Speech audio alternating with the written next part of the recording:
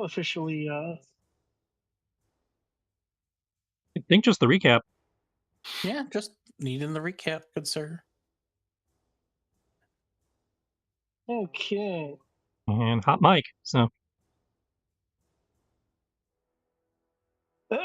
Last time you guys went to a private dock that had COBRA in it, but not running it. They were apparently doing an infiltration of their own.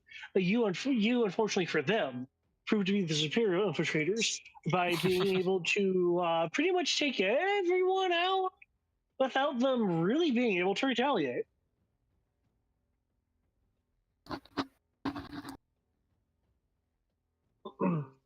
In a very stealthy fashion.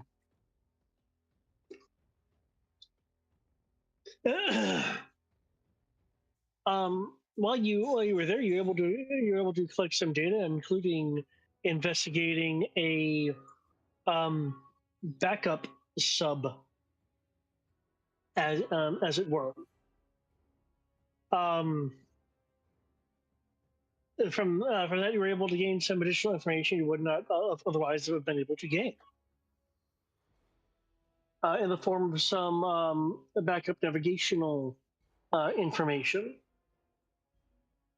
You guys were made aware of the.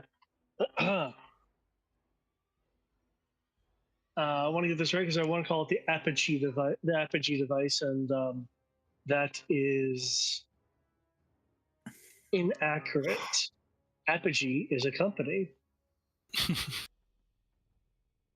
admittedly defunct company, which I guess could have been bought out by an evil organization. Isn't that the company from Portal?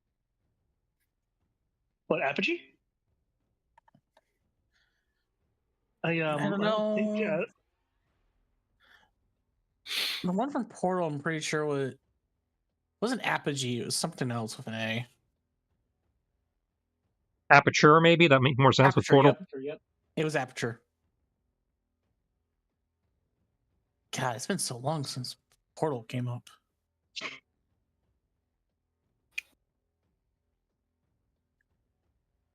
The pork chop sandwiches are a lie.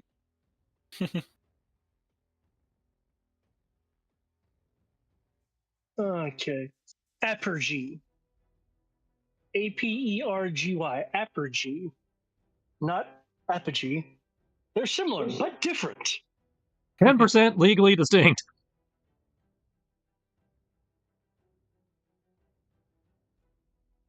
Okay. Well, you guys found out about Apergy, which was a gravity experimentations, along with the fact that the navigational information held a number of underwater natural thermal venting locations. I actually need to stop this music because this music is for later.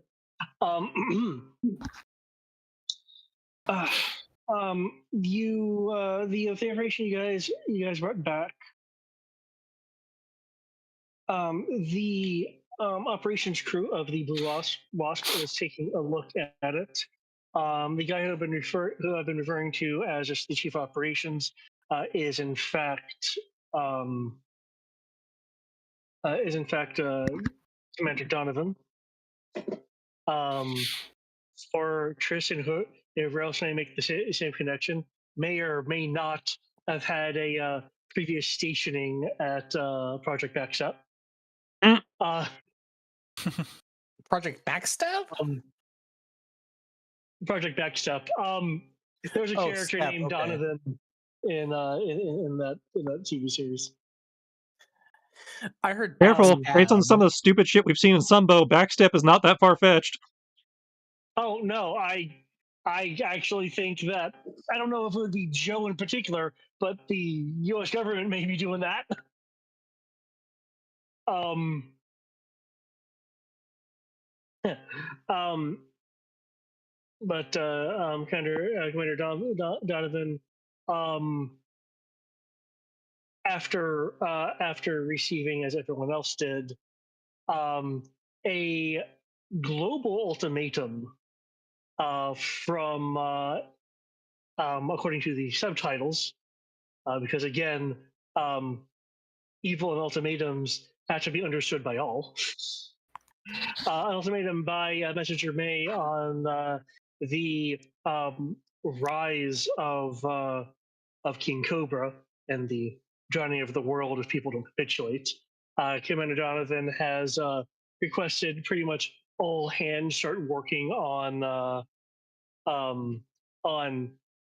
one, preparing for departure out of Motionis, and two, for those technically inclined or more or having other alternative resources um, to assist with the decoding and collating of the latest intelligence to try to narrow down one of any specific locations that the uh, modified Hilo sub is going to be, or some other way of actually tracking it, depending on what information is actually unveiled. Now, while I did skip the message this time, I can try to go through it again. But aside from that, any any questions? The moon and the world is at stake. I believe that's it.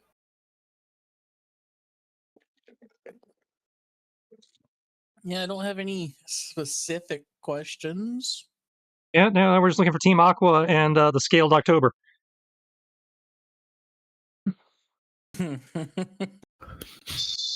I know what you did there.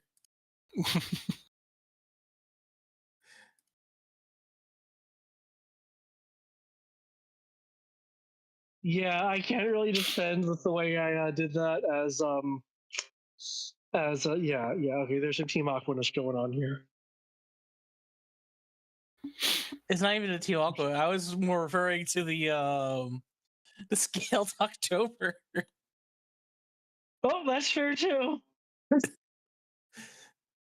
We would only be so lucky to find Sean Connery doing a terrible Scottish Russian accent in a Cobra uniform.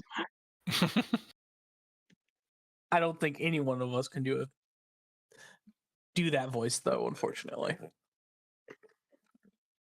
I can do a bad one.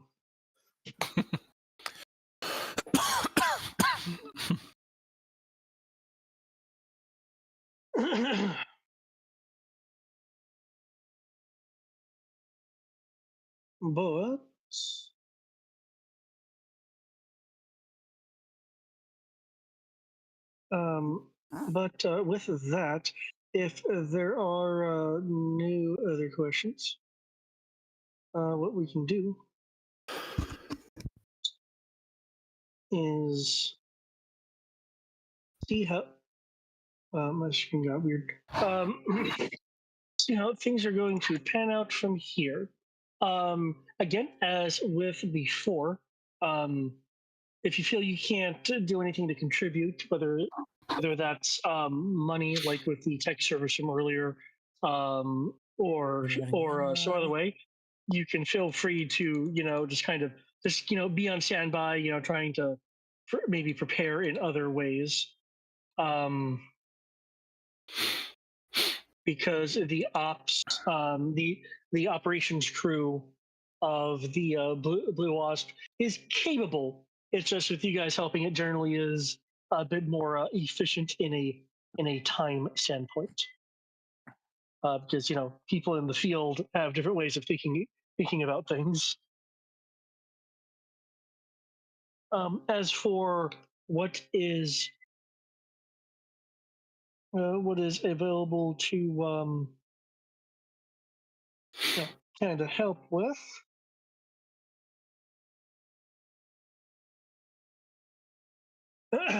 Let's see. I have to share up on my other screen as an experiment to see if I can, like, easily just. Oh, I am a few more pages down. There we go. Okay.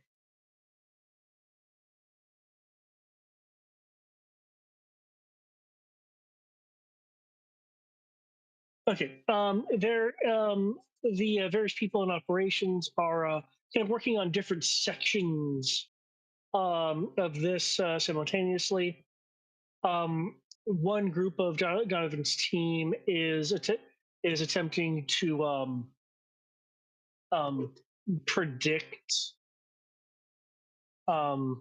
predict potential potential targets as a way of giving a kind of defined search areas.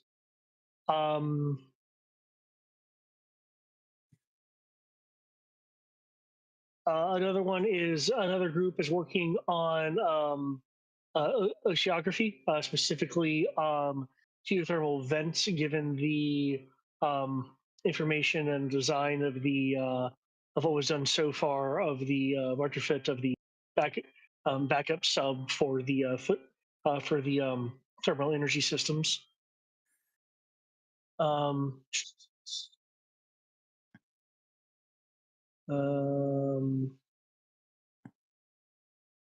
that one, because of the information that you guys got from the backup sub, there's going to be 2 ups to whatever method you want to do to assist with that. I know I'm just verbalizing these. Don't we like check these out? Would that be good for you?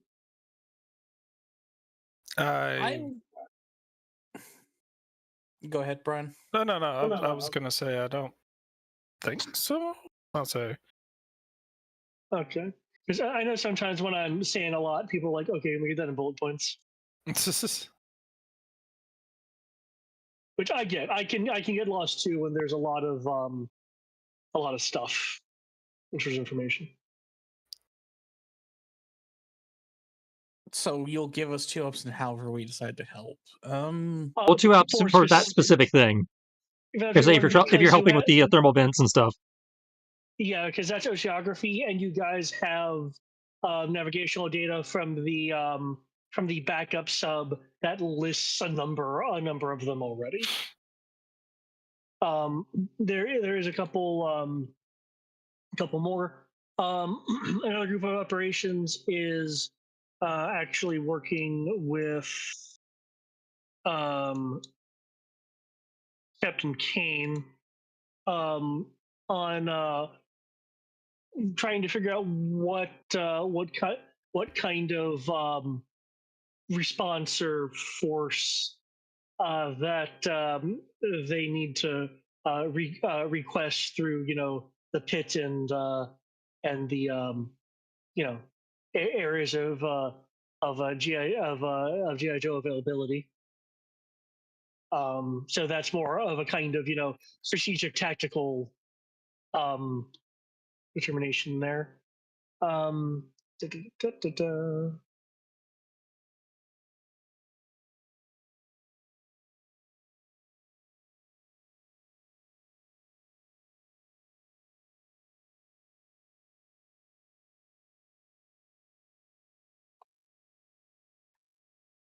Okay.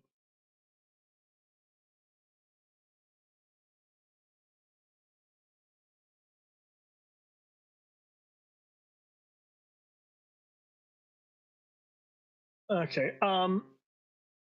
The other area that that the operations are that operations are working on is a excuse me, is a way of trying to at least partially break the Kilo subs ECM to be able to confirm a more precise location. Thanks to the backup sub, they do have pieces of technology to work with.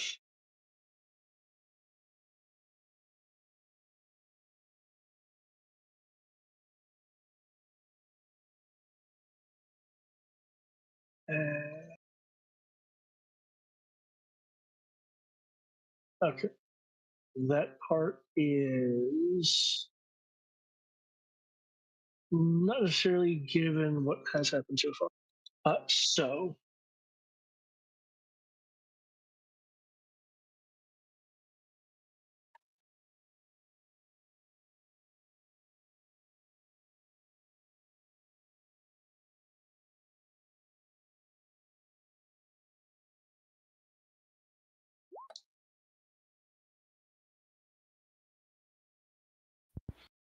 All right. So our options are strategize, look at maps,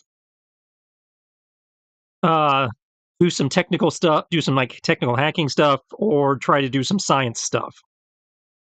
yeah, and all this stuff is being worked on in parallel, though some will need to stop as other tasks are completed. So you can, spread out and do multiple things at once, or you guys can group together to help any particular group operations group.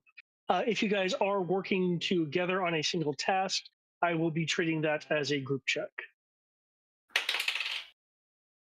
I'm going to go ahead and, I guess, do my technical aspect. Looking at the maps would be under survival, wouldn't it? That's what I was thinking. Like maps is probably survival.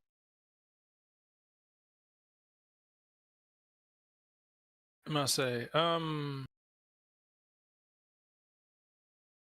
the maps, is that referring to determining the thermal vents or possible targets? Okay. The thermal vents, what you could use, excuse me.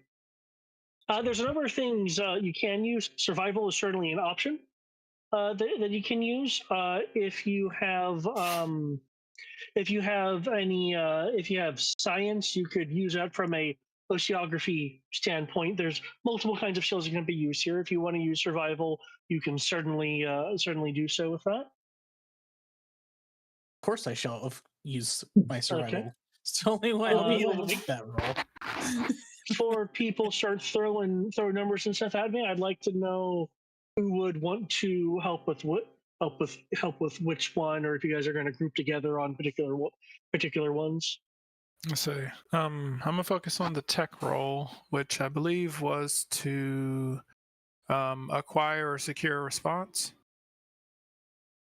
Acquire a secure response is attempting to determine what amount of an availability of JAJO reinforcements. Okay. I'd say tech is probably under the confirm the location of the sub or get around their ECM.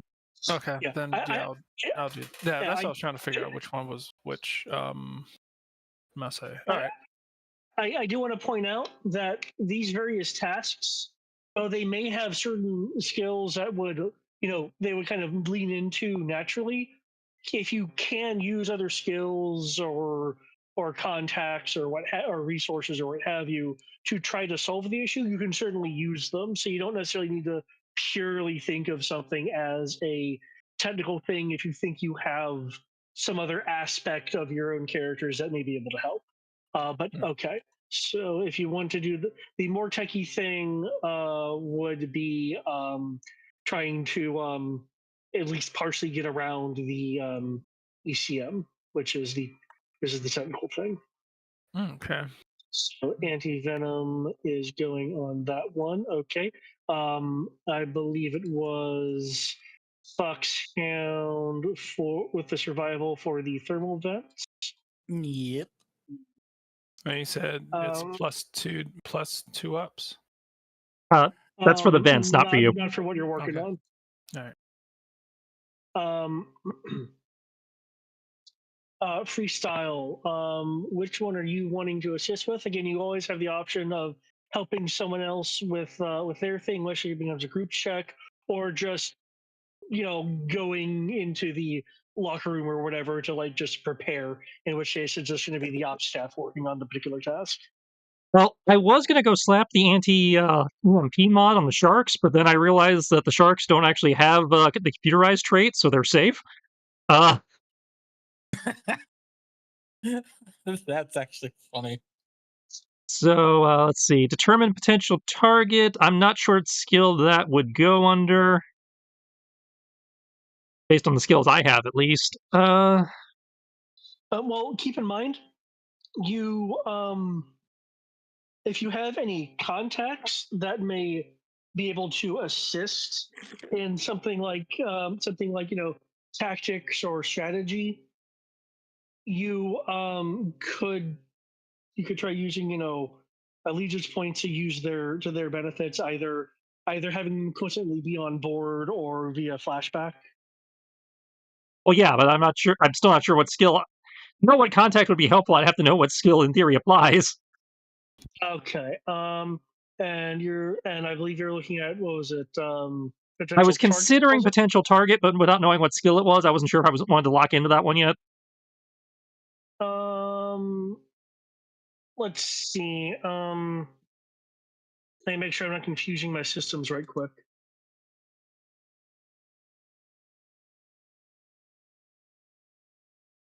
Okay. Recalling, understanding information. So something probably more on the tactical side would fall under cultures. That's what I was afraid of. Yeah. Hold on. Images or their secrets on the scene. No, cultures is more kind of tactical deduction. You could.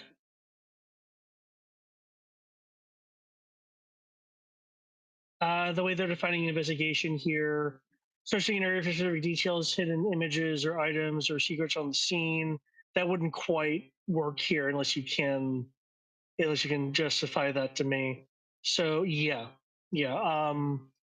I could see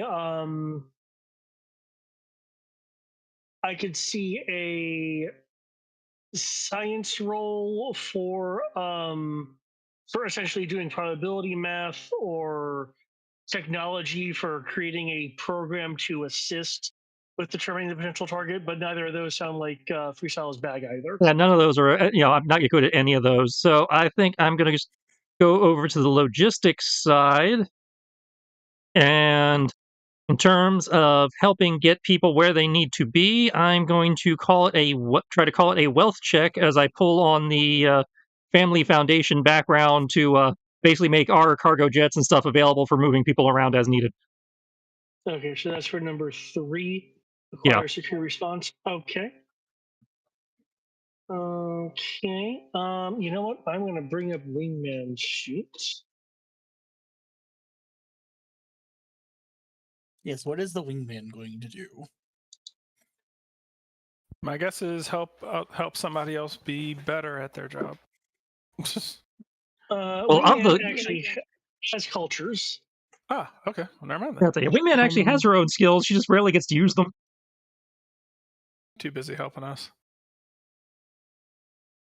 All right. Well, I got my tech roll right there in case. I'm rolling my survival now. So there's my survival. For when you get to it.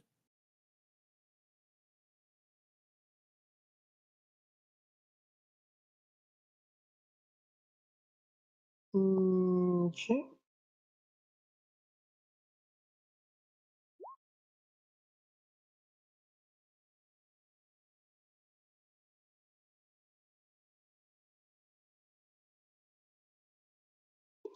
I was going to see if there's any other ups that Wingman can get. That's a fuck. Hang on. I might be able to throw it up at her. Really, you taking her gerb. Oh, that's what contacts are for. Fair. Context for the win. I'm the Joe that knows everybody. That you are.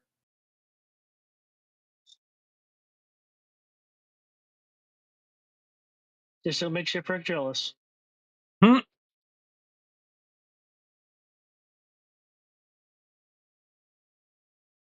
Like, Resident can't amp herself, so. Okay, so they're smarts, not social.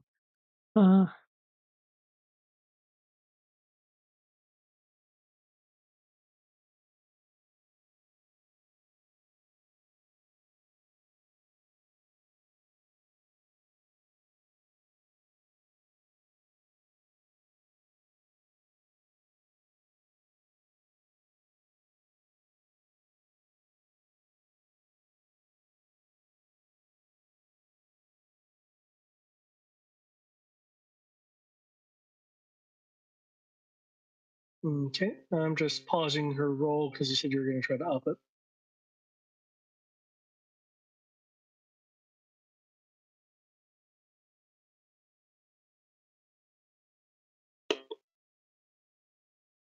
Okay, so we got two options here. Technically, no, can't use that one. Okay, so we got two options. I can either give her advantage now, or she can if she fails, she can reroll with an up. I say the fail is a more guarantee, but what is her culture skill? D4. The end result is it's going to be an advantage one for either direction. The difference is that one lets us know the result before rerolling. No, because the advantage means that you guarantee the highest roll. If you re-roll, you're not guaranteed a higher roll. And so yeah, the reroll with one up, it could potentially be lower.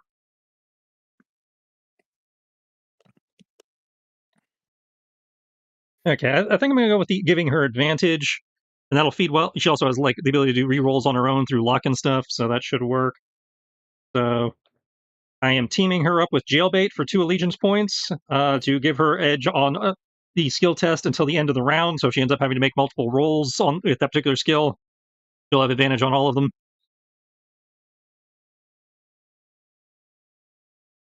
In case that ends up being some kind of multi roll. Okay, so advantage on the skill, and needing to keep in mind her luck ability.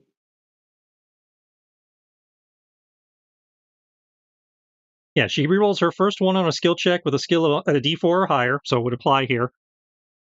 Doesn't, and that particular ability doesn't specify whether it's a 1 on the D20 or a 1 on the skill. And she may also reroll her D20 up to 3 times per mission. Okay. So she has multi-layers of protection at this point.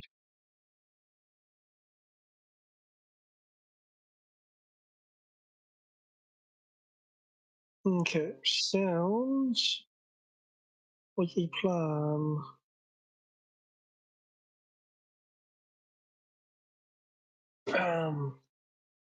Luck and defeat. Okay.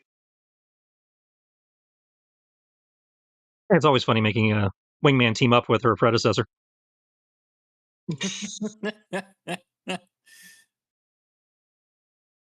Associations, no associations.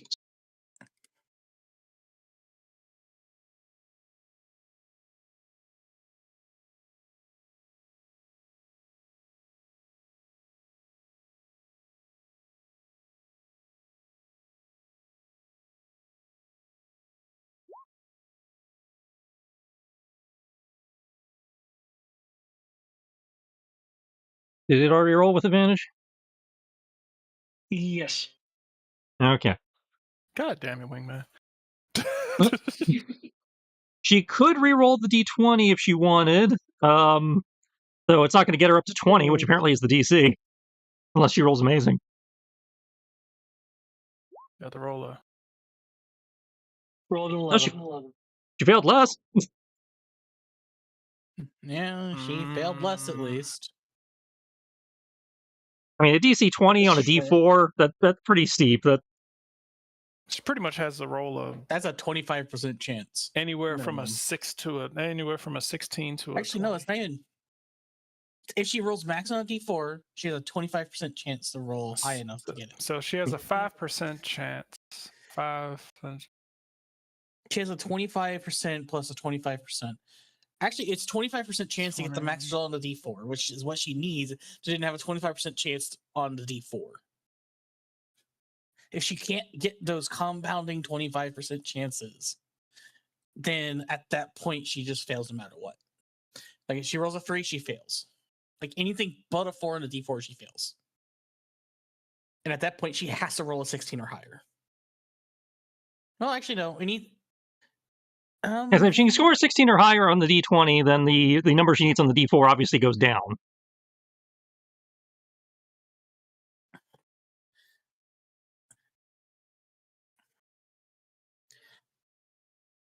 I mean, either way, she failed. It's this is all purely it's academic. It is moot. Don't mind me being a nerd trying to figure out percentages for no good reason.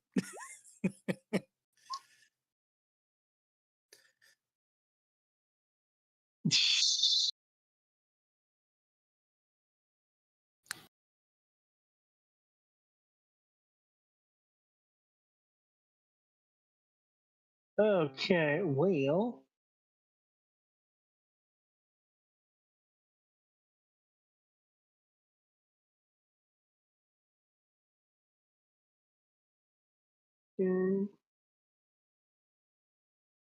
Oh, we're at least thoroughly prepped once we figure out where the hell to go. Downside, we have no idea where the hell to go.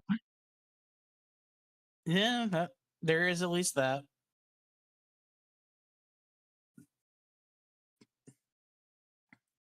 Gotta take that silver lining when you can. True.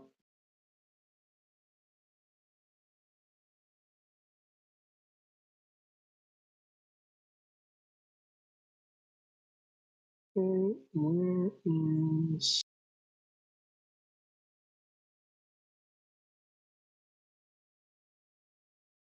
Of course, there wouldn't in a easy to get to area. That'd be too bad.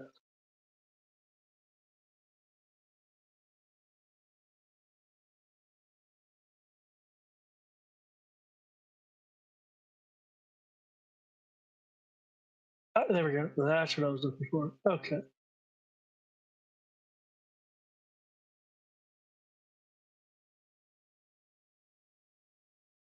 Gotcha. Okay.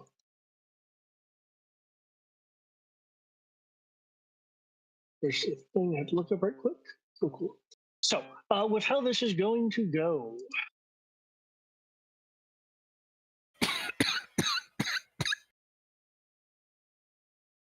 do you have to go to the infirmary? Nah.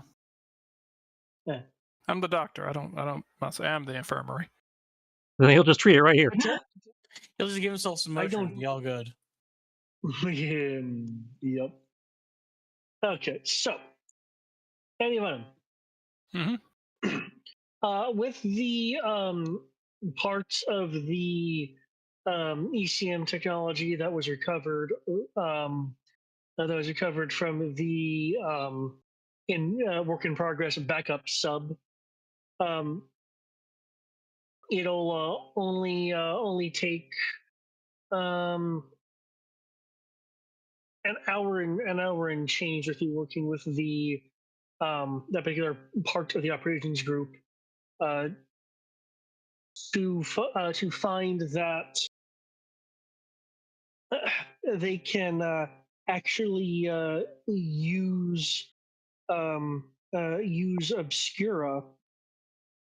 to disrupt the ECM enough in particular areas to to give a reasonable chance for local local sensors or other GI Joe satellites to sweep suspected areas and have a reasonable chance of penetrating the ECM. I say reasonable because you're able to get it to work with the parts that you have. Though it was clear that the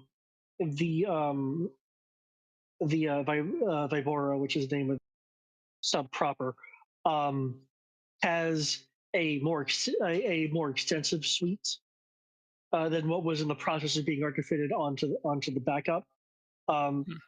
So went from them having a cloak to having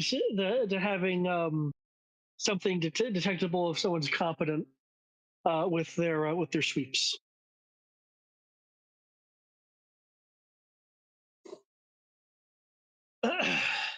Okay, fuck sound survival. You were with the thermal vents. Did that include the 2 up? Oh, no, it didn't. Whoops. I completely forgot that. Let me make that a D12 real quick. I'd like to stick with the 22, please.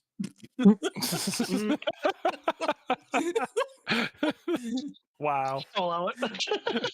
Hold on for a sec.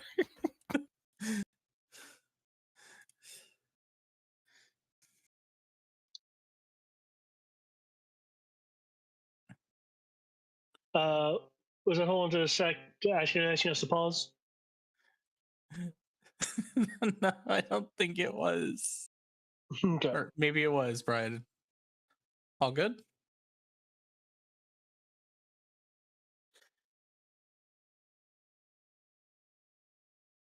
And in the silence.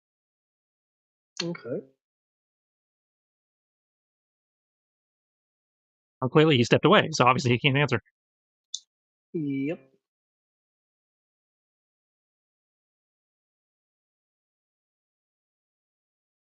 Well, you can still tell us how the maps did, because that doesn't require him to be there.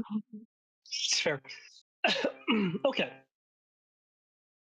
While you're not necessarily as proficient as the science stuff, specifically oceanography, than the rest of the operations team around you, you do, however, have a good eye for maps and instinct concerning a variety of environments.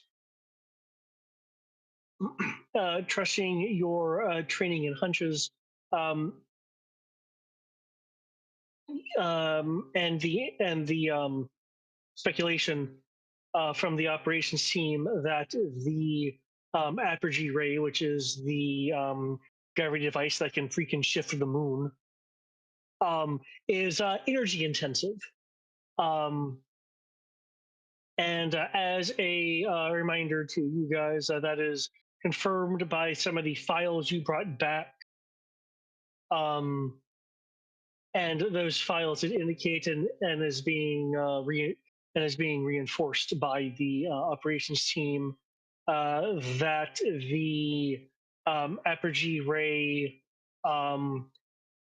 is potentially rather volatile to fire, and it would be much preferred to be shut down versus or in some form disabled versus destroyed, as the intense energy release along with the gravity warping abilities of the ray itself would be bad if it were to be, unrestrained.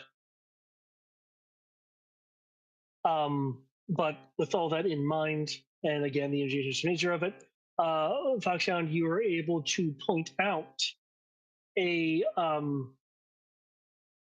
few vents on the map which the other operators had either missed or classified as not being able to produce enough energy for the purpose of powering the apogee ray. In these cases, you've pointed out nearby nearby indications that a more innocuous event is actually a part of some nearby oceanic um, vol- um, volcanic activity, which makes a more particular one more viable than they first thought. The scientists going over what pointed out will concur uh, and uh, and determine what the most likely energy stop off points uh, would be. Cool. Okay, next what I have here is free stoil. Your wealth. You're making your calls.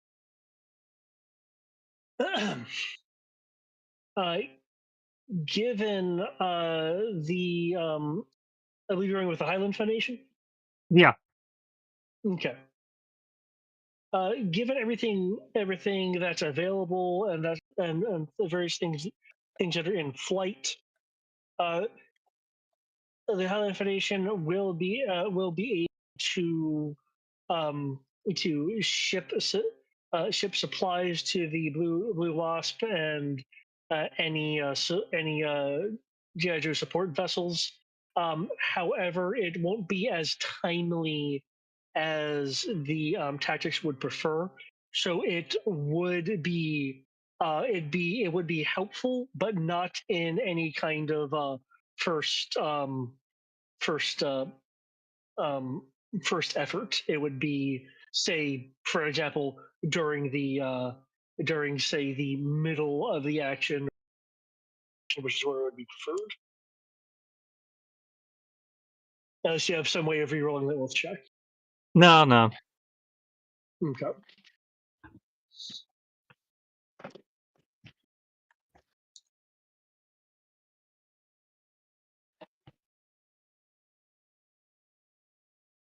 Okay.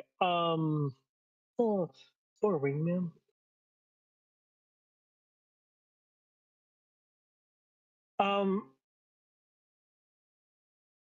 Wingman is an uncultured swine. Let's see.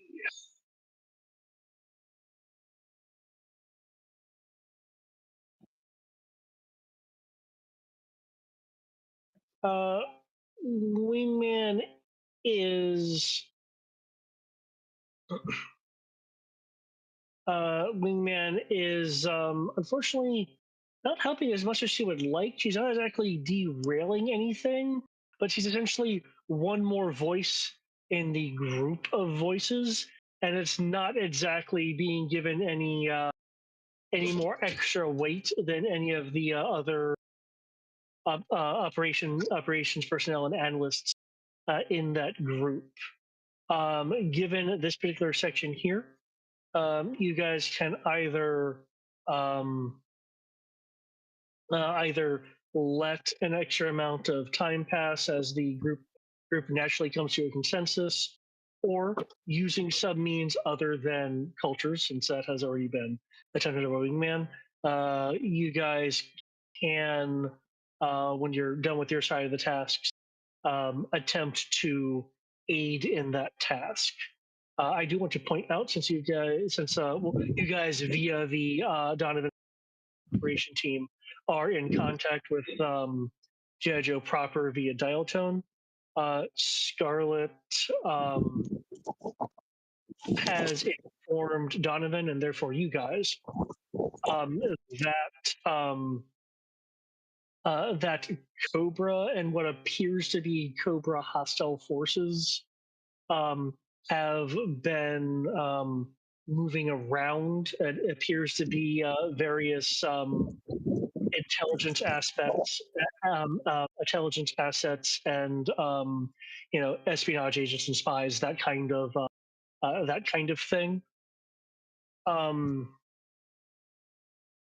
While it won't affect what you're doing now, them moving their soft power around will affect things later. And in other words, there will be certain sections later where there is going to be a slight increase in difficulty due to just COBRA and the other side's intelligence agents, shoring up their own their own defenses and getting intel on GI Joe and things like that.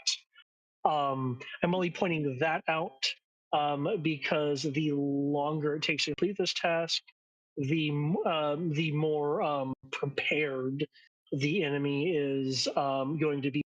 Not just you guys, but a variety of things. Mm. So just as a reminder, since I know I've spouted a bunch of words after giving you guys an option, you can, any of you guys can attempt to step in to try something other than a culture's role to help the to assist Wingman in her group, or you can allow time to pass and let the group essentially solve it on their own.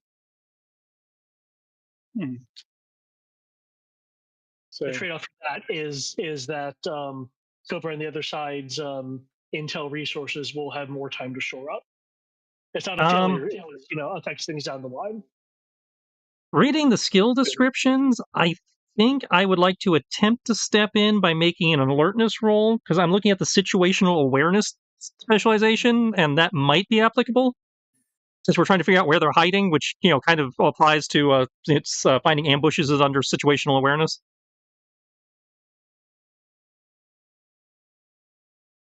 I mean, it makes sense to me. And other tactical information. And okay, just to clarify, and then you can factor this in to see if you believe it still applies. More specifically, what this stage is trying to determine is potential targets that the Vibora is strike, and therefore determine more of an area where the submarine could be for your guys' intercept. Right. So it's a more, I imagine he's looking at it more from the potential of the ambusher. It's like, okay, if I'm this thing is clearly trying to be stealthy. So if I was taking a stealthy approach, I would probably focus on these type of environs based on which would eliminate that route, and that route. Okay. Now, based on that, what targets are closest to ideal ambush, spot, like where I can come in, do my job, and get back out before they notice I'm there type. Okay, makes sense. Okay, sure, that makes sense. And can I give him an edge as my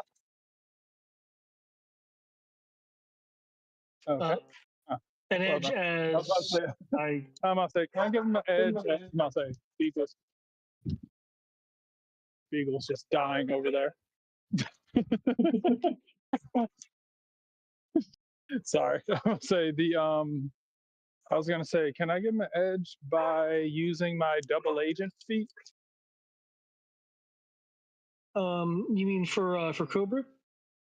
Yeah, by attempting to help with the knowledge I have of COBRA and how giving ideas as to what they may or may not attempt to, like, how me having probably a better idea as to how they might end up, how they would go about doing stuff. Maybe an edge or an up, I don't know.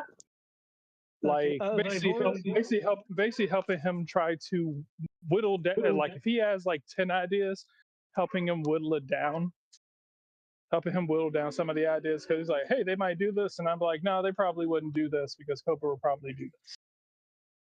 Okay. And basically just whittle down like the potential the potentials that he comes up with. So basically brainstorming. He throws out ideas. I love know what wouldn't work, and basically just leave them with like other alternatives. Not to give him, not to be able to say that I know it, to give him an answer, but to at least help him, throw out some things that Cobra definitely wouldn't do. Since he has a double agent life of working with Cobra. Yes. Due to the message from Messenger May, it is clear that the Vibora is aligned with this person who is trying to become King Cobra, which is not necessarily Cobra.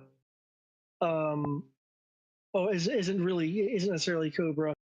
So I will count that as similar enough to have you. I'll say you can either give an advantage like you're wanting, or one up.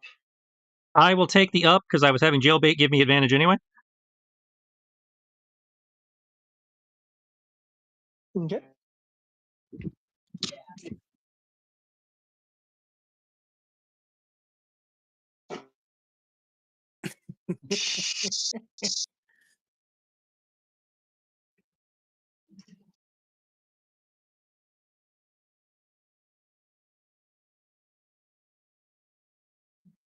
Okay.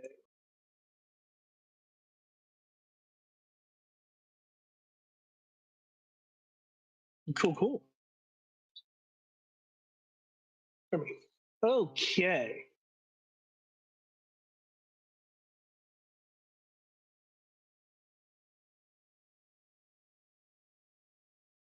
And I know you guys already know this, but I'm just gonna show this to you guys.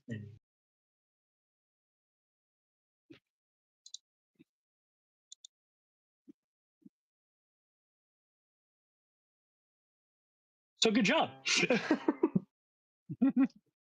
Okay. Difficulty 20 for everyone. Jesus Christ.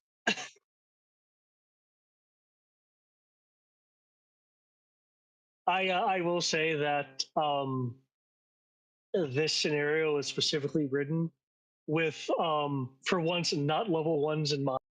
It's actually Yeah, clearly with the around your DC guys' 20s. levels.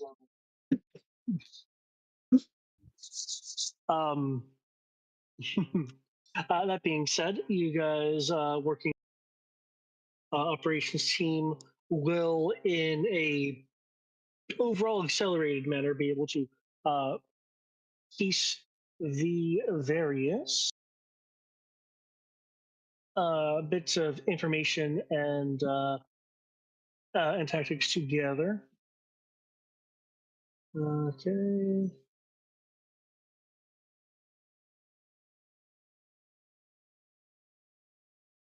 And you guys communicating with the various chapter decisions will have GI Joe shake loose and deploy. Excuse me. Deploy various assets to the area, which will fall under. Hold on. Since I have it there, I'm just going to put this here for my own reference.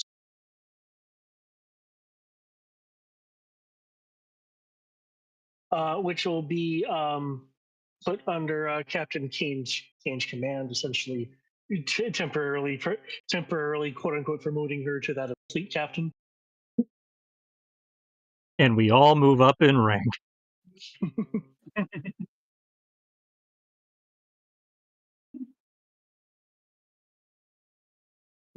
Such is life.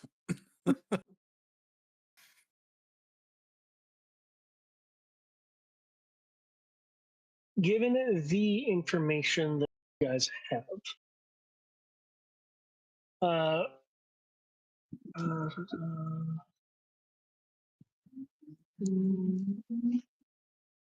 okay. Given the information you guys have and such, would any of you want to assist in assist in coordinating the initial thrust into the both the interception lines and the designated thermal areas, or are you want to leave that to the now fleet captain just by herself to coordinate? What sort of roles?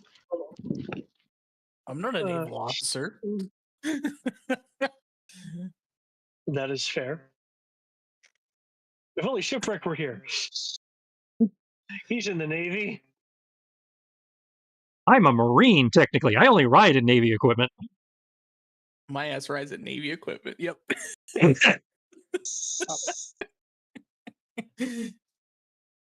want a speedboat? I can do a speedboat. You want me to pilot a ship? No. Yeah, so what is that exactly? Are you talking about like sitting there with the headset on, telling people where to go? I'm not sure we're really skilled at that. If you're That Depends. is What fair. skill is that? What skill role is that?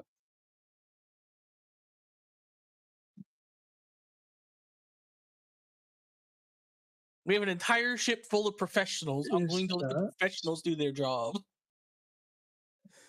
What skill role would that be? Looking through various things here. One second. One moment. He is currently recalculating.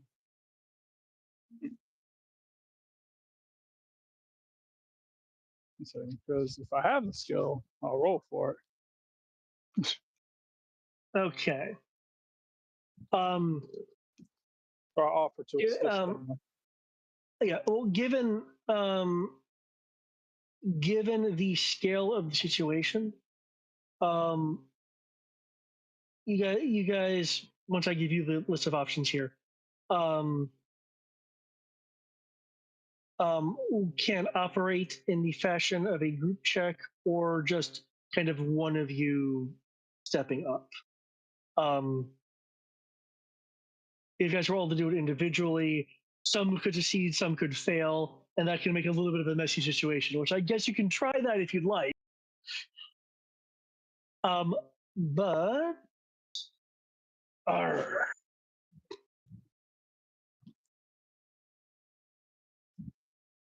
There we go.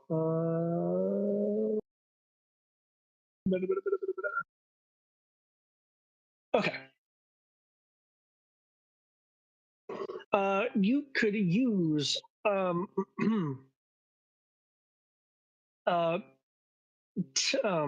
technology for the idea of using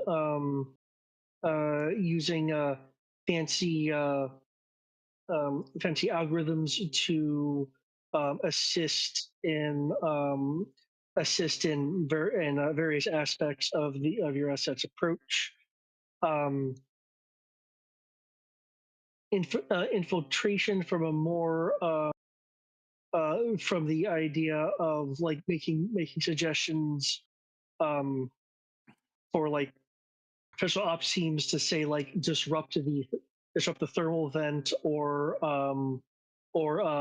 create like obstacles along their rejected path. Persuasion or deception, if you want to use that tactic, to kind of assist in either idea cohesion or or shall we say deceptive motivation.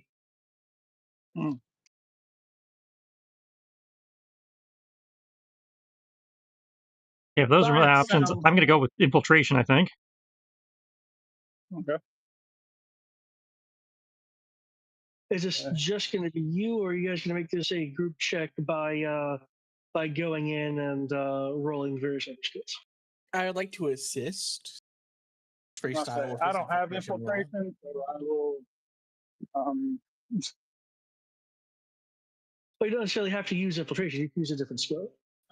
Okay. So you guys don't have to use I the same guess skill I'll I'm go ahead using. and use the tech. I guess I'll use the tech skill if he's going to use the infiltration skill. Okay. Yeah. I'll just provide an edge for freestyle because I can be sneaky. Okay. I can't do anything else with a naval ship.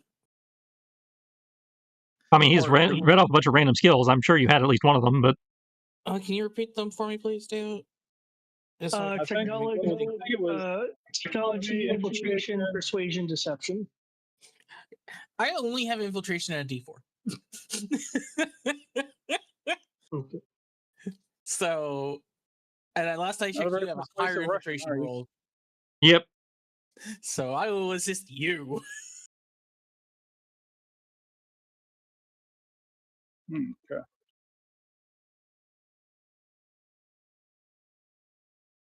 Somebody could roll me a d6. And that's 17 to it. All right, so 21. Funny enough, I got the same roll.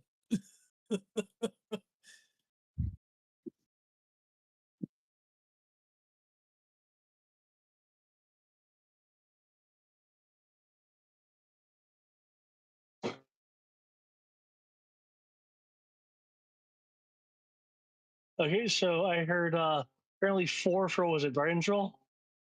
Well, 4 plus total, what? total of 21. 17 plus 4. Okay. 20. Okay.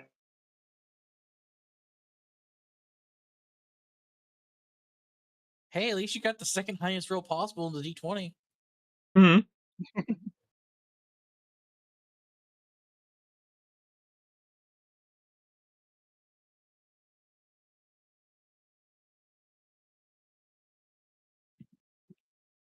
Okay. With the movements of both the team attempting the intercepts, aided by the revised predictions from excuse me, from anti computer skills, supreme algorithmics.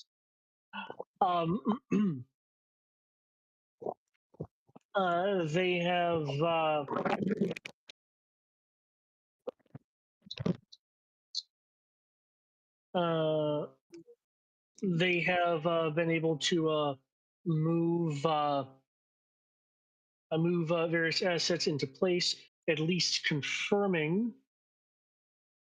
that the Vibora is not en route to the projected target, which in this case, the projected target is Chile. Or Chile. Chile? Yeah, it's Chile. I'm thinking Dragon Ball. The infiltration roll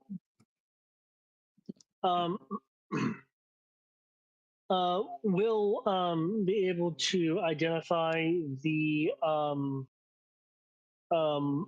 what looks to be the Vibora underwater as they go to essentially try to steal or disrupt, as the situation warrants, the likely thermal vent being used. The ship in the area is able to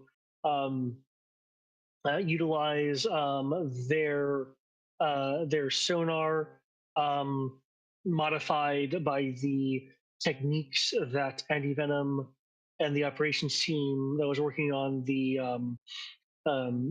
anti-ECM, the ECCM, used, and is able to confirm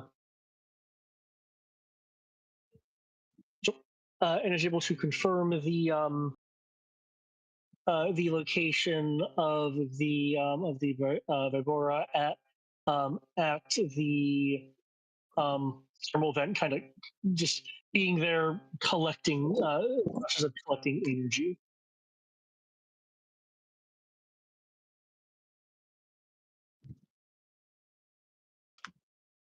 Okay. Okay. Captain Kane will order the Blue Wasp to set course to intercept, or to join with rather, the ship near the geothermal vent. Now that she knows kind of where to point her ship, that would be the most helpful between the two possibilities. During the transit, both Captain Kane and Commander Donovan will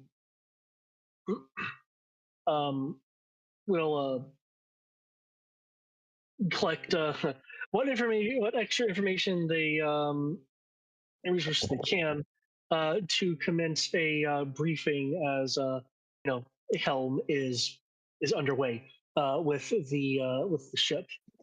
Um, During this briefing, given that it is now definitely known from what they can tell that merely just destroying the Vibora is declared by the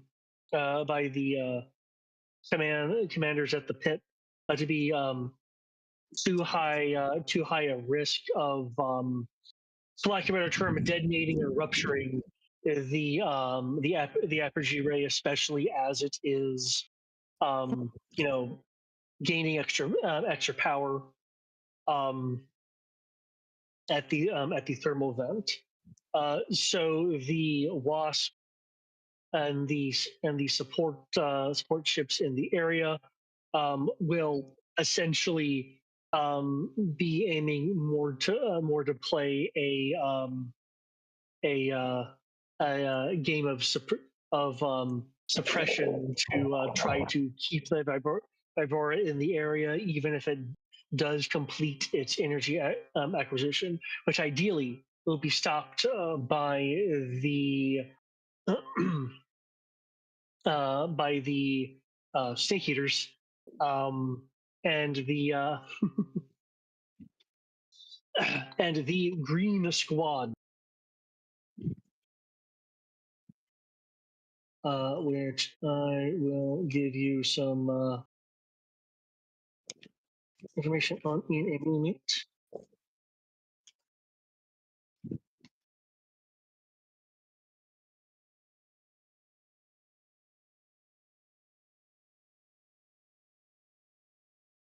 Oh, come on.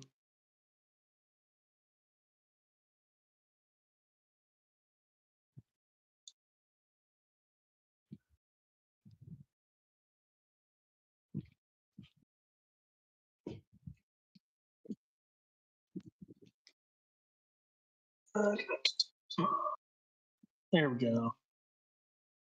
Here's what I'm looking for.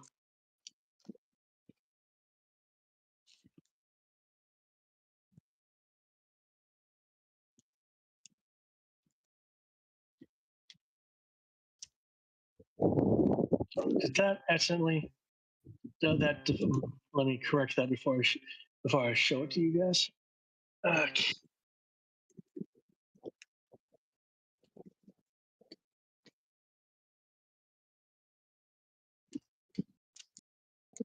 There we go.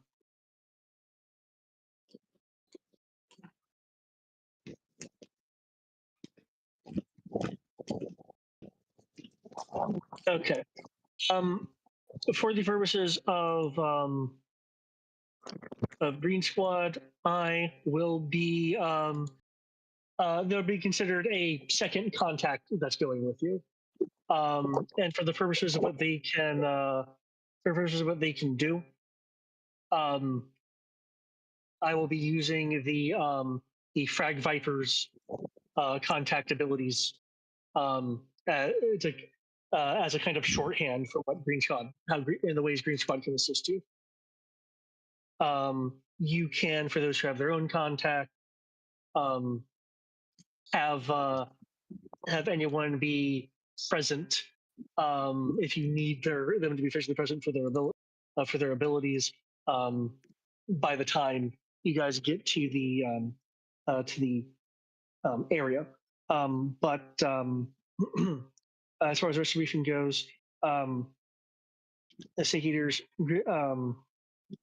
Green Squad, which by the way is a bunch of green shirts that are distinguished by a golden and white patch on them, as opposed to other plain green shirts.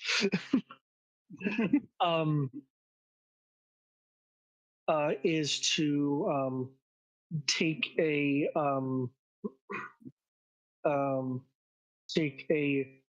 Stark or other submersible on board, i.e., you can look through the sea vehicle, see if there's anything more appropriate than a shark you would like to take, to close in and board the Vibora to disable the Apergy device,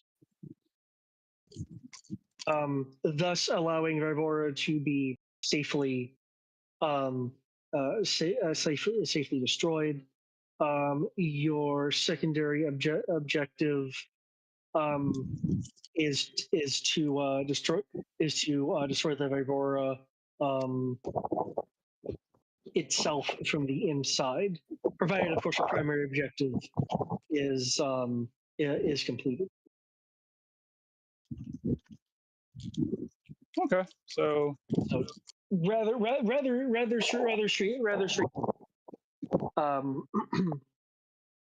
Since you guys are going to be inside anyway, technically you could just go to try to disable it and then pull out.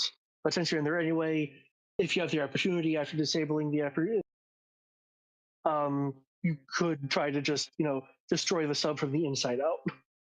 So disable it or disable it and escape, and I guess potential retrieval, or just blow it up, cinematic escape scene.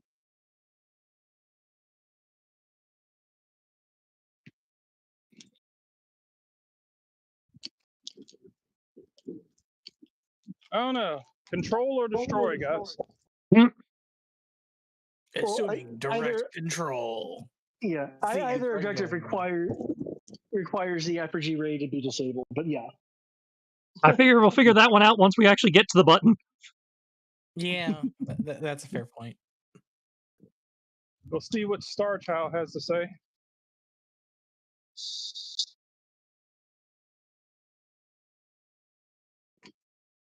Okay. Is there any? Are there any contacts freestyle that you would like to have or need to be physically present to? Well, I mean, it worked so well last time, and given the nature of the mission, let me check the points here.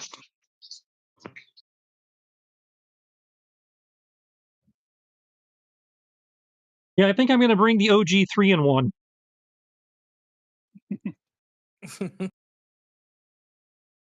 Because him being with us last time made us overperform so effectively. It was very effective. Some would say it might have been even super effective.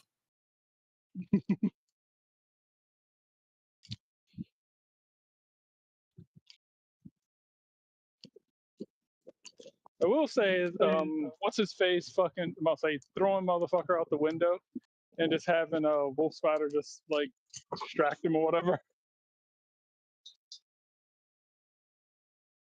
That was pretty funny. Okay. He's like, how does this happen? It works. Just shut up. Oh, cool.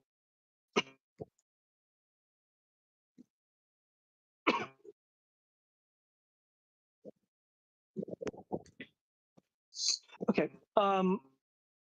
With that in mind, then, as I mentioned, the Highland Foundation supplies honestly get here in a timely enough fashion for the first bit, that was from the perspective of supplying multiple ships and such. However, while you guys are en route, Highland Foundation supply craft, due to the nature of what the Blue Wasp is, will easily be able to receive some supplies in a more efficient fashion than the others. That will provide you guys with a total of, not additional, but a total of 13 resource budget points a character.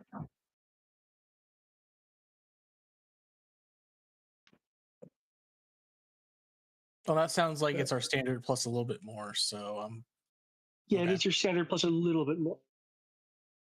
That's a little bit more per person, so that may or may not be more or less useful. So it's 13 per person. Yeah. Jesus fuck, that's a lot. I'm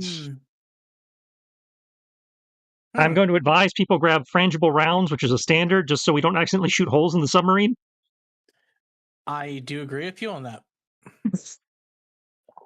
Remind me. I am smart enough to know that that's something we should do.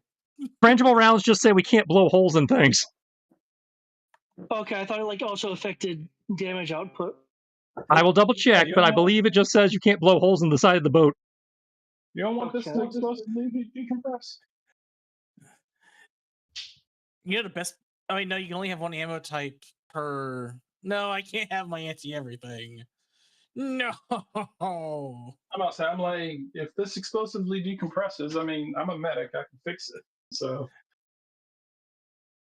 and plus, if something happens to the sub, you can turn into a sub. Not how that works. We sure haven't tried it yet. The rounds will not puncture hardened targets such as a ship bulkhead or airplane body, but deflective and plating armor gains a +2 defense against it. Okay. It also sounds like, then, by the description of it, that you wouldn't be able to use it to destroy doors and things. No. And it sounds like the nature of what it is prevents that. Okay. So if we run across heavily armored assholes, the bullets just bounce off. Well, they get a +2 to their defense. So the way it's phrased, I imagine it's only a +2 if they're using toughness. If they're using evasion, then I don't think the bonus applies. No, my understanding is that would be toughness. But it prevents a natural 1 from blowing a hole in the side of the boat. So I suppose that's fair. Which is unfortunately really important that we don't do. Because you're thinking in that way, I would also like to point out using fragile rounds would also prevent a fumble in the presence of the apogee ray to not have it cause a rupture. Because again, those bullets are designed not to break things. Just in case you're feeling kind of about it, as was very, very useful in this particular circumstance. I just want to double check. There is no rule saying I can't have frangible armor piercing rounds, right? Frangible not compatible with other ammunition mods. So it's like, if it's not an ammunition mod, it's compatible. Let me double check. Piercing just says the weapon gains an armor piercing trait, not the ammo. No, under description it says ammunition. So yeah, then it's ammo. Like mechanically, it grants a trait, but it's described as ammunition.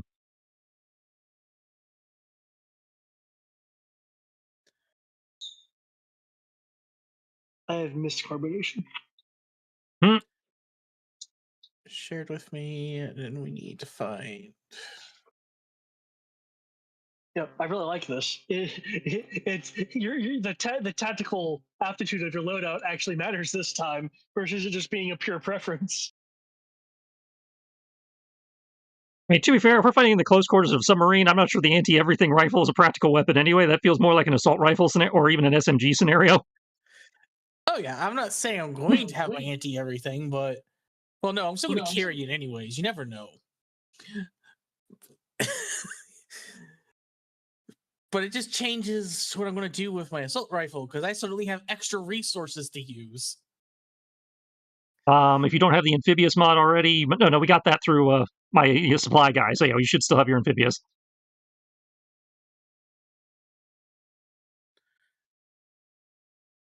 Let's see, that's GURPS books. I don't want GURPS books. I want Essence 20. GURPS isn't going to help you.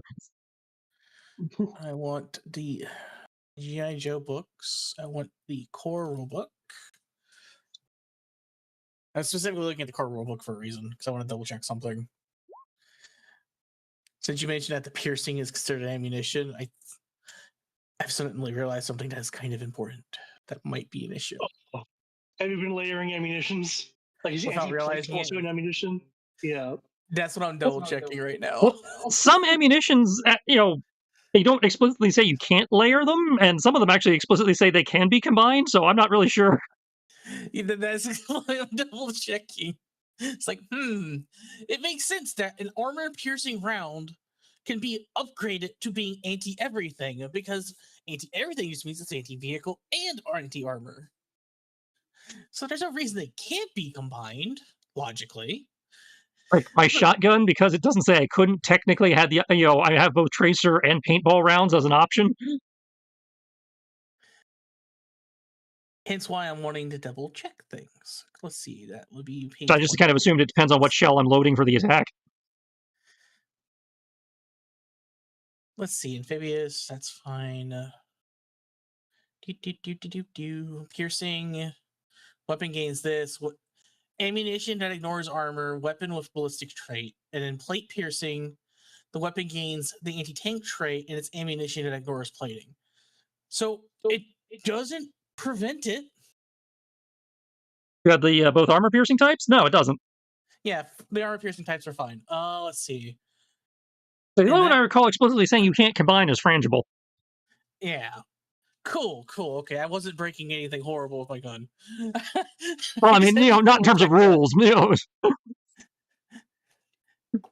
Hey, I just had to make sure. No, you're good. There's something saying it can't be deadly. No.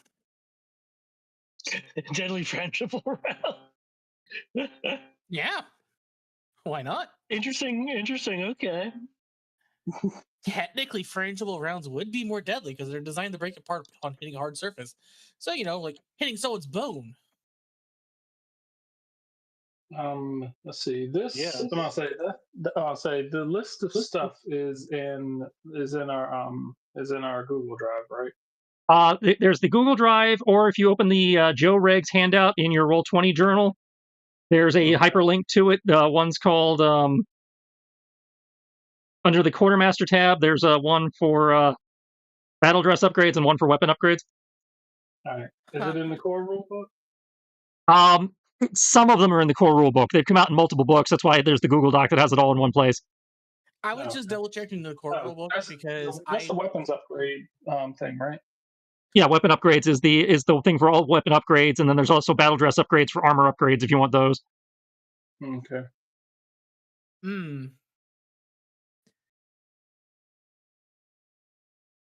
In theory, we still have the scuba shit, so you don't need to get scuba mods if you don't want them, because they're already assigned to us unless they got repoed. No, given the C nature of this, it's still considered mission critical. So you still have your scuba. So what was the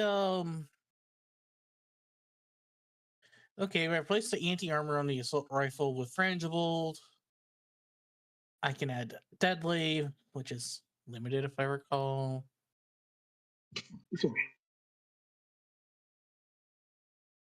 Actually, deadly might not be limited, it might be restricted. Nope, it is limited. So deadly's limited. What is the I know ammo feeder is restricted. What's the cost on ammo feeder again? For restricted, isn't it 3 versus 2? Ammo feeder is a restricted. Restricted items are 5 points. Okay, what is our normal amount? But remember, it's based on the total, total mods, not each individual. No, I understand that. I'm trying to figure out what's the our normal total again. Isn't it 10? The normal total is 10. Yes. If I switch out the limited anti-armor ammo with the frangible, that's limited with a limited. The gun is still limited, so that's 2 points. I can take this up to restrict it. Sure. I'll have an ammo feedered, frangible, deadly, silenced, laser sight slinged assault rifle. That'll be fun.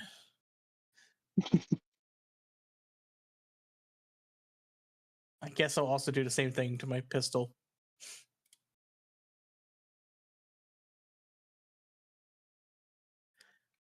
Problem solved.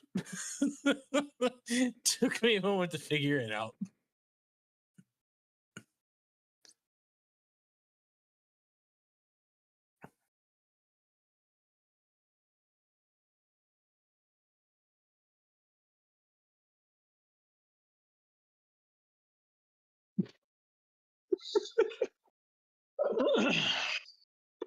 Oh, this is so fucking stupid. The part of me wants to get it.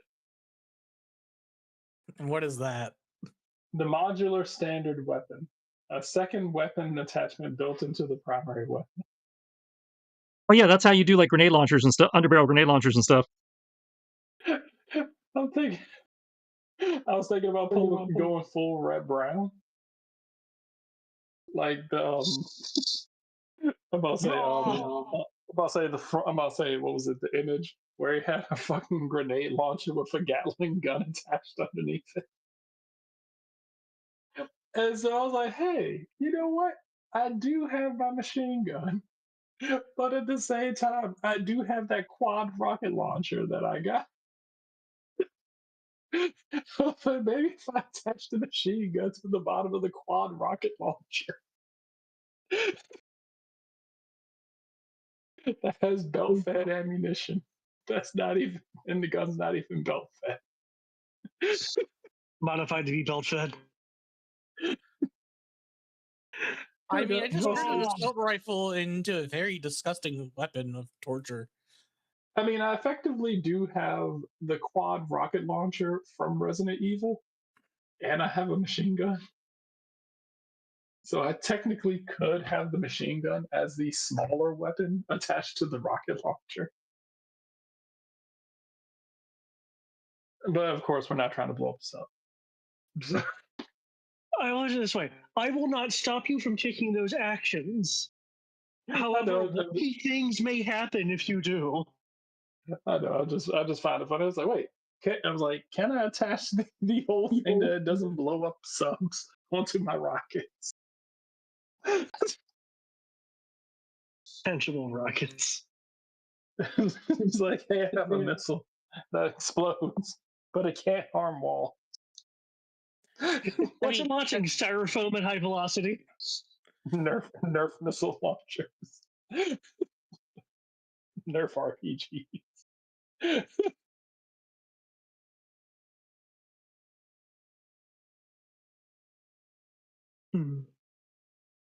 I mean, technically speaking,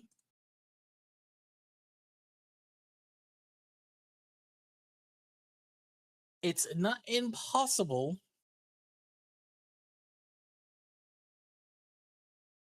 to have a weapon that can do that.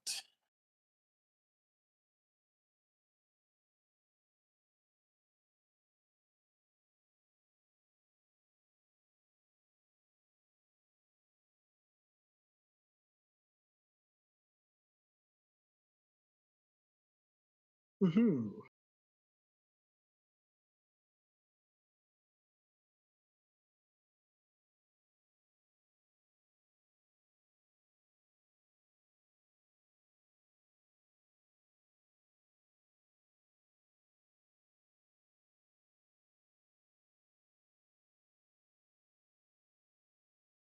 I think I want to get tracer rounds. Those are fun. Yeah. That way it'll make it even easier for So if you're putting tracer freestyle. rounds in, you can't get the anti-hull breaching rounds. Really? You can't combine them, so you have to put it in your pistol or something. Wow. So you can't. You must. I can't basically put bioluminescent shit on my gun. According to the anti-piercing things, it says you can't combine them with other ammo types. So yeah, it's the only one you can't combine. So. Oh wow. Oh, okay. I was like, the fuck? I was like, these are basically glow in the dark bullets, though.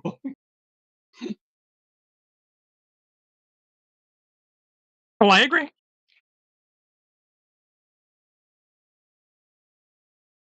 Oh, and GM call here. Instead of if you took paintball rounds instead of frangible rounds, it would have the same effect of not breaching the hull because it's paint, which allows it to do non-lethal. And then you could combine that with tracer rounds. Does the paintball rounds does it just make the damage non-lethal? It allows you to take the non-lethal mod for free. Okay, because in my mind, that would no longer. Paintball rounds can do things like damage. You're shooting a solid thinner object. bits of metal. Yeah, you're that's what I'm shooting- saying. Is if he took the paintball rounds and then took the free non-lethal mod paintball allows him to take, with the non-lethal out to not breach the hull at that point. I could see it as not being able to breach the hull, but it would not prevent damage to other equipment that is more fragile than the inner hull. Well, that'd be a GM call then at that point because non-lethal turns it to stun damage, so it'd be just it's stun damage applicable to whatever he hit. Well, I'm trying to make enough of a distinction to have the fragile rounds not. So it can be there as an option. So it can damage equipment, but it can't damage like the. Yeah, it's like you could break a computer, but you wouldn't blow a hole in the ship. Yeah. Now, if you were to take your paintball round and just like repeatedly not repeatedly, but like you shoot a window out. I mean, there's a high enough velocity I can see it cracking windows. But at that point, you could combine it with the tracer rounds if you want, because it would be glowing, fluorescent paint or whatever. Yeah. Sorry, I was calling the weasel. I think I could do that. Okay. You're that asshole who brought the Gatling gun to the paintball game.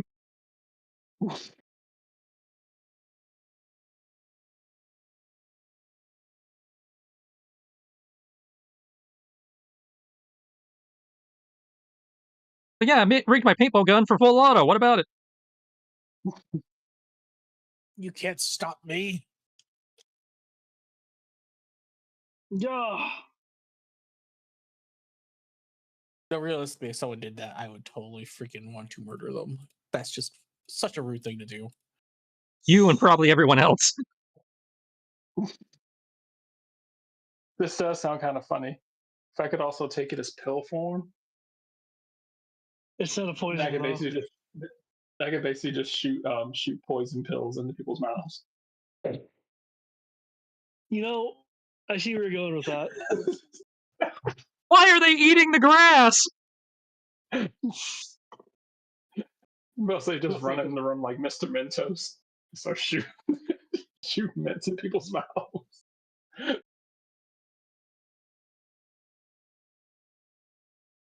Oh, God. Okay.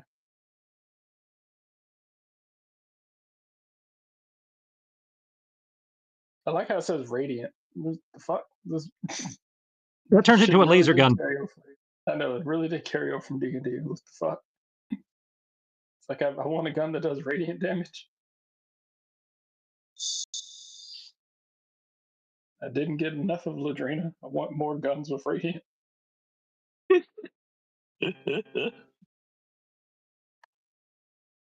We still have the breaching charges they gave us?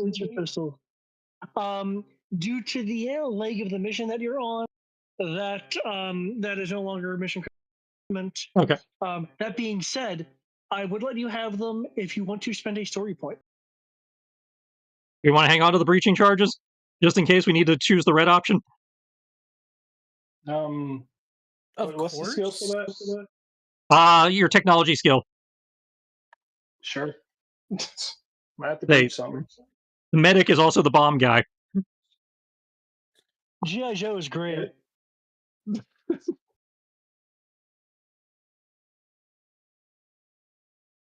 I love G.I. Joe. We don't ask questions. Okay, got my new stuff. Sounds like We everybody else still has their ask new stuff. questions. Trying out a new gun. Nice, nice. New guns are always cool. What is it? A sonic machine gun? Don't tempt him. He might come up with that. I mean, it'd have to be an SMG. I'm not trained in full machine guns, only SMGs. What do you get? A screamer. Sorry, a screamer pistol. I need to be specific because I'm using group surveillance. Okay, so everyone is set then? It Yep, sounds I like? have my amphibious, frangible, deadly weapon of doom. And nothing can stop me. I have my glow in the dark Okay. paintball gun so that you guys can, hit the things that I miss.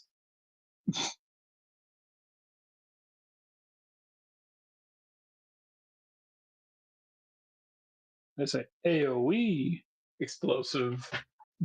Explosive fucking.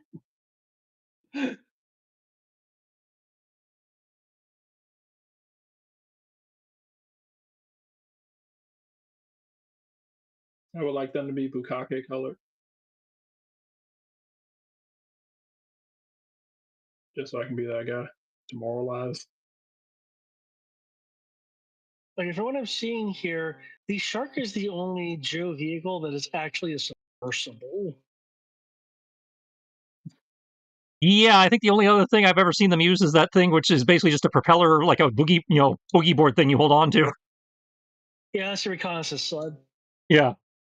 I like how Cobra invests in underwater shit and G.I. Joe's like, if they're in the water, just let them go. Well, Joe has a nasty habit of just taking Cobra shit and repainting it, so. I mean, why make your own shit when you can just, steal from your enemy? And who knows, they might be saving it for some kind of like aquatic warfare Marine Navy book. It's been what? Why isn't Shipwreck on that team? That's probably It's the been book what, he'd appear 60? in. It's been 60 years. We haven't gotten it yet.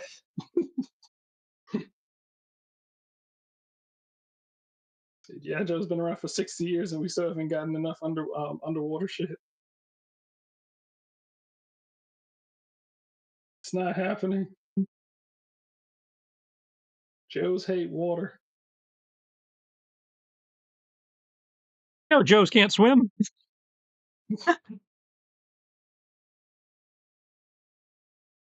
They just rust at the joints and then they sink.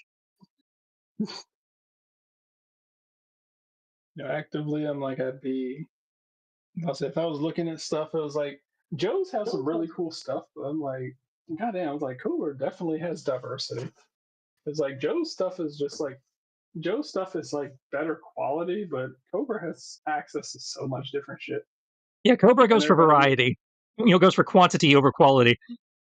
Yeah, I'm about to say, I was like, and it's hilarious because like, even though like nothing's really gonna beat like the military industrial complex. So I was like, okay, sweet. We've got like so much shit.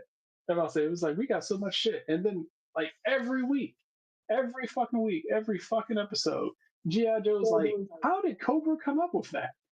Like every single time. It was like, how did they come up with this? How did they come up with this? How did they come up with this? And I'm like It's like one of their just main say guys what- works for a military contractor. Where the fuck do you think they got this shit? Yeah, but I figured ours were better than theirs. They just come up with shit that just defies physics, just casually, week in and week out.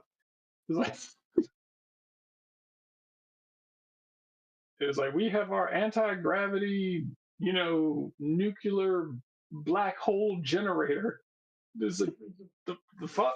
It was like, yeah, and it comes in the size of a. It comes in the size of a handgun. It shoots black holes at people. How did you do it? Like, never underestimate Cobra. What the fuck is going on here? Just don't think about it. You'll be fine. But I have to. It was like, because I feel bad because I'm like, if they did it like maybe season finale, but no, Cobra always shows up with new outlandish fucking tech that doesn't make any goddamn sense. What's the line? We just witnessed a miracle, and I want you to fucking acknowledge it. Yeah.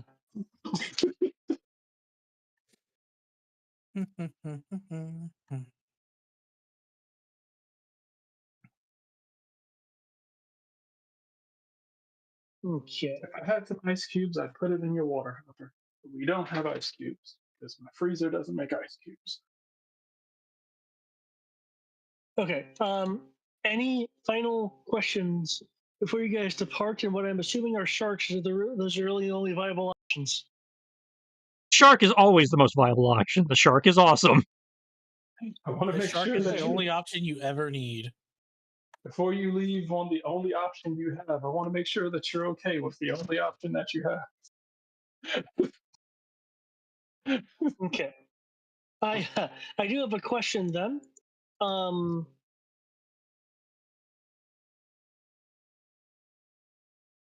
How I am going to run this is I'm going to be essentially using the rules for chases, except your number is going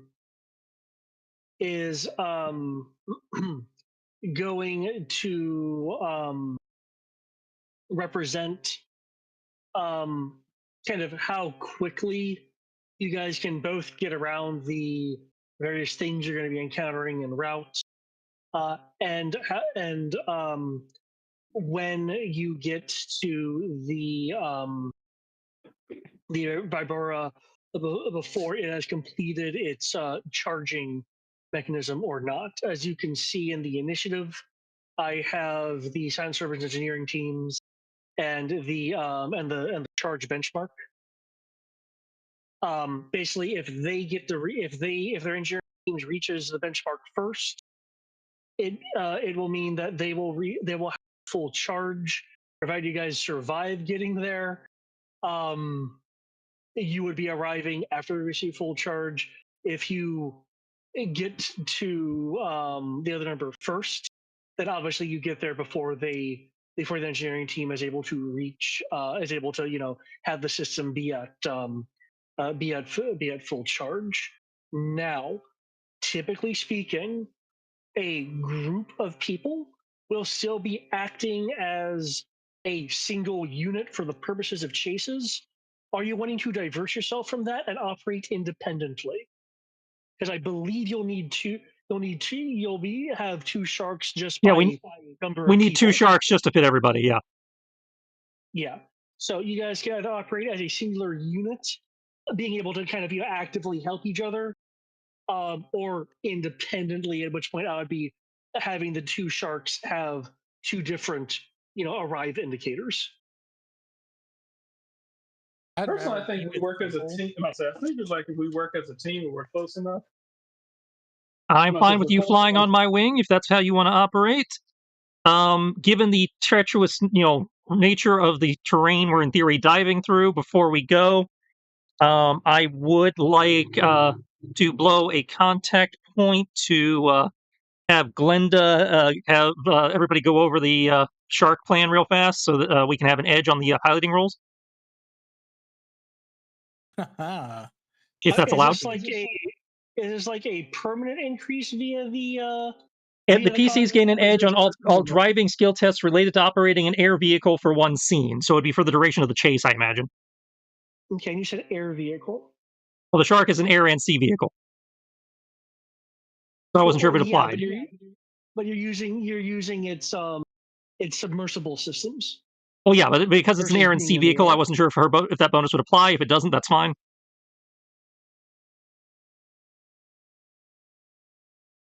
I mean, there's no difference in piloting a submarine and an airplane. Basically the same thing. Well, I mean, for the shark, it is the same thing. It does both. Yeah, this Okay. is literally this is the everything vehicle. I know G.I. Joe's skills are kind of broad. That being said, if later on there is a contact that's buying environmental type for their vehicles, then I will slate hers as being aerial only if that conflict comes up in future books. I was only assuming it would work here just because the shark is a weird exception. I figured it would not work that way with other vehicles. So yeah, I am fine with that. Okay.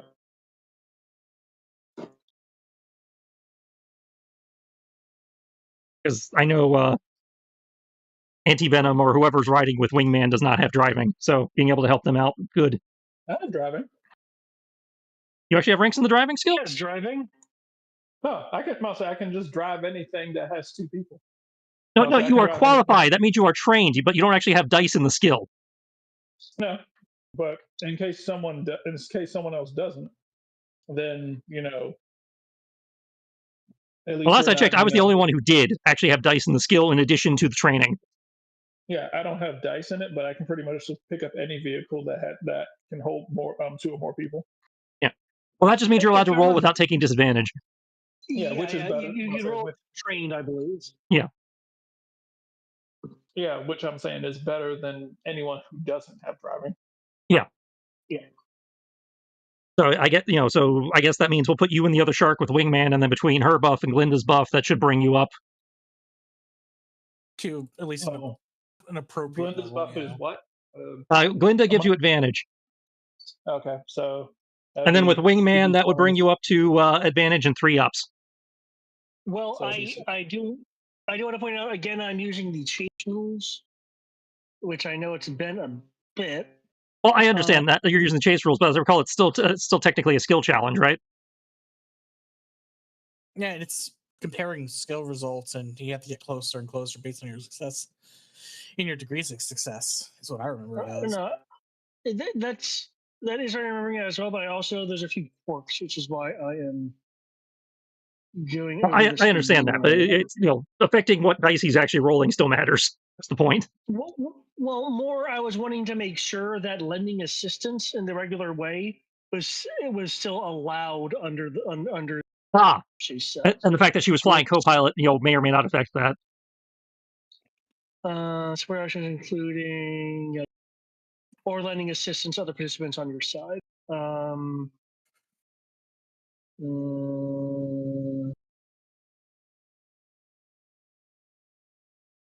She does count as a driver because the shark has both people inside it count as drivers. I don't know if that matters.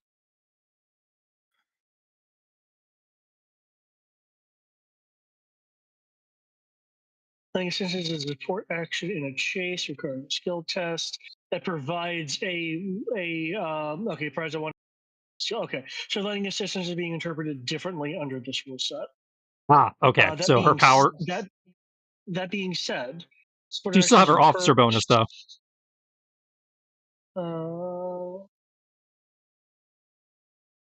Yes, maybe.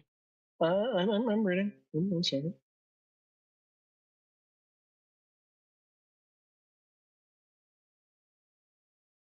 If the flavor of a perk applies to a chase, but the rules don't, GMs can give the PC an edge on the support skill check or allow them. Okay.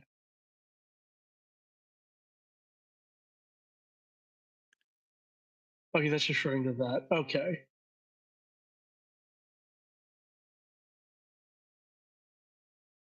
Okay, so I'm sorry. I just wanted to double check that. What was your question? You said she was her being in the co-pilot seat would do something. Because she's in the, she counts as but the shark doesn't have passenger seats. It has 2 driver seats. So I don't know if the fact that she, technically counts as a driver also would affect her ability to help him. Only in the fashion of her support action could simply be doing the co-pilot's job and making corrections in that way, or she could take over the driving skill if he wanted to make a support action. So you could actually, swap drivers on the fly of who's making the ultimate driving role. Okay, so she's less useful here than I thought she'd be.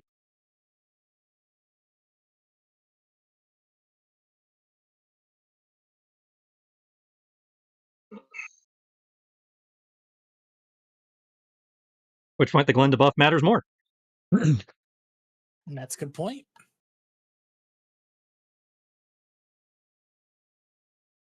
Okay.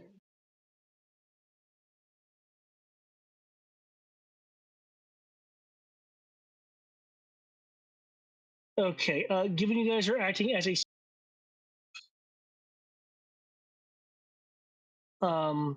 who is going to be the lead driver on this one? I imagine Freestyle is the more qualified pilot, but Yes, you are.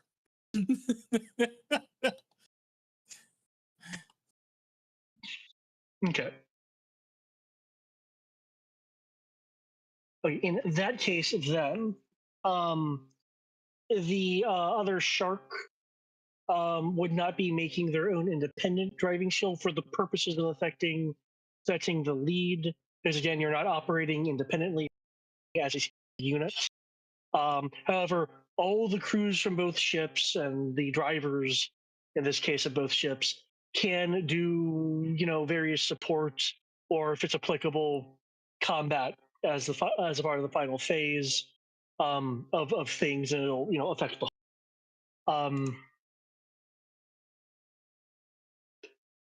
With that in mind,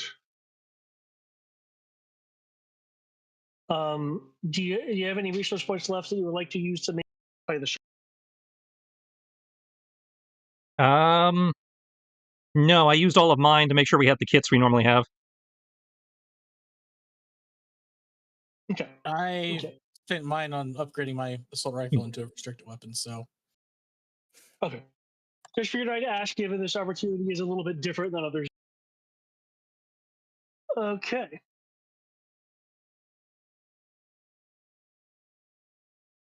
All that in mind, you guys will be deploying with your Green Squad, and I believe you phrased it as the OG3. The OG 3-in-1, yeah. Yep. Okay. Um,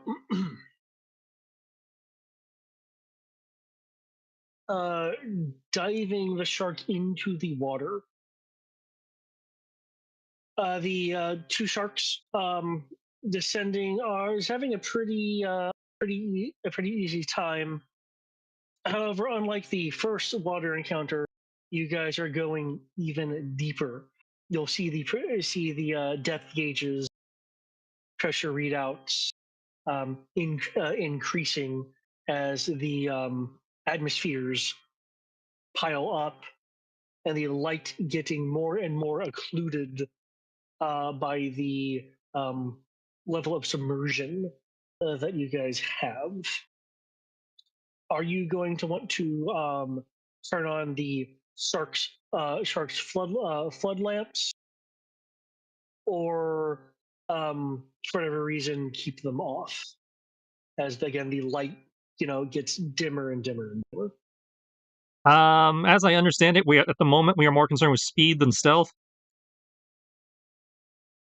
Given that ideally you would want to get there before the Vibura has its capacitors for the FRG ray filled, yes, it would make sense to prioritize speed. Though if you believe yourself skilled enough, you don't necessarily, Yeah. Okay, well, if I was trying to be stealthy, I'd use my try to fake it on my dark vision. But I got people on my tail, so I will use the floodlights. Yeah. Okay. The what was it? What was it? Venom Wing, Hmm? the Venom Wing group. Are you wanting to activate your floodlights, or just try to use the fact that you can see Free Fox's floodlights and just use that to track them?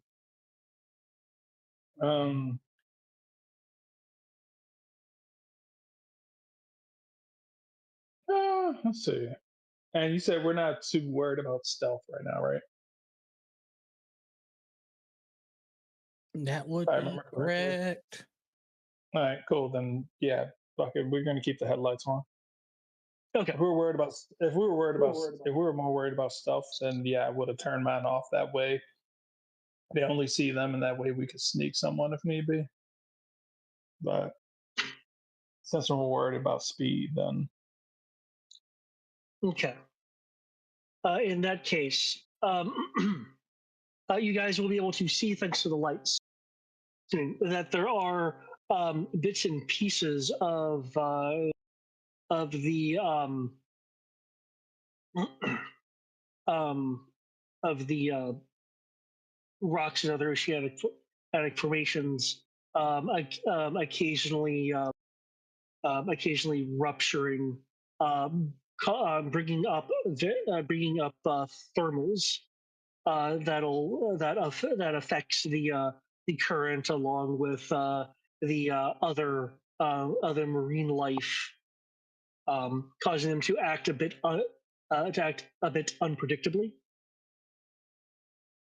Between the marine life going a little haywire over the thermal vents, acting up, and the thermal vents themselves creating unexpected currents and interactions with your guys' intake systems. Is there anything you guys would like to do to copper. prepare yourselves for encountering that particular obstacle? This is going to be a part of the chases bit. So in this case, we're focusing on what people are doing to assist in circumventing the issue, and that will then apply for the lead driver. In this case, I believe freestyle.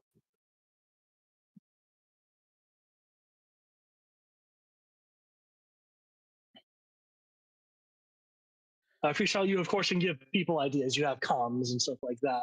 If you want to suggest ways for your crew and the wing venom to assist in getting past this, I guess more of an obstacle than a threat. Well, I can use the cannons to scare them away. Okay. We're not concerned about stealth, so why should I be concerned about shooting the cannons? It's just the cannons. Yeah, I don't want to save the missiles till we get where we're going. That's why I said just the cannons. Yep. Okay. Cannon assist. Let's see. If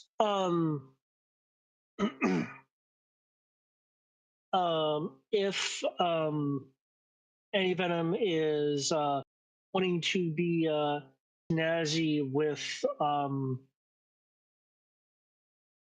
his driving skills, Wingman does have a few suggestions. In other words, she is going to either roll cultures or persuasion as her support skill to either give tactical driving suggestions or a or a morale boost. Okay. Yeah, I'm willing to take her advice on the snazziness.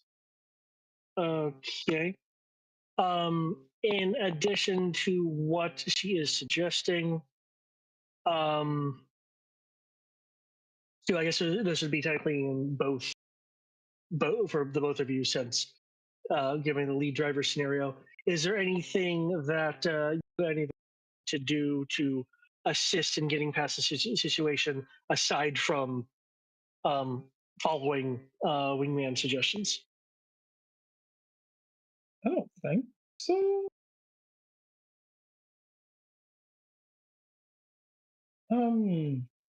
I think we're just, must say, at least for me, I know that my character, like I said, I'm gonna say is like competent driver, not amazing. So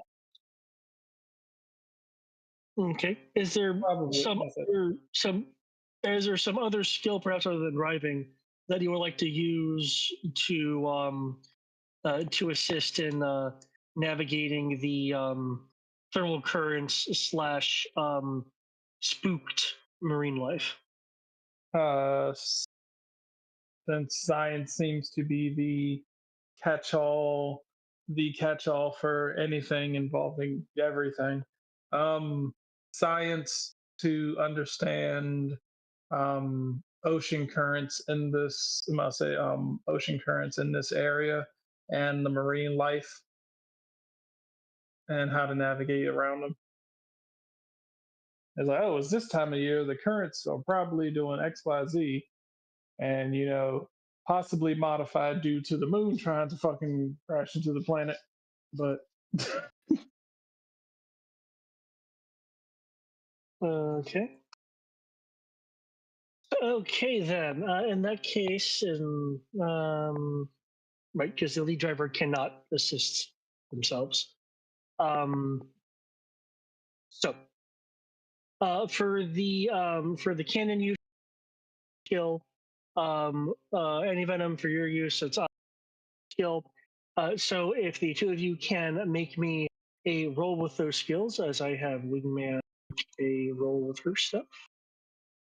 This isn't considered a combat roll, so I'm just gonna treat it as not a combat roll. That's just my targeting skill. My targeting skill of the D8. I assume I'm not allowed to aim. It's just my raw skill. Yes, that's what's going on. Yes, that is correct. There is raw skill after advantage. Cool. all right. I believe it's just my normal stuff. So, all right. No ups or must say no ups or edges or anything, if I remember correctly. Not unless something like a contact is is providing something, or some other sources are happening. Okay.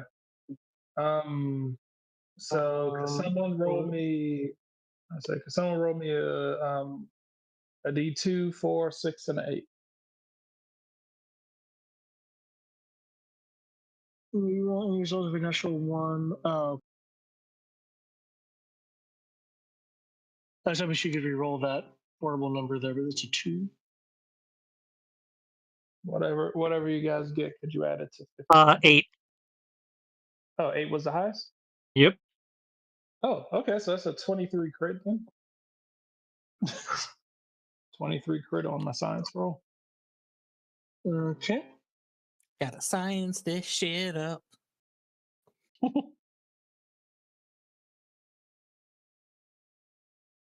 Okay, I remember the Chasel having rules specifying criticals. However, I will make a call on that. Okay.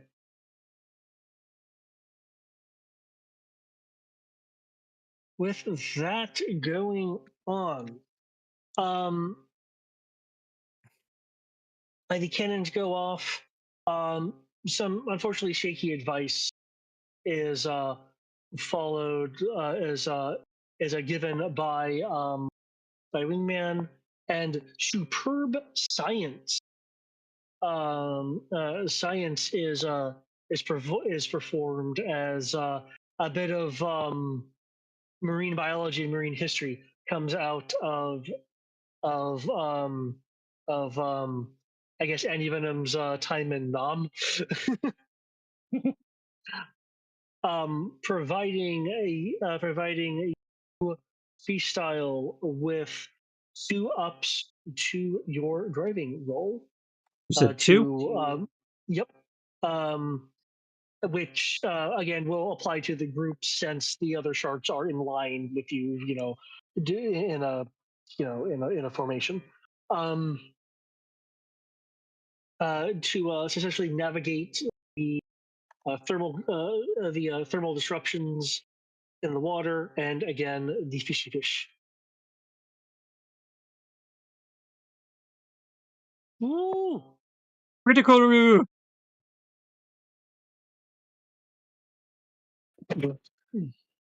Need to bring Snake Eyes more often. Apparently, He's just your lucky charm, man. twice now. Wow. And it has to be the OG. I can't bring the one with the legal butt. That one doesn't give me anywhere near the same buffs.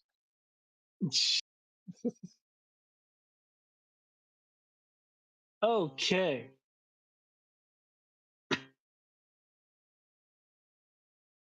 Zooming situation, and actually able to take advantage of the environmental factors here. You are able you guys are able to just cut through the water using like the shark's visual augmentation or sonar, whatever. It doesn't actually have sensors, does it? Okay. Yeah, it doesn't. I remember the conversation from before. Okay. Well, in which case, in the far distance, you'll be able to kind of begin to see the outline of the Vibora against the heated glow of the thermal vent that it's near.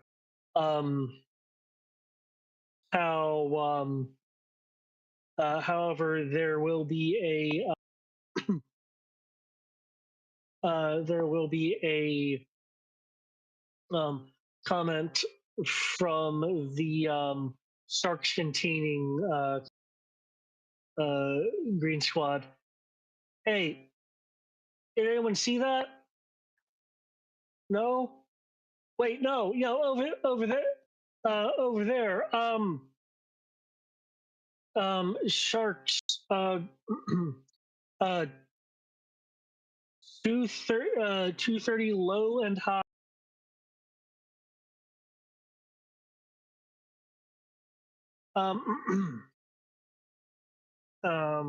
For anyone checking those those bearings, you'll be able to see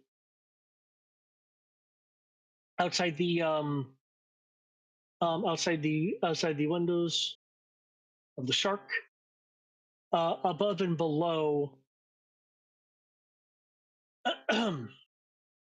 hiding in the darkness, save for when your floodlights pass over. These matte black with deep sapphire eyes. The large, clearly artificial object in the shape of a cobra head. These are stealth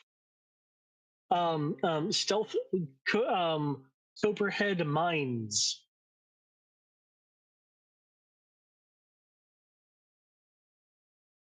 Branding.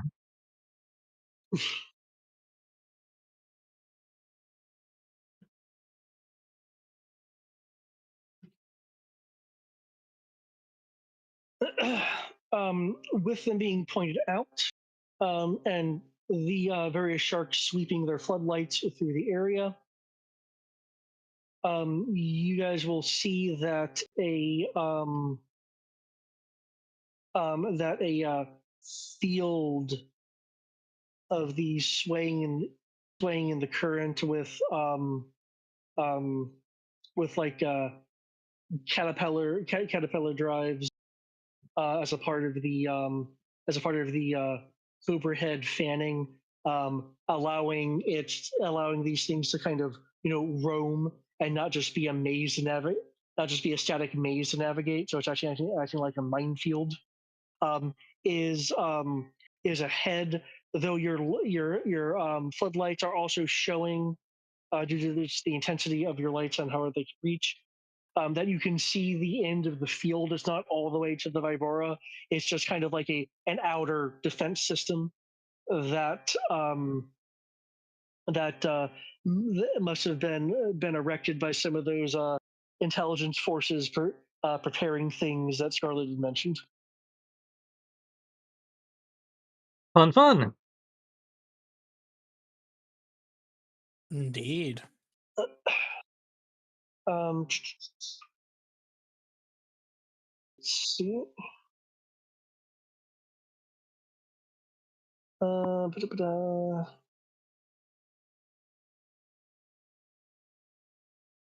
The excuse me. The Sharks database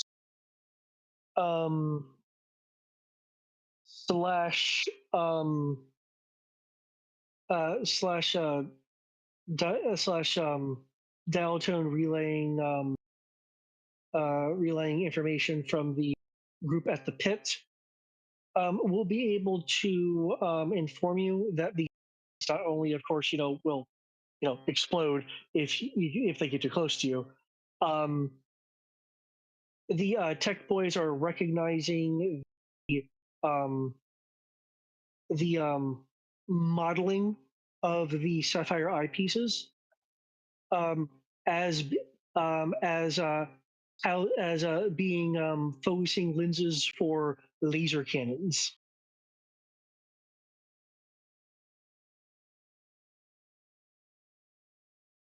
No, they don't. They definitely don't do anything in half measures, at least.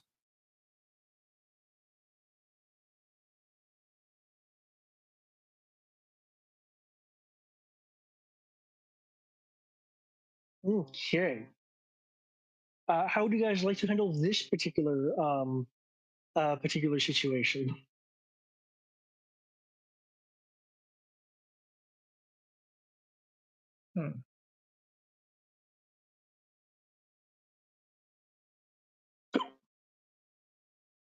Let's see. How far away is this?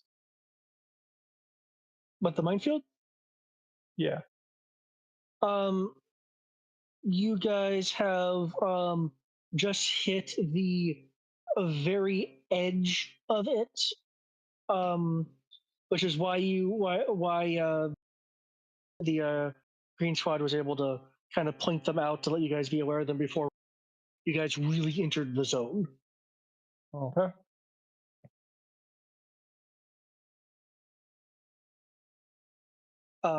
I will say this: given the nature of what it is, and just the sheer scope that it's trying to encompass, you can bypass this by circumnavigating a bit and finding a thinner area. That, however, will not increase your lead count and will give extra time for the to charge up the FRG energy. So in other words, you can get through it for free at the cost of getting them a free round to charge.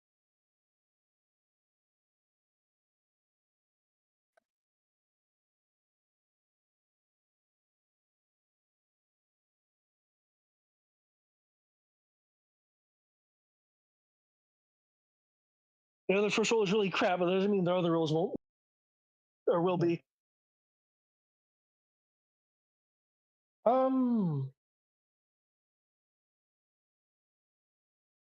Part of me was trying to think. I was like, is there a way to math this?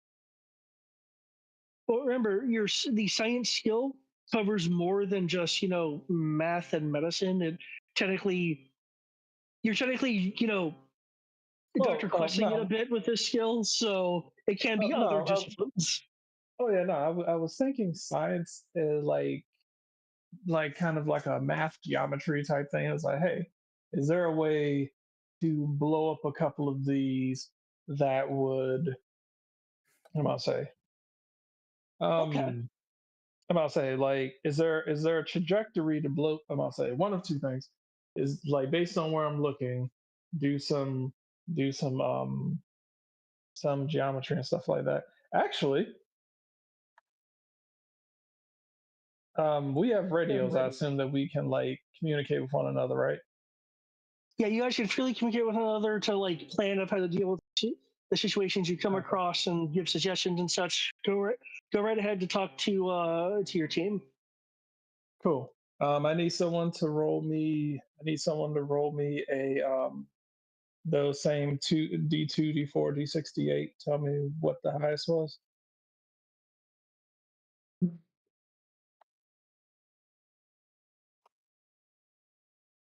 Okay, highest is a 5. Okay, cool. That's a 25 then. What I want to do, I'm gonna ask Freestyle. It was like, hey, man. So, I know we underwater and whatnot, but you still, you still like doing that reckless shit underwater. I do that reckless shit anywhere. Awesome, cool. Then that's what we about to do. I'll say so. It was like, so what? He was like, so what we gonna do is we gonna ride. I'll say you gonna we gonna ride the wave. It's like we gonna ride the wave and we gonna catch up to these dudes. You can ride waves underwater? Oh yeah, I'll say we gonna ride the concussive force because I'm about to blow up this fucking mine the moment you pass right by it. And the explosion that one sets off is going to set off. I'm just going to keep shooting mines as you're getting in front of them. The concussive force is just going to start blasting us forward. Oh, to be clear, the plan is to let the entire Pacific know we're here.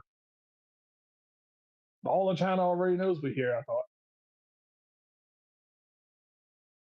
I don't know if they've seen us moving in on them yet or not.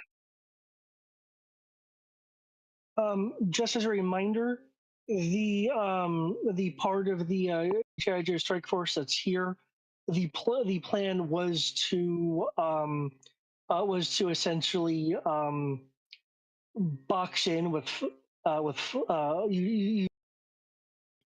their arsenal to box in the Vibora to prevent them from to try to prevent them from getting to their target while you guys are able to do your part of the thing. So once they're in position, they will start opening fire. That will likely happen once you guys make contact or the Vibora starts moving. So there is going to be a point where the jig will be up. Okay, so if we time our run through the minefield and your little concussive shockwave surfing with when they start their shelling, then it wouldn't give us away. It wouldn't give us away. It wouldn't give us away. And I'll say, if we only blow up if we only allow a few of them to blow up and to ride that wave, then that does give us the benefit of the extra momentum will be able to help us make up for the whatever time we end up missing by timing it, and or allow us to even get closer. All right, I will Because leave the math up to you then, and we'll let the fleet know we're in position, and waiting on them to start shelling or depth charging or whatever they're doing. Okay. Well, targeting is a factor in this. You clearly are more relying on calculations of concussive waves, so feel free to make a science roll. He can roll science and then have Foxhound roll targeting, maybe? Well, I mean, technically, anti-venom and stuff, this is kind of his support thing. Okay, so it's all encompassing for him. Okay. Yeah. Because like these things aren't really dodging or anything. Fair enough. Was that a critical, by the way? That was not a critical. I was gonna say the 5 was not a crit. No. Okay. Yeah. That was just a 20, that was a 20 on my D20 and just a 5. I wish it was a crit. In that case, Foxhound, is there anything that you would like to do to possibly assist in this situation? I'm still going to use the cannons to make sure we have a clear way forward no matter what happens. Okay, so keep it simple. Well, in this Clear- case, yep. wouldn't you be clearing the mines ahead of us? That actually risks negating what he's doing with the shockwave. For the purposes of this, unless Foxhound would like to correct me, it would be more like if there are mines coming into threat range while you're performing this maneuver. Okay. Yeah, I'm basically making Is- sure that there's nothing that can get in the way of preventing us from doing this. Would be a good way of putting it. Okay. Wingman will giving out tips for even though there's clearly explosions going on, maintaining a trying to maintain as much as you can the infiltration part of this, of like kind of areas to kind of like weave into and such that are closer to like the the sea floor or the masses that comprise the more elevated areas where like the vents are and stuff like that. So then, if I can get a targeting roll from Foxhound for point defense purposes.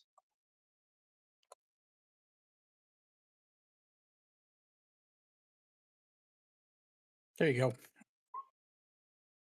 Advantage is coming in clutch today. What the what? Wingman. Why? He does have 2 rerolls left. Well, from what I read, that requires a 1 to be. No, she has 2 different things. She has the first one allows her to reroll any 1 on a skill with a D4 or higher, but she also took something else with her last upgrade that allows her to reroll her D20 up to 3 times per mission. Okay, let's freaking A. Finally, yay. Foxhound was okay. The 23 was your. That 23 is my most recent targeting roll. Yes. Okay, excellent. In that case, Freestyle, you will get 3 ups.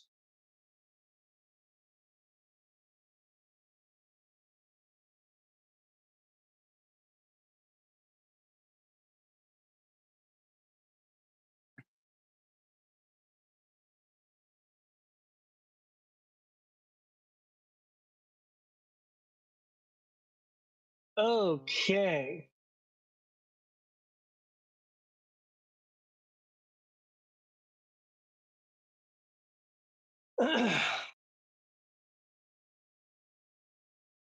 um, flying through information.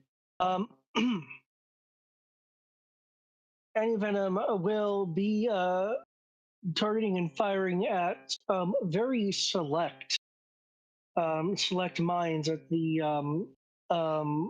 with in accordance with the flight path.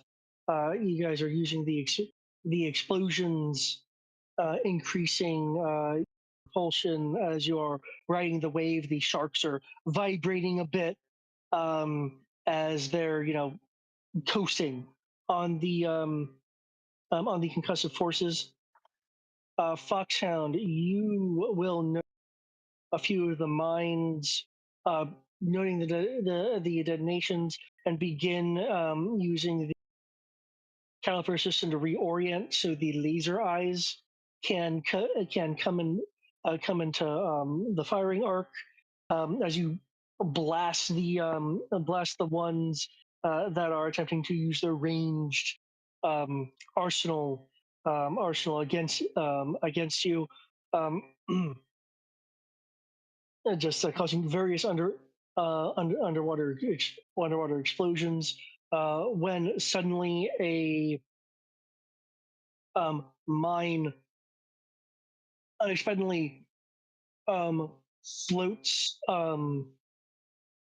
floats into your guys' way via its own propulsion system. Freestyle was able to dive to prevent collusion or collision. While Eddie Venom quickly readjusts his calculations to blast another mine to account for the sudden need of the course change. Wingman will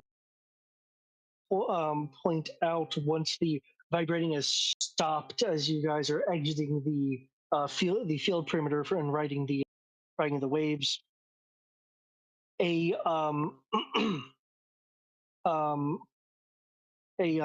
kind of particulate field is kind of hanging hanging in the water, mixed with some deep sea plant life as a place where you guys can trail along in to prevent if any kind of like scouting measures that could be investigating minefield from being able to see you guys for a bit. Bringing up your total to a 52.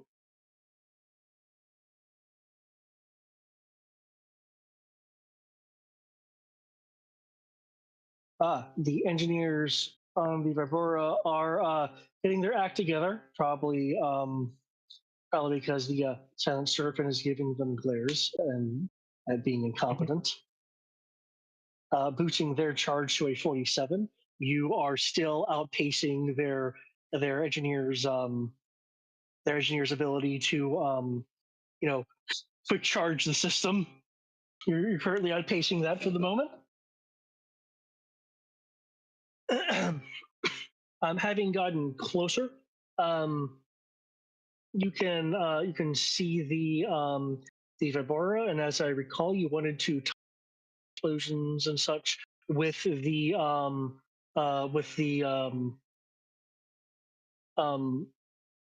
G.I. Joe naval effort to keep Vibora in the area. Yep. At this point, then you will be seeing the Vibora launching long-range anti-ship serpentine torpedoes.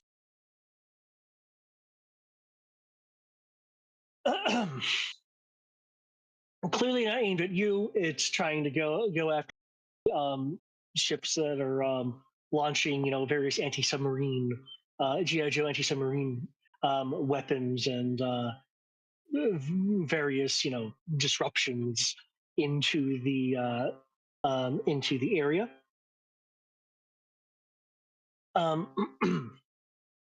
You can definitely see that the Vibora is a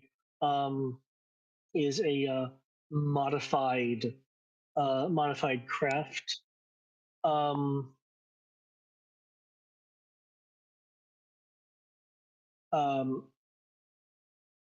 The side of the craft, unlike the backup craft,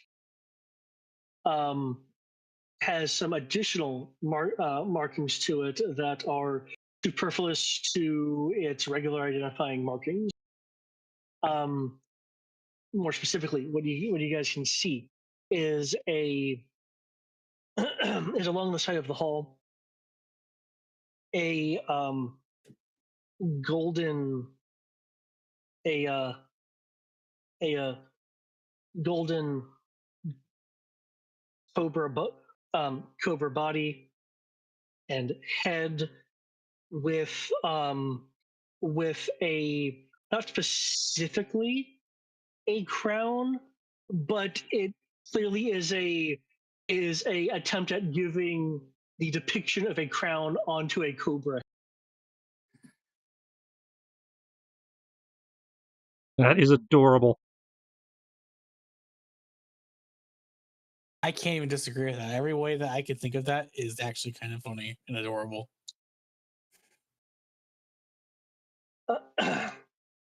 With the various other defenses being by the there is something that will especially due to history will catch Foxhound's eyes before all others. The fact that it's an October, oh god damn it, it's one of those things. An aquatically adapted Naga. So Fucking there's hate like those fins things. along the snake body. Those things are fucking annoying, is what they are. They fucking downed me in one hit. The Forever fucking majority hate of those them, things. the majority of them that have been launched are going towards the surface. However, one, despite all odds, has either noticed the sharks themselves or enough of a disturbance to get close enough to engagement range. As a reminder, the chases do have a combat phase, though attacking for the purposes of destruction like this doesn't count as support actions. It's its own separate thing that takes place after the lead driver and everyone helping the lead driver does the thing. So if you take an action either driving or supporting, can you still take an attack in the attack phase? No.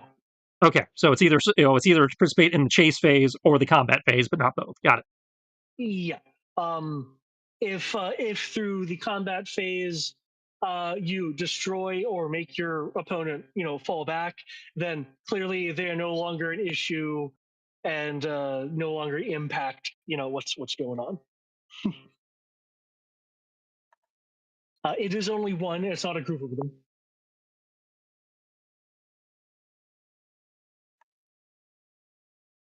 You guys are closer to the sea shelf and thermal vents at this point in terms of things that you guys can potentially use in the environment.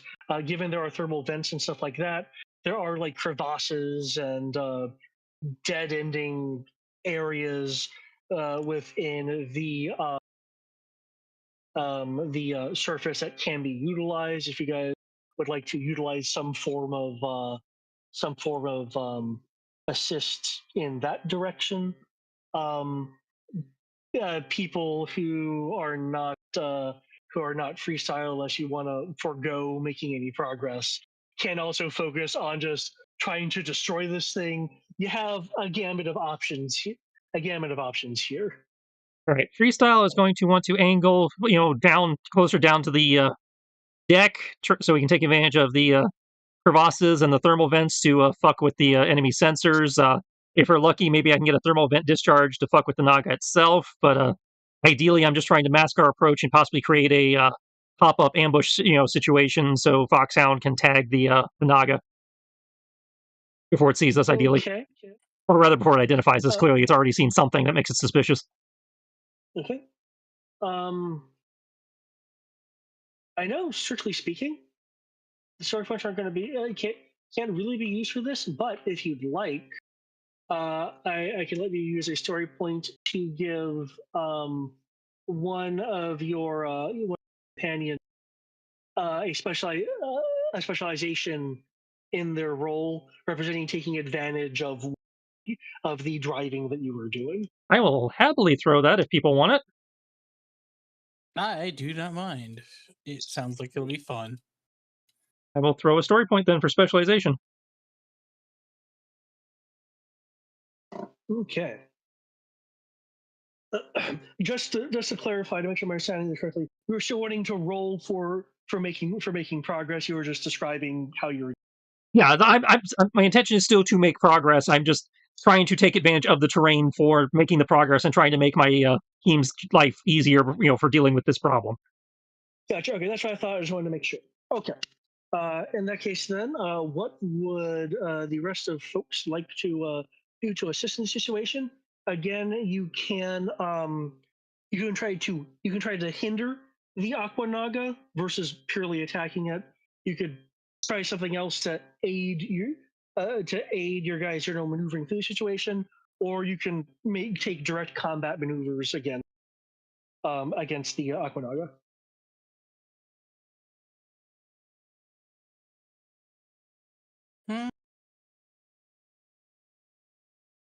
So what now? So where's the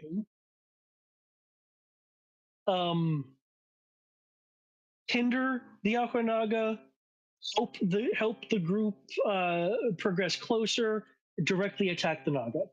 Just a TLDR. That's okay. All right. Let's see.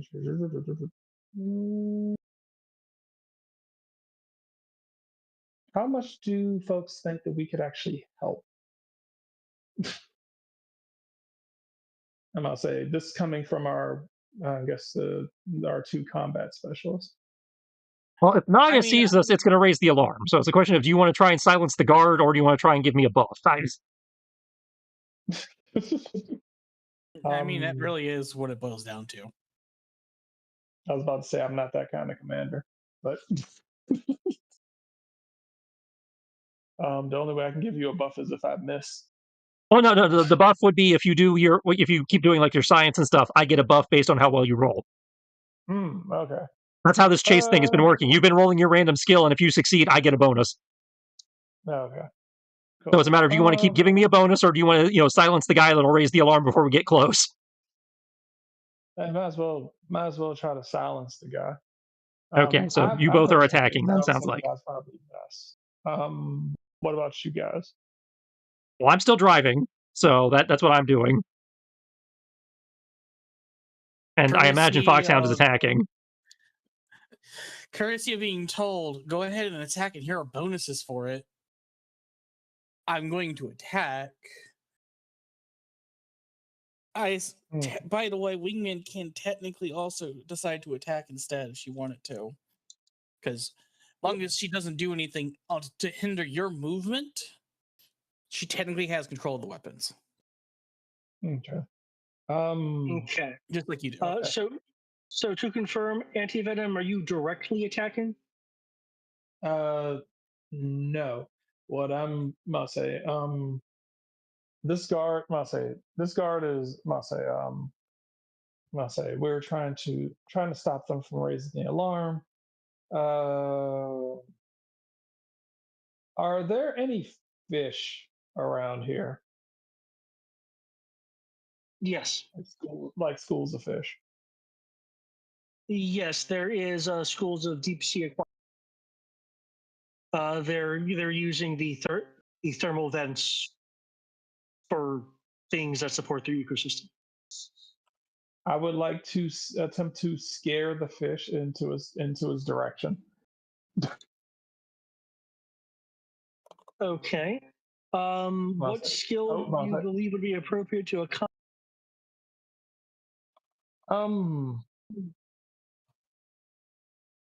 Part of me is thinking science to understand how to direct the traffic of marine biology. The other part of me is thinking, like intimidation or something. I'll say, because I could see either. I can see like intimidation, like boogie boogie or whatever. But since I'm actively trying to like spook them into a certain direction. You can re-roll that one. Yep. Okay, so you said intimidation, try to spook them in a certain direction. No, I was thinking out there. I was thinking another. I could see either or. I could see a science roll for knowing how to direct a school of fish and coax a school of fish into a certain direction, or an intimidation roll to just like, "Hurrah." But I don't know if that would work as well. I'll say, because if I just do that, they could just like scatter in general. If I'm trying to send them in a specific direction towards a certain person. You're going to use science for this? I don't know. That's what I was like. I'm trying to think. I was like, would it be a combination of? Would it be a combination of science and then an intimidation roll to try to scare the fish in that direction? It would actually be animal handling, caring for, training, Oh, animal riding, and handling. otherwise manipulating animal life. In which case, I don't have. I don't have that. Okay. Hmm. I'll kind of look back. I'll kind of look back at what's her face. I'm like, do you have animal handling? I 1 second. I can also. I was about to say. I was like, Let me look at I here. thought she would have like animal. I could see survival also applying for what you're wanting to do. I don't think I have that either.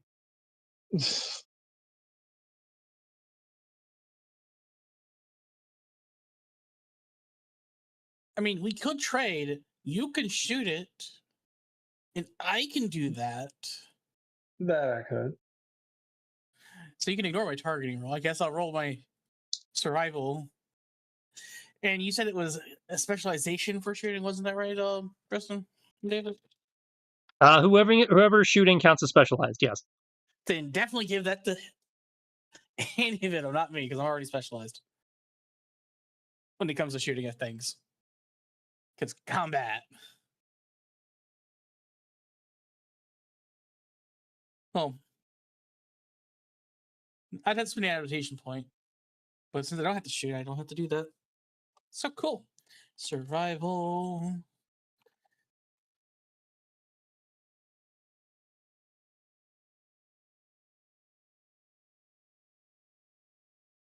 Is a D8 if I recall. Yes, it is.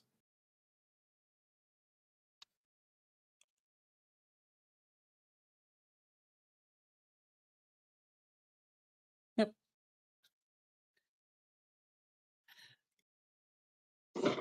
Is there a crit hidden in there? That 27 is a crit, yes. Nice. Awesome. That is nice to counteract Wingman's attempts at being helpful. I'm sorry, Wingman. You need to be hands-on with your helping. You can't tell stories. You can't shout out advice unless you're there to like point shit out. But it looks like anti-venom. Okay, cool. Given that the driver Free Fox has stepped away for the moment,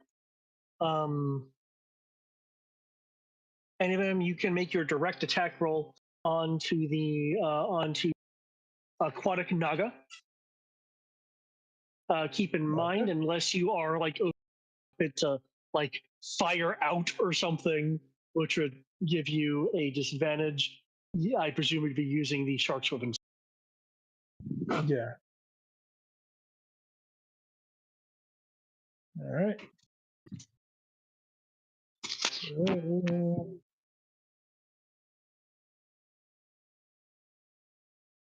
Right. I'm not say okay. Let's see. I'll say Eric, can you roll me a D10?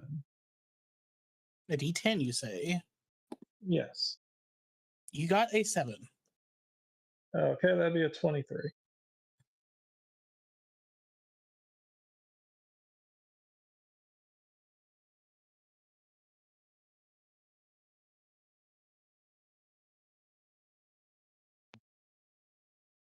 Okay. Sounds like no crit given 7 out of 10. But that does hit. How much damage do you cause? It's not a crit, so 1. 1. Okay. No, you didn't I'm not downshift heavy do more damage damage to dealer. cannons? I thought you could downshift for extra damage. Yeah, you can. If the weapon has alternative effects, you can use the alternative effects. I Yeah. thought the Alternative effect: 2 sharp damage for 1 down for the tidal Hmm. wave cannons. Oh, I keep forgetting that. I don't hit that often, so I keep forgetting that. I Now normally you dash. I can normally downshift to make sure I don't. I normally downshift to make sure that to make sure they can't hit me. So I don't really. you can re-roll the skill die as skill die if you want to take advantage of that. As a reminder, these weapons are also linked, so you would re-rolling your Said I'd be rolling what? d20 Blanked at out. advantage. You'd be rolling your d20 at advantage because the tidal wave cannons are linked. Oh, okay. All right. So that was a 16, and this will be a 4. I'm gonna stick with the 16. And Gotcha. Are you wanting to roll? I guess it would be a d8 instead of 10 yes, to do the I extra guess sharp Eric. damage. I guess Eric, could you roll me a D8? I don't have a D8, so I will let roll 20 do it. Oh, I do have a D8, but I don't want to go and get it. Tomato, tomato. Maybe I should go get physical dice for you. You got a 1. Which brings you up Okay. to a 17. Okay.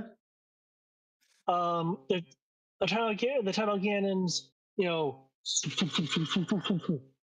cut through the water with their aquatically adapted weaponry. You will see sparks and detonation. And do they detonate? Let me see. No, they're 30 millimeter cannons. So you will see, unless they use like I don't know, charcoal or something. But anyway, you'll be seeing sparks along the aquatic naga and its body twisted by the kinetic impact.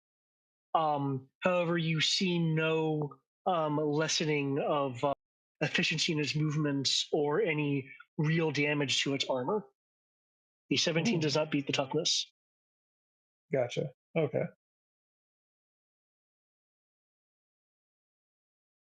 Oh, there was an effort. All right, I'm back. Welcome back. Okay. As the Naga is being fired upon, Wingman is attempting to give thermal with your with kind of the thing you were kind of wanting to wanting to do. Unfortunately, that does not help very much, as she is not an oceanographer, despite her breadth of experience. Fox, on the other hand, is able to make miraculous use of Annie Venom's original idea, and is able to give you. Just she did that. It would net you a 1-up because Wingman's advice was not that useful.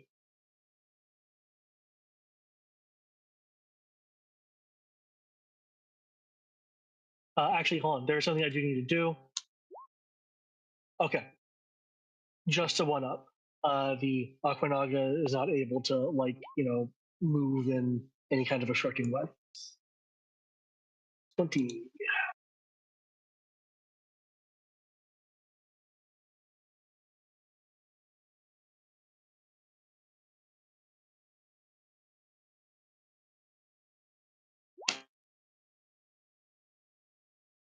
Holy shit.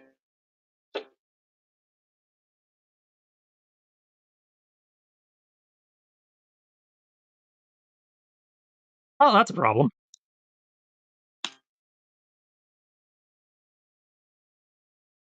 Yeah, just a little bit. Okay. Given the progress that you guys have made, you have gotten within close enough with the Vibora to angle to try to get in to try to get to either one of its one of its docking ports. Though I suppose you could try to hull breach if you really wanted to and choose anywhere. However, the Naga at this point is still on your still on your tail, unless you are you can try to destroy it. You can try to essentially kind of try to completely outmaneuver it, if you'd like, or of course just dock and hope the Aqua Naga is programmed to not take actions to threaten the home ship. I'm going to, and this will probably require me to invoke the negative side of Thrill Seeker, given how stupid it is, but I would like to Star Fury turn the shark around so the guns are actually pointing at the Naga since it's on our tail, and I'm attempting to do a skin dancing type maneuver along the hull, hoping the Naga will crash into the sub and either disorient itself or possibly damage itself, while trying to maneuver into position for a docking at one of the patches I assume we discovered on the decoy double. Oh God! Okay. You said negative side is Negative Thrill Seeker. I can either get advantage on a stupid maneuver, or if it's a particularly dangerous and bad timing for a stupid maneuver, I can get disadvantage. And this, I'm not sure whether this would be an advantage scenario or a disadvantage scenario.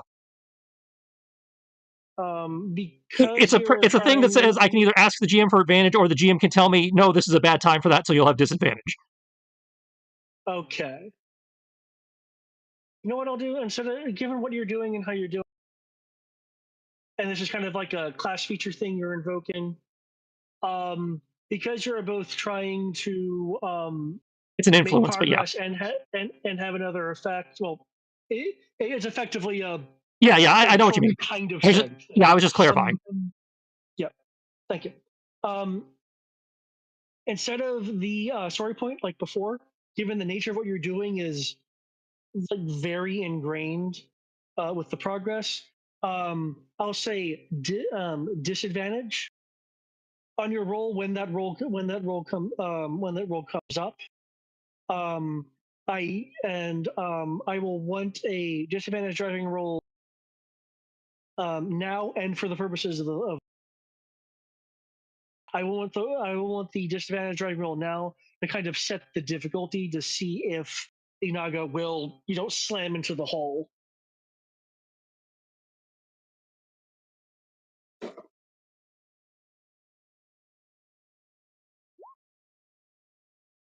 Koru. Awesome. Oh, thank God. I might survive being stuck in this crazy ride. Huzzah! Hey, I have never crashed and wrecked a vehicle. No, but they have blown up around you. Oh yes, but that's because they've shot me down, not because I actually did any damage to it myself.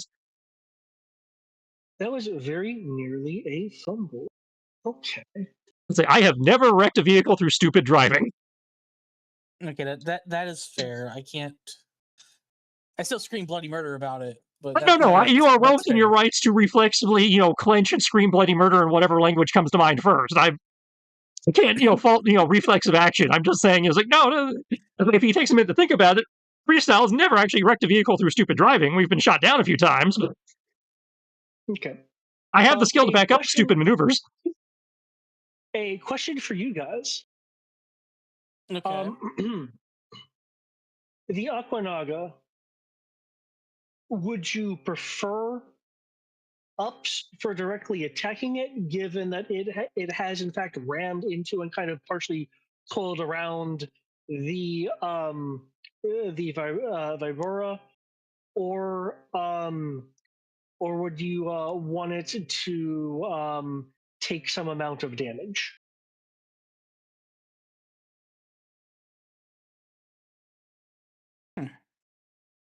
That is an interesting question.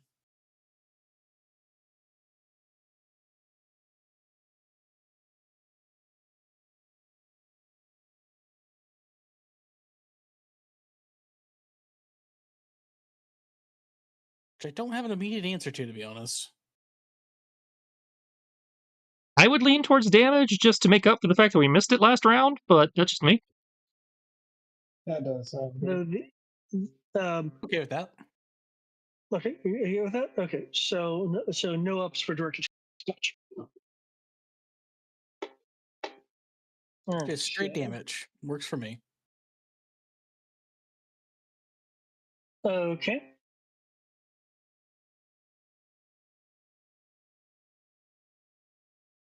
Guess I find this a bit more interesting. I will have the damage use the rare rollies because I will treat this as a quote unquote exploding vehicle damage. Just to add some variability to this. I certainly don't like where this is going. Can I get a single d6 roll from two of you? Sorry, a single d8. 7. 5. Okay. When it crashes along and partially wraps around the Vibora, clearly make the hull will flex a bit from the impact, the paint scraping away, giving the impression that the crown on the golden cobra head has been knocked off. It will use its completely flexible, completely flexible body to like lift itself up. You'll see scraping along and some gashes along its to face the your contingent of sharks. It moves. It kind of coils back into itself some, as if it looks like it's about to launch. But as it's beginning its forward motion to like propel itself through the water using the vibura as a adjustment point, it will suddenly snag at its maximum body length as its tail has been caught up in the advanced aquatic propulsion system that the Vibora has been upgraded with, and you'll see it struggling as it gets pulled to the opposite side of the to where it's being pulled in and beyond sight. It is now no longer an issue. The propulsion system has destroyed the Naga. It took enough damage with the rolls to just be outright destroyed. So, Does that include the critical effect, or is that just damage? was that roll a critical? Yeah. Mm-hmm. I guess that's a little bit of. You can Because if it destroy does not you include the just- critical, I'd like to use the critical for something else. If it does include the critical, fine. mean- What would you like to use the critical for? Because that was just a result. Given how hard it seems to have hit the ship, could we use the critical to give the engineers a disadvantage on their roll from either the impact throwing them around a little bit or maybe jostling a cable loose or something that they have to reset? Sounds good to me. Possibly buy us a little longer. Okay, I have drop high on the rolls now. Okay, with that in mind, excuse me, unless you guys can think of supporting things to do to find a good docking point, then it looks like it would just be Freestyle's roll at disadvantage again with the Daredevil maneuvery thing he had initially done. So would anyone like to do anything to aid in essentially finding docking? Because I'm pretty sure you guys will be able to hit hit the dock number. I would like to provide an alertness roll to find it faster. Okay, that makes perfect sense. He'd like to roll alertness to stick at his head so he's looking behind me while I'm trying to parallel park backwards. The point is, I give you ups for this shenanigans. No, I am all for it. I'm just loving the visual of you screaming bloody murder as you're trying to look behind us in the window. They're fucking there. I'll be screaming bloody murder at the crazy shit you're doing while providing accurate information about what you're trying to do so you can do it better. Baka's doing that thing where he has paws over his eyes. Goodness. Let's see. That's going to be a 19. What is my alertness again? I think it's a D6. Yes, it is.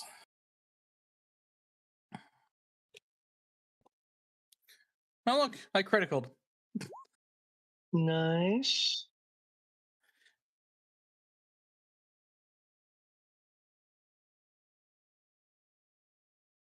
Is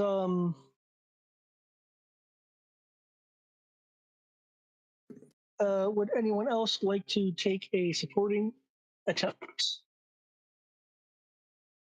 I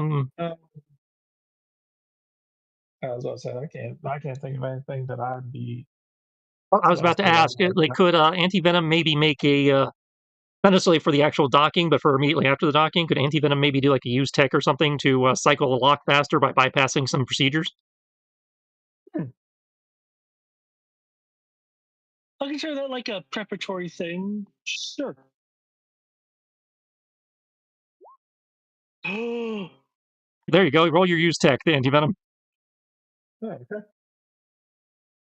And oh my god, Wingman finally did something. I don't know what she did, but she did it well. Given the crazy maneuvers you're pulling, she is attempting to keep people as level as possible. Could someone roll me a d6? 2.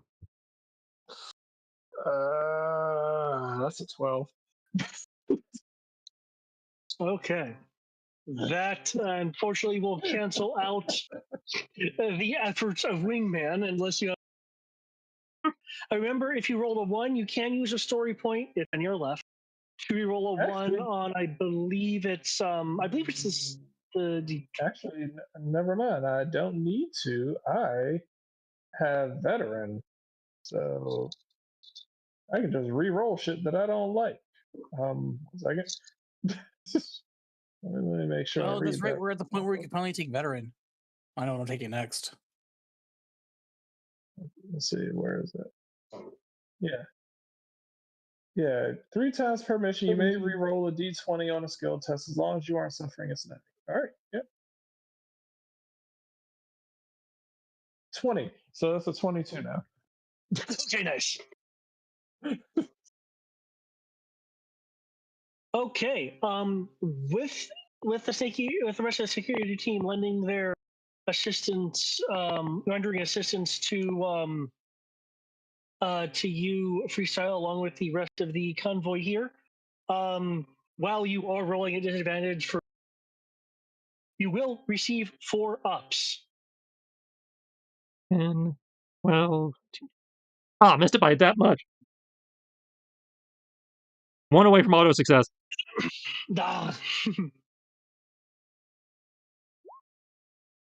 Still a crit, though. 9.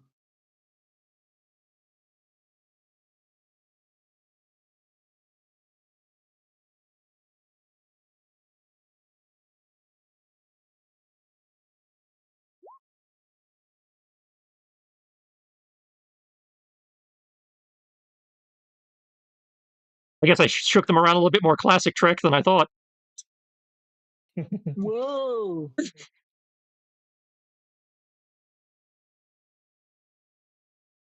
Okay. From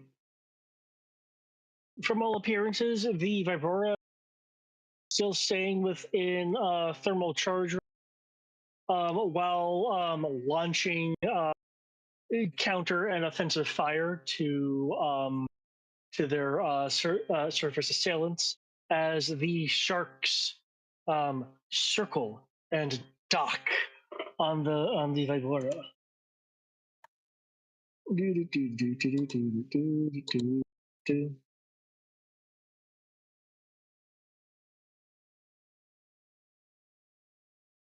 How long the Naga survived, I'm 95% sure they know we're here, so Probably, yeah. we can just come pouring out of the airlock shouting Yo-Joe. Yeah. Yeah.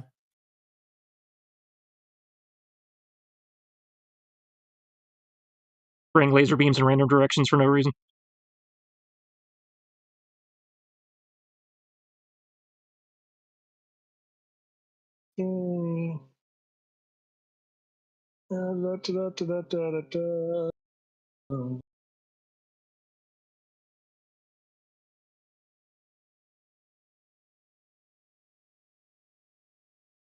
Yeah. Oh.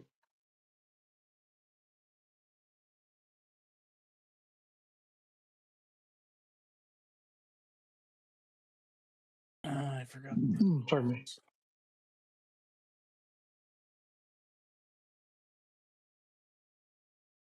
Modified propulsion system. Okay, yada yada.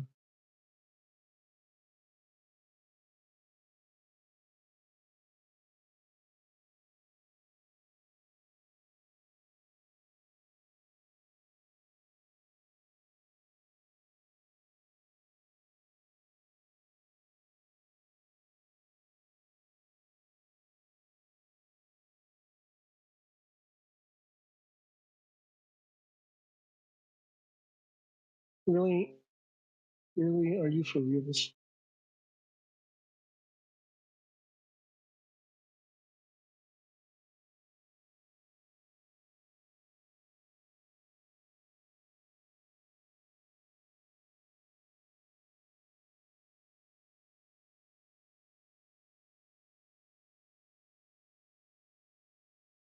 Uh,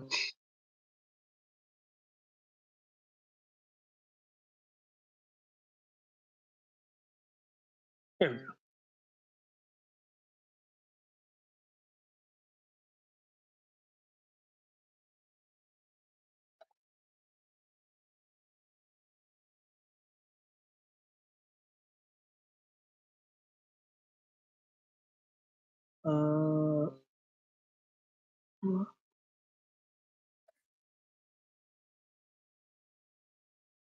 I, thank you. I would like to know very specific information though, as the accelerated docking sequence is apparently being slowed down by me doing this. You know how most maps have a thing that says the party starts here.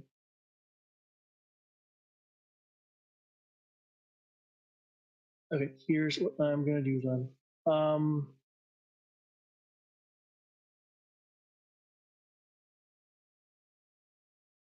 You guys funny.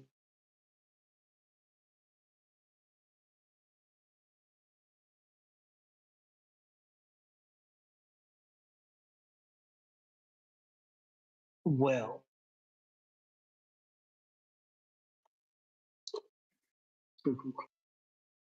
Oh yeah, not a problem.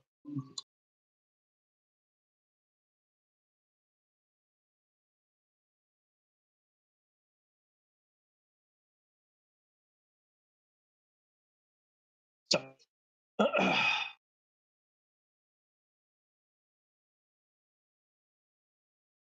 who would want to take point for going through the airlock? Normally freestyle's the door kicker, so I imagine freestyle. Yeah, I don't see a reason to change the what we normally do right now.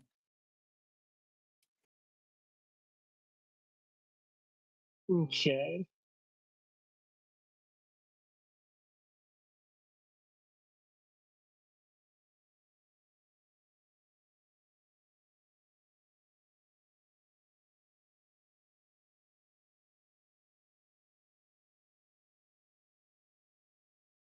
I mean, unless there is a reason to. If there is, then I mean, yeah, I'm about to say, I'm should- like, probably, honestly, probably better. I'll say, I mean, considering the person who's better at tumbling, diving, and making a scene should probably be the person who kicks in the door. Because if I just kick in the door, I'm just going to start spraying everywhere. And then I'll probably shoot a gun.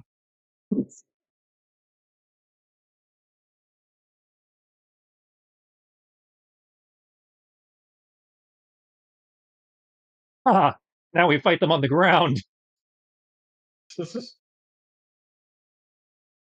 Okay. Let's see if they're as tough when they're not swimming.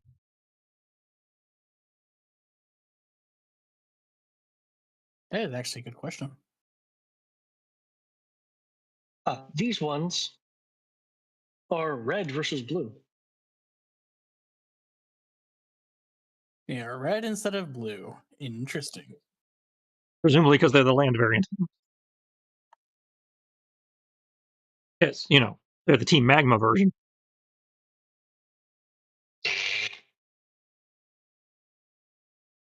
Are they though? I mean, they're red, and they're on the ground. That's fair. They're red and black even.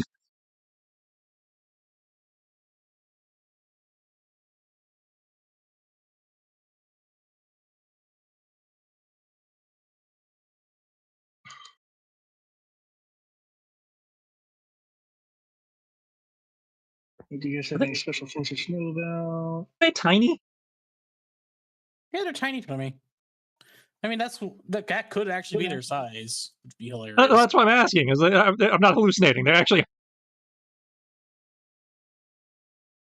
I had them smaller to kind of be better to scale. Well, I mean, that's fine. They It's are just, small. do we need to be smaller or do they need to be bigger? I was just trying to figure out.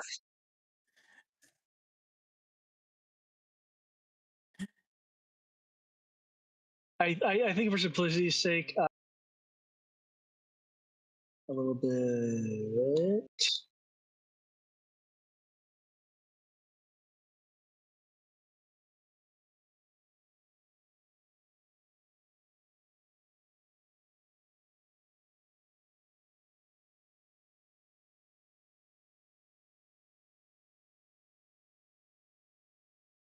I will move that out of the way.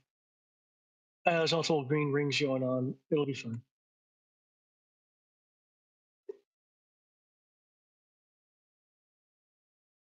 Okay. Can I get 1 second?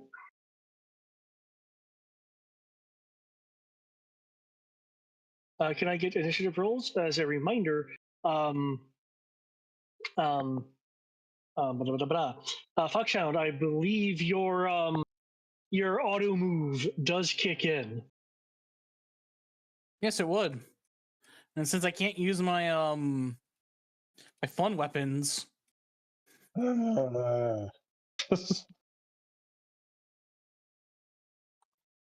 and we did determine I can technically tell Zabako of a move action to attack. I have an initiative of 3. Don't worry. I'm probably gonna. Oh wait, David. We're inside a submarine. What is the terrain of the submarine? It's urban. I would given assume you guys are urban. I mean, you're also surrounded by water as a predominant thing. Moving on the aircraft carrier, I believe you counted it as C. The issue is that we're inside. Is there We're not in is there- the water. If we were in the is there water, I would agree with you. Well, I'm just saying, Is so there when we were on the sand deck of the aircraft floor? carrier, I think it counted as ocean. Does someone walk off the beach on here? If there's some sand on the ground, it could be desert.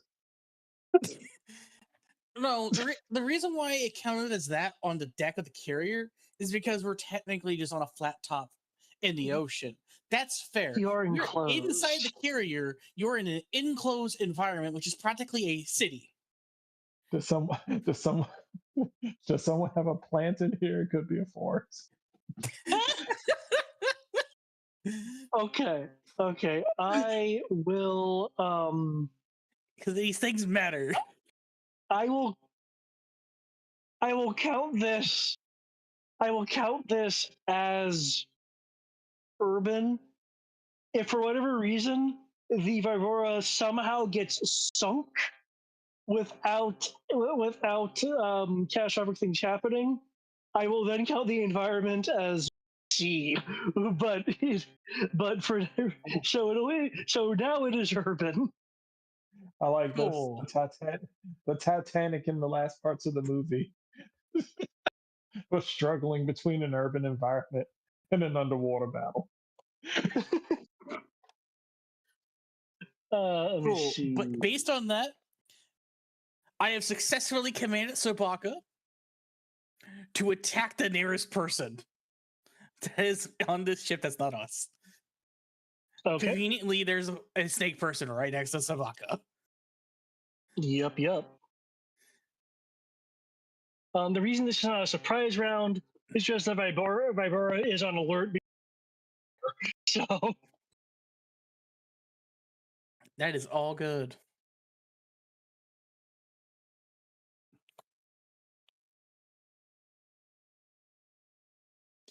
Let's see. For some reason, the alarm keeps calling Titus an annoying cunt. I don't know.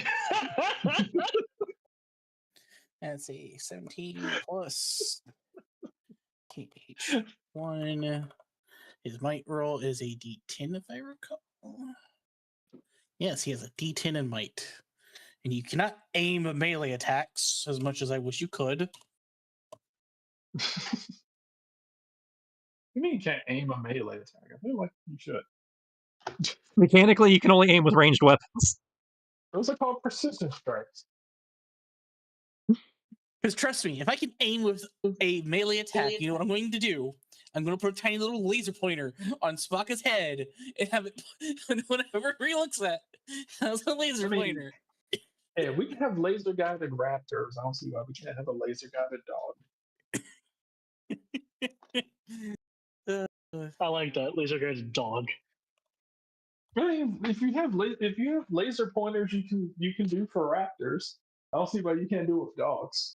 Well, you definitely can do it with dogs. I just saw a thing the other day where they actually were showing people, falconers apparently use laser pointers now. Yeah. Yeah, I'm not saying. So if you can do it with a hawk, you can definitely do it with a dog. Yeah, so what I'm hearing is I could technically point my rifle at something, and because I am aiming at it with a laser pointer, Sobaka gets the benefits of me aiming using of a laser sight. So he would be rolling at a 2d8 for his might rolls. I think it would just count as using the spot ability. I don't know what that does. Lens assistant within weapons range. Yeah. So he would have edge on top of being specialized. Okay, I'm okay with that. I'd say it's still nasty, but yeah, I think that would just count as you giving him assistance. I'm okay with that.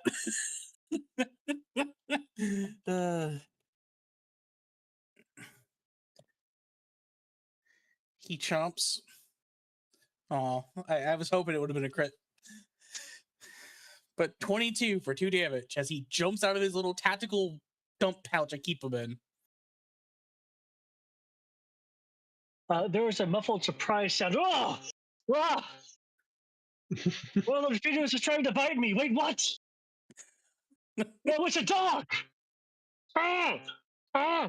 As they're like kind of freaking out a little bit and struggling, Sabaka has bit into their armor versus them. Oh, you have to have higher than a 22 to hit them.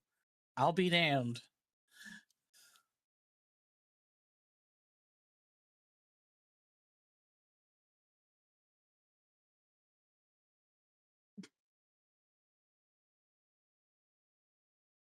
Let's see. Let's see.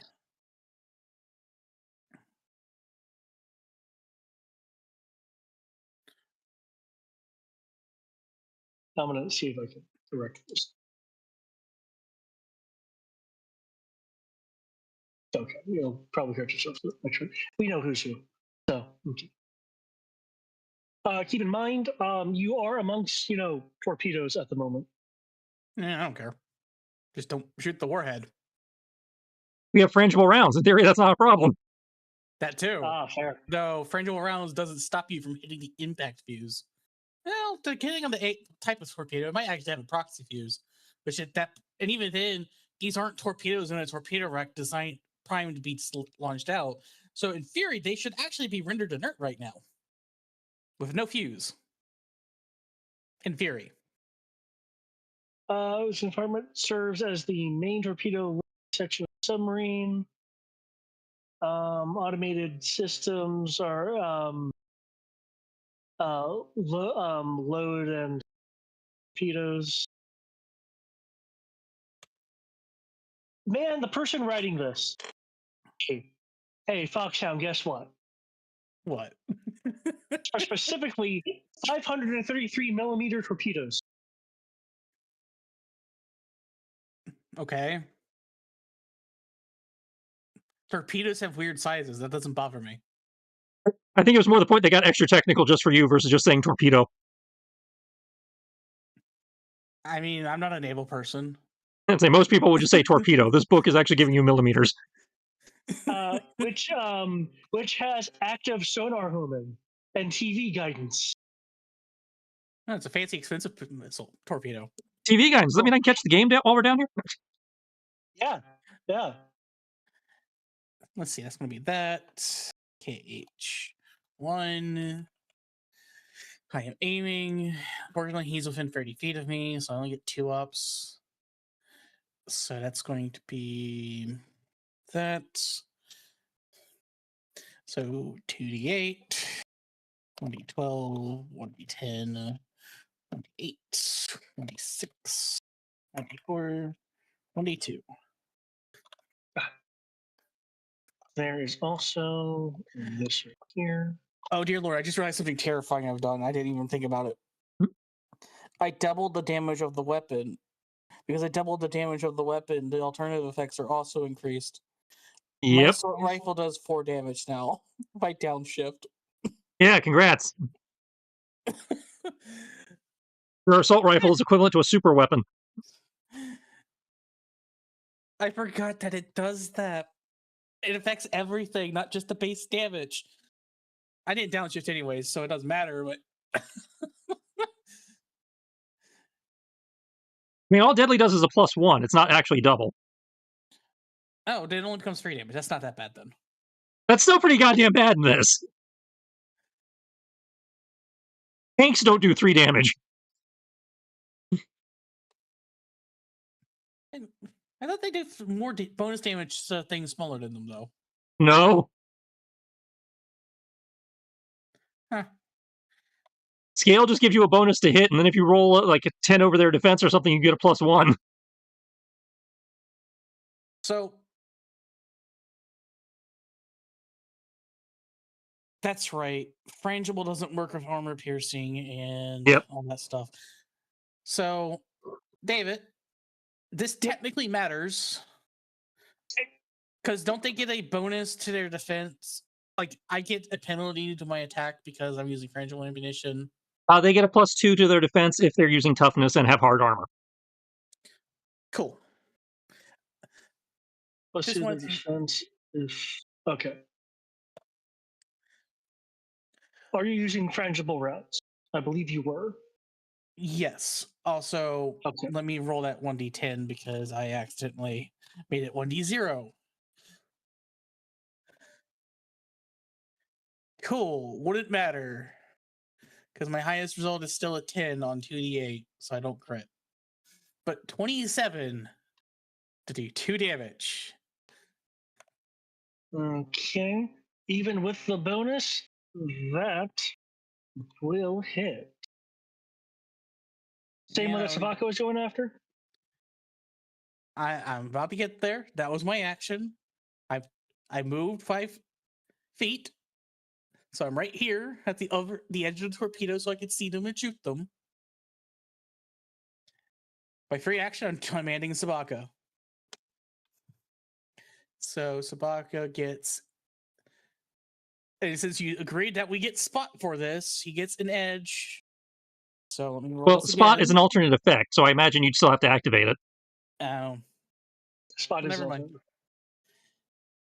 Then I guess I won't reroll. So that is a 16 plus all that stuff. That's a crit. Teeth are not frangible. And it's a Fragmentable. 26 to bite him. 26, it's essentially omnoms. Oh. Is he armed at all? Yes. This guy is holding some form of technological staff. Of course, it's a staff. Hey, I went all in. I Shoved would all like the to chips have, in the process of biting him and he takes this extra damage, I would like to what's the word I'm looking for? I would like to disarm him. As Savaka now plays keep away with a giant staff. Okay. I believe disarm does not assume you crit it in your hands. I think it hits the ground. Well, Savaka Oh, was it was- only attacked. no. He still has the rest of his turn. That's fair. And isn't it a that's free action right. to pick something up off the ground? Yes. Oh, I'm going to spend another free action to command Savaka to pick up the staff and run away with it. Okay. Because you are using the extra action like that, then we can say that he just kind of bites it and rips out of the hands.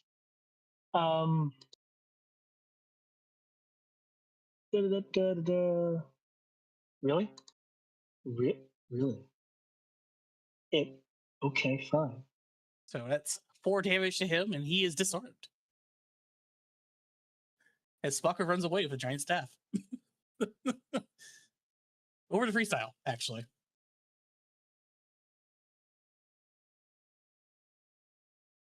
You know what? Screw it. Since apparently no one's made a staff token in the Roll20 library.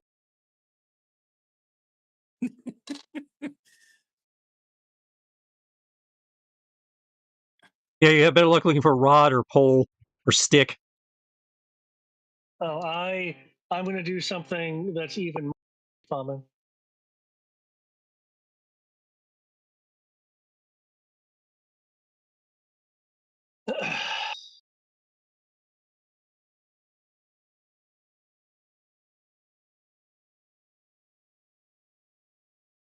You should have had it Roll20. You made me do this.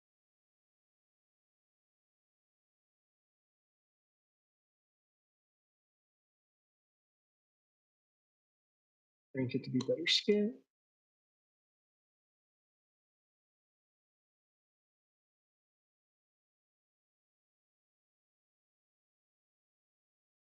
Yeah, so much for that 10% legally distinct. Hey, I had to immediately grab this. I'll re-edit it later. Besides, their new season's going to have a different production company. It may look a bit different. It may actually have raw style foldy head shit just for you. I would be so lucky. Yeah. The guy in the serpentine armor is staggered by the bites and the shots, but is still up. They're looking a little more weakened due to the damage that they have sustained. Is there anything else? Don't you have a second attack you can do? No, I'm using a rifle. I'm not using my pistol.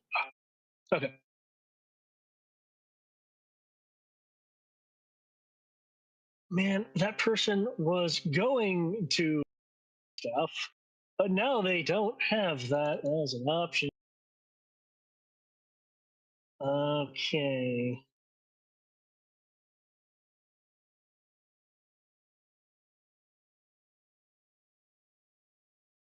Hmm.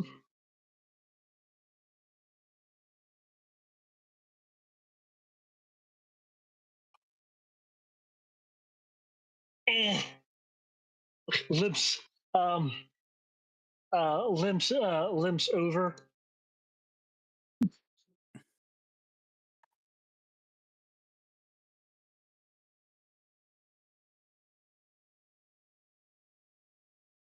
Let's see. Fucktown. Evasion is still 22. Yep, my evasion is what it is.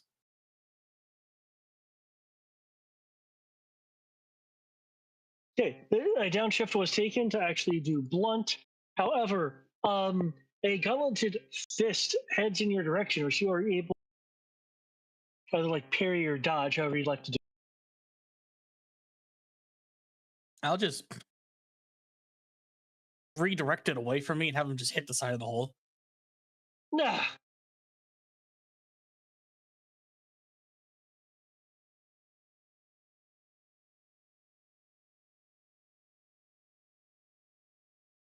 Okay.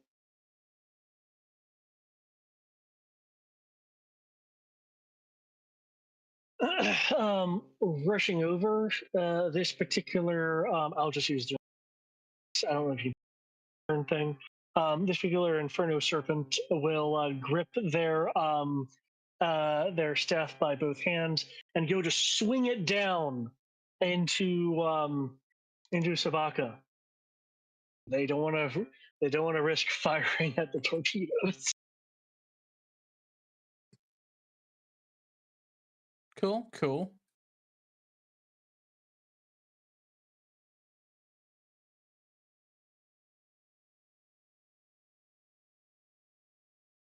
That was really close. It clangs against the torpedo, just barely missing Sabaka. That was actually toughness based. You hit him, it just does nothing. Ah, you're right. Yes.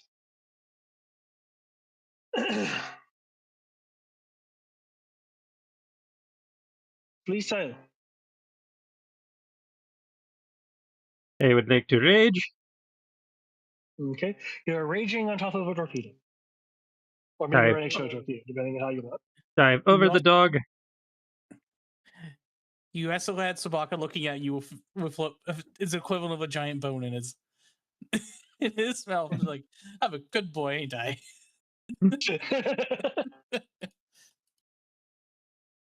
As he dives over the dog, he kind of twists.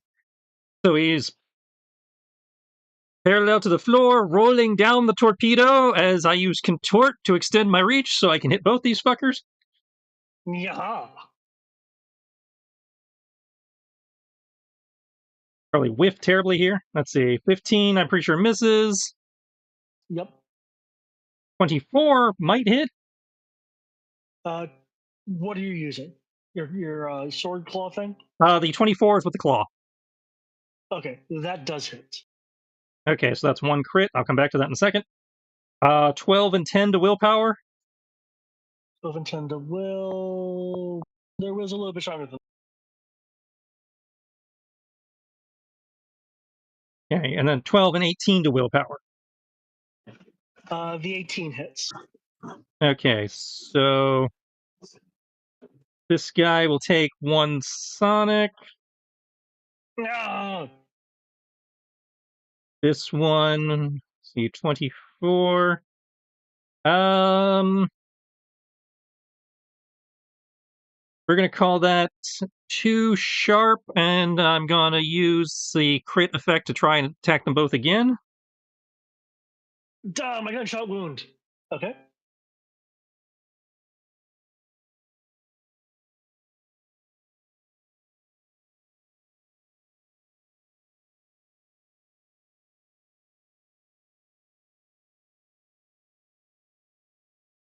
That guy's probably toast. 28 and 23 to their whatever applies to a normal, sharp attack. Okay. Both of those hit. Okay, so that's 1 sharp to each of them.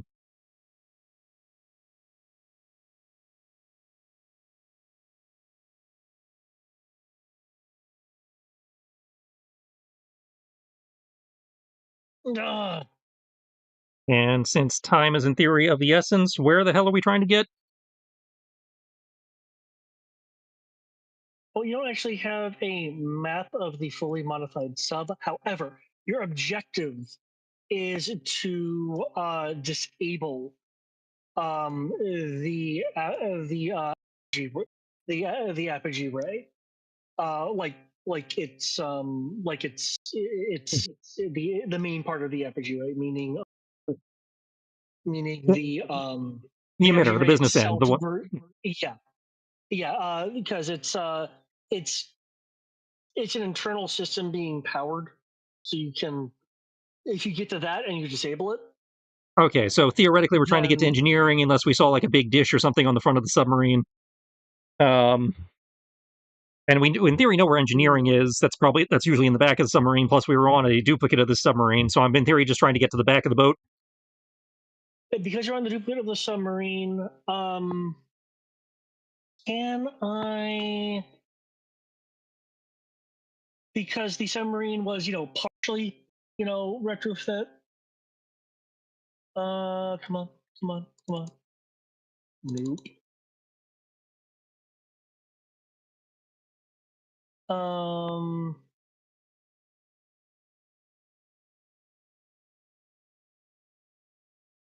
Can I get a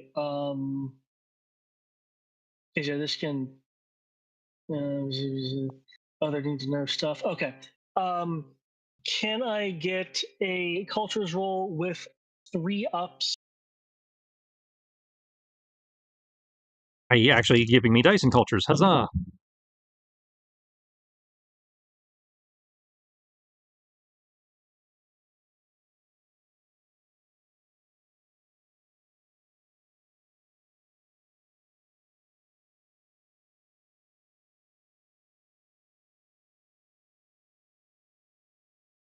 Okay, I might actually have a chance at this. Nice. Okay. I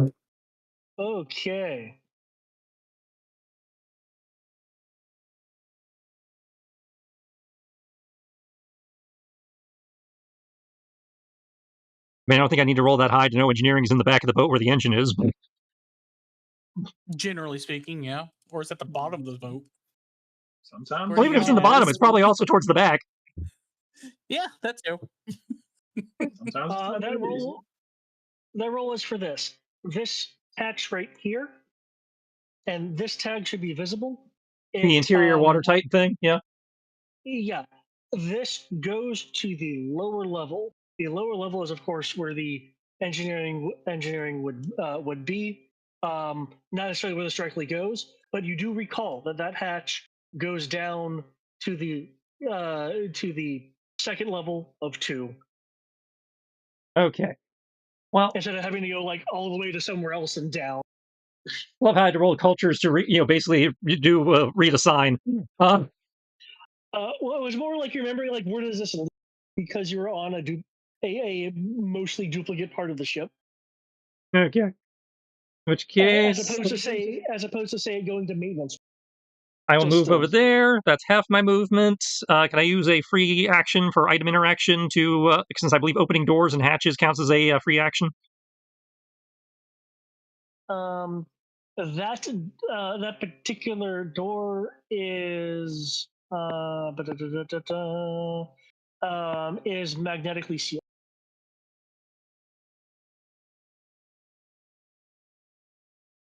Okay, so that what would mean it have to be a tech or something? You could try to blow it. You could try to tech around the mag seal. Okay, well either way, it sounds like something that I don't have an action for right now. So I will just shout out, they maglocked the damn door! How rude of them. And I will take my free action to set up my opportunity attack if Dipstick's dumb enough to come close. Okay. And will crawls over here.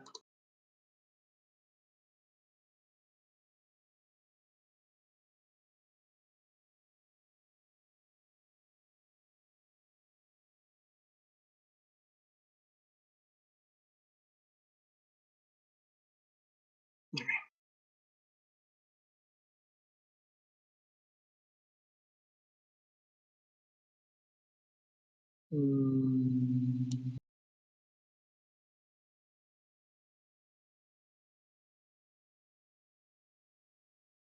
No, she had an extra thing. I remember it.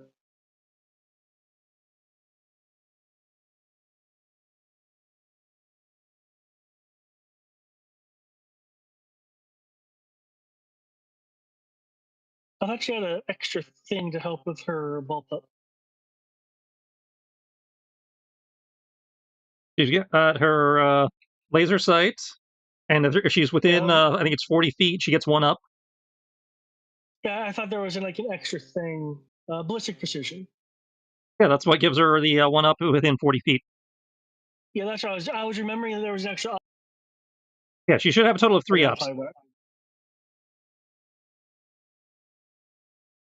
And she has a D2 in skill, so she should have a total of a D8.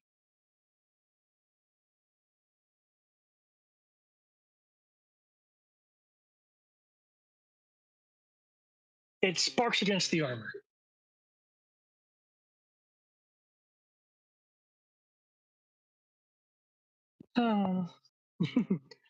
Anyone. Okay. You're amongst torpedoes. Cool. Cool. Let's see. Does he have cover of torpedoes? Depending on where you are, yes. All right. At your current angle, the answer would be yes.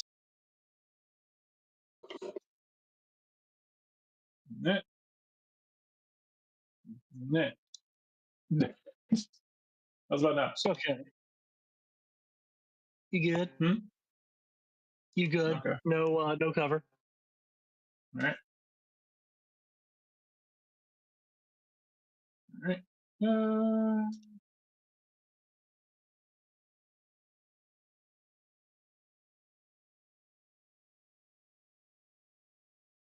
All right. Whee! And you're using the paintball rounds, or not the frangible round. Yeah. Yeah. Okay. Oh, I need to have that music back on. There we go. I say, ever find that meme? Oh, nice. Of course I fucking didn't. Okay. Which means he is now dealing stun damage should he choose. Yep. 18, 25, 16. So you have like 3 attacks, don't you? Yep. Okay.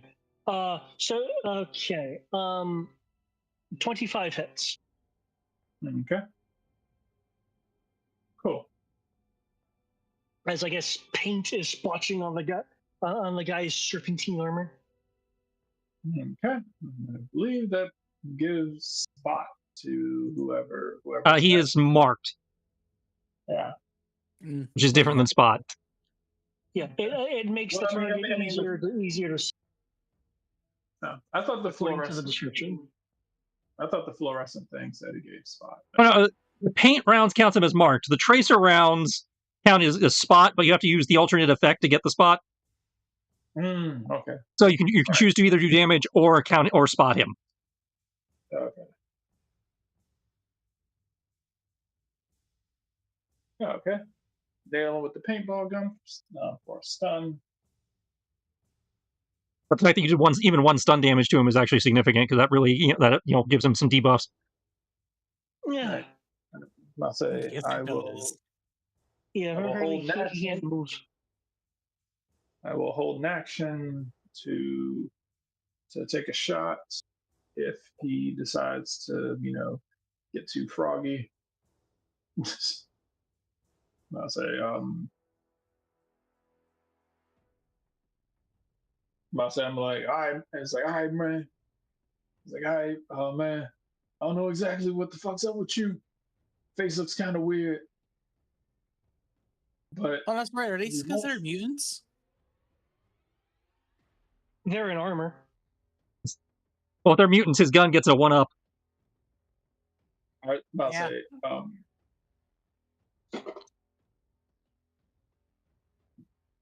Shenanigans are afoot.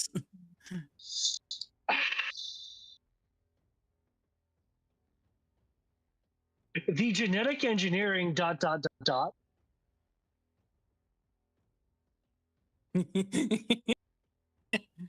sounds like yes. Because I'm not reading the rest of that. I read the relevant portion. They are Okay. mutants. You get bonuses. Yep. So you get a 1-up on the 18, on the 16, and the 16. hold on for a second.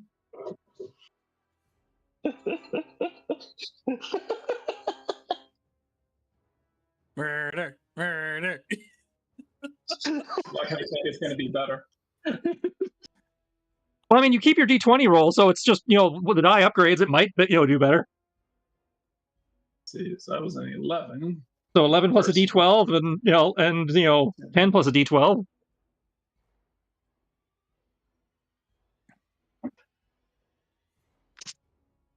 Yeah, well, It got worse. Oh, upside. I'll say upside. I missed twice, so yep. you just got better. Yeah, I got 3 ups to shoot this guy in the ass if I so choose. Okay, contact.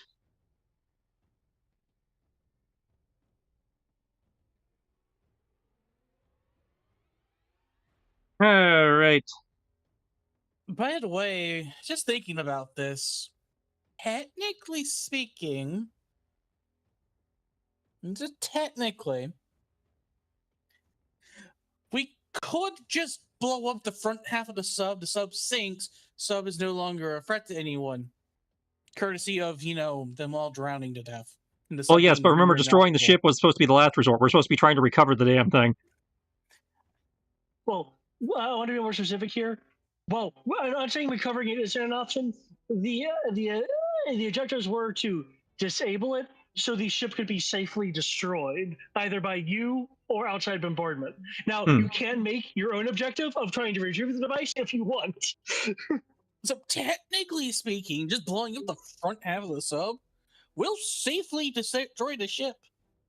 Just saying. Unless they somehow have a nuclear torpedo in here, which I doubt. If you would like to consider possible repercussions for this action, I believe a technology roll could be used on your particular turn, since this guy isn't down yet. So we're still in combat time. Hey, I'm just giving ideas. I am not disputing that. I'm not even saying it's a bad idea. I'm just saying, if people want to have their characters, or yourselves, think, ponder on it, you can. There are things for that. However, do the contacts want to do anything, or rather, do you want the contacts to do anything? I think I'm going to hold off on him for a round. Okay, what about Green Squad? Oh, I forgot about Green Squad. Do you want me to bring back up what I'm using? No, I got it. Okay. Actually, I do believe they can burst objects for you. Yeah. Yeah, doorbusters. Yeah, we're gonna have them door bust the airlock, door bust the hatch for me. Just force open the hatch so you don't have to do it yourself. Nice. Yeah, doorbuster, 1 allegiance point. Okay. Object with 20 toughness takes 2 sharp or less takes 2 sharp damage. I imagine a door has less than 20. I don't know. These are technically hatches. Oh, I'm sorry. I mean, I imagine a door has less than 2 HP or less. Not the. It's a steel door. It could have 20 toughness. I was also going to say that these hatches are meant to be designed in the event of flooding to be able to be sealed. Yeah, and it's already magnetically sealed, so they've clearly reinforced it. Okay. The Green Squad, goes over moving through the freezers and around the to combat zone. Places the charges appropriately, backs up, whispers into the comms, fire in the hole, and a ring of tiny detonating explosions go off, essentially permanently opening the hatch. There is a ladder which you can, of course, use, or you can just jump down. All right, if you guys want to see about trying to rig the torpedoes in a way to disable the nose of the ship without destroying our ride out of here, that's fine. I'll see about trying to buy us some more time in the engine room. Since by our timer, they're right about to fire the damn thing. I'll go with you on that.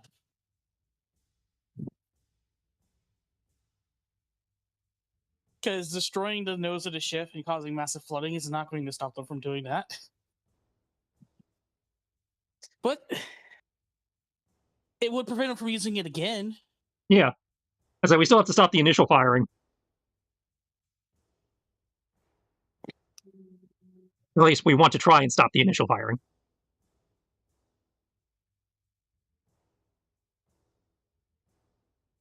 Now it's your turn, so you can either go down the hole first, or you can finish dealing with Snakehead here.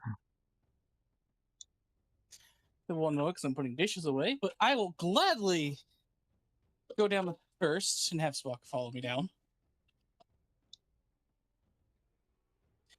And since I am actively using a ladder, I'm going to swap weapons to my pistol. Okay. So I can move and shoot much easier, because it's a one-handed weapon. And if you want to argue you can't go down up and down a ladder with one hand, I'll have you know that's wrong. You can. Yeah, I know what's wrong. You're good. So I will do that. And where I was looking at is now gone, so I need to reorient myself on the map. Oh, it's a hangar bay. Oh, it's an underwater hangar bay. Yep. Cool.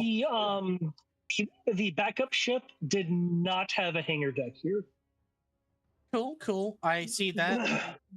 I'll proceed to try to force my way through to the next compartment. And I'll have Spock drop the staff. One moment. I'm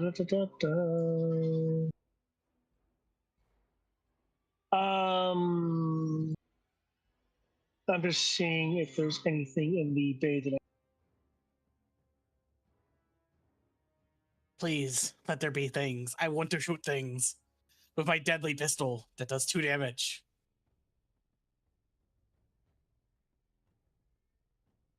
Okay, you will see some ports, which are probably where the aquatic Nagas were launched from. However, it is this group.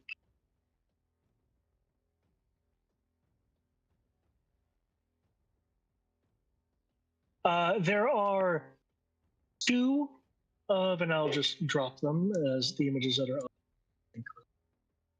Oh, cool. There's 2 steel manatees. Convenient. So we have 2 manatees inside or 2 sharks outside.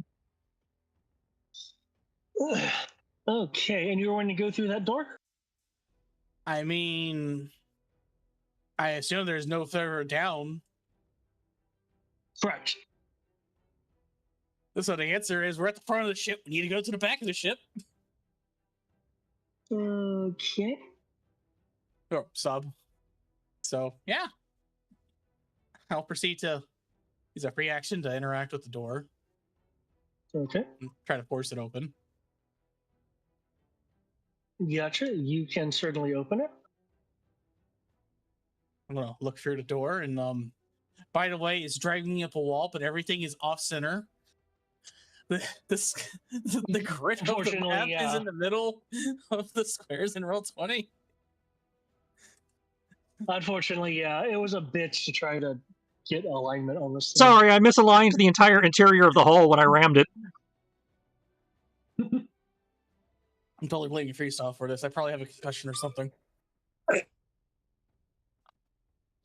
Oh, the head.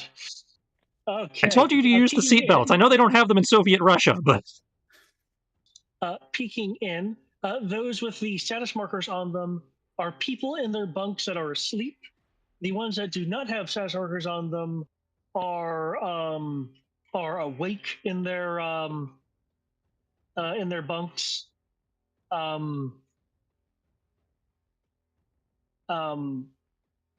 Obviously, while their weapons are like within arm's reach, they weren't like prepared to like immediately open fire on anything.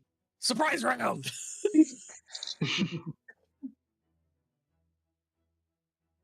Does that mean I trigger combat again?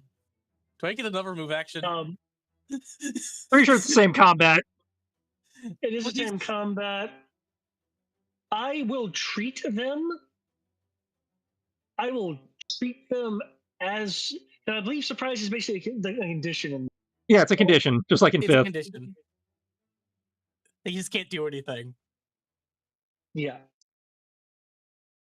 I have so many suddenly 3 targets to shoot. Oh dear lord. Well, I guess I'm going to use the wall as cover and stay outside and proceed to start shooting people. So I'm going to aim. So I spent 1 free action to open the door, 1 free action to aim, 1 free action to shoot a second time, 1 free action to command Zabaka to attack. I'd move to get down here. Yeah, everything adds up. I can do this.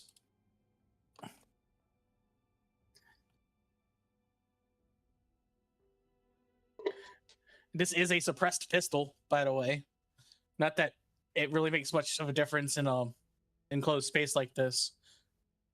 Because even if it's suppressed, it is still loud. It's just hearing safe. Yep. Which to the no, I'm not going to go into it. That's politics. And well, no, Hollywood still gets it wrong. I could just blame Hollywood for that. Hollywood does get it wrong. Yeah, they really do. It's still loud. I don't understand why they act like it's some miracle fucking thing. The closest thing to an almost completely silent gun is the well rod. The reason why is the bolt action freaking pistol. And it only works for the first few shots because you're literally shooting a bullet through rubber. That's great, but according to the game system, silent is silent. It makes no noise. So Essence 20 is more and more. I can accept G.I. Joe doing it because it's freaking sci-fi action hero common trope. I can accept it from G.I. Joe. I can't accept that from Hollywood. No, I love that they put it on melee weapons. Like, your fucking, spear was going to make a noise anyway. It's like all melee weapons just come with, the silent trait, just automatically for being melee. Even like, though no shit. Hear. No, you would still technically hear the weapon hitting other materials. And, the screaming of bloody murder of you stabbing Well, that's someone. not the weapon. That's the guy reacting to getting stabbed and not dying instantly. Yeah. But yeah, they just assume they just tell you, on the melee weapons, like, knife, silent, martial arts. It's like, for shit, the knife is silent. So that's going to be me aiming. I am going to aim for the sea serpent right there. So I'm only getting 2-ups. So I am at 2d8.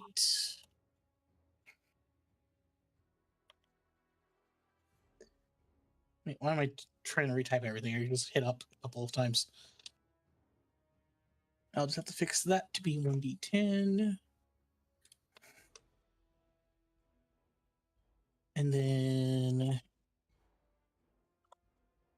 No, that's right. I'm using my pistol and attacking twice, so let me copy this.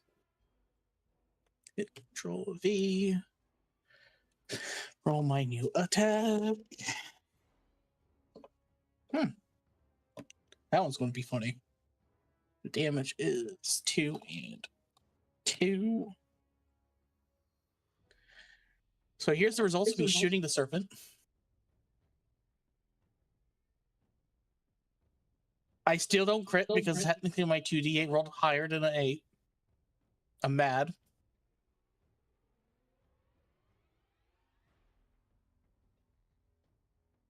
But 24 to 30 to the unaware sea serpent that's awake. Okay.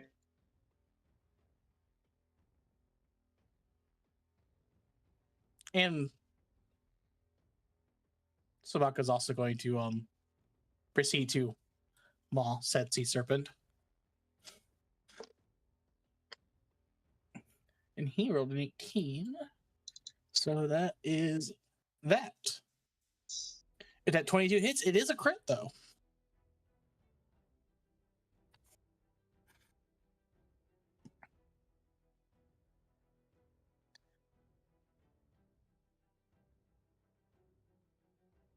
Okay.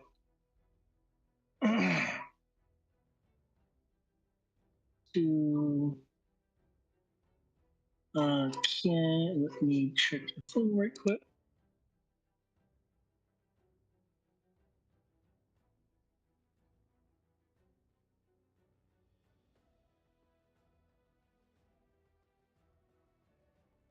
Nope. Technically, with how I've done this, that does not apply to them.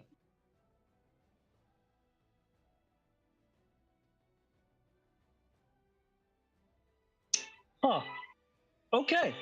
No, okay. Because of things, that hits. You said it's crit? The 22 is a crit, yes. Okay. I guess, any recommendations? Actually, I kind of run out of things. He's not armed. He's just on his bunk. I guess Sabaka has dropped the staff then, I presume. Yes, he dropped the staff upstairs.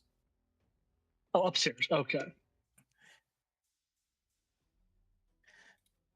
Staff is kind of awkward for a dog to carry downstairs, down a ladder. Oh, I agree. Okay. Don't get me wrong. I will gladly have it happen once or twice as he initially tries to follow, and then he'll drop it. Okay. Because, dog with large stick trying to...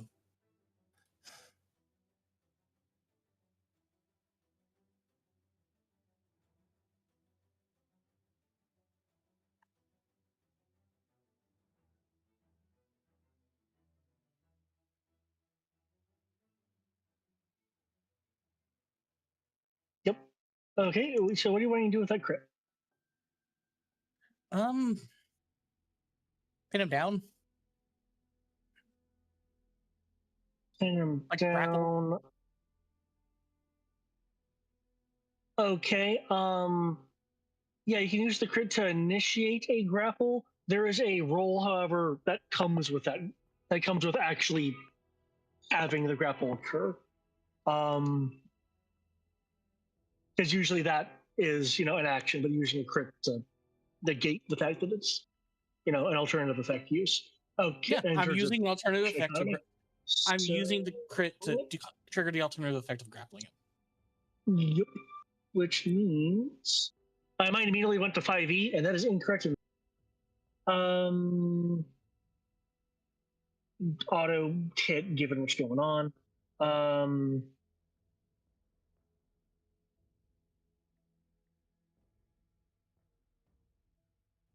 Okay, this would be a might roll against a. He was surprised, so he's not really going to get that.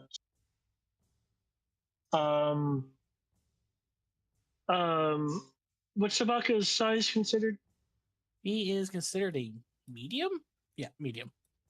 No, in that case, there is no alteration. Okay.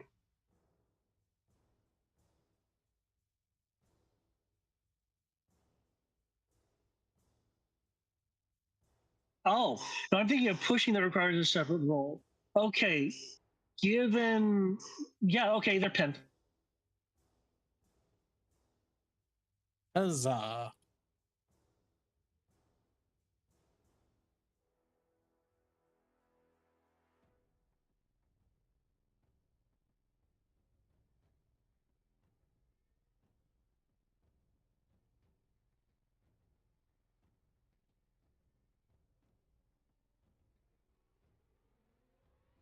I believe that makes it their turn now. Yes. Yes, it would. Okay, I take it Sabaka's bite is silence. Yes, it is. Silenced. Everything I did is silent. Okay. Yes, because his bite is based on a knife. Has the silent trait. Those two I mean, are. Toofuses are daggers. So.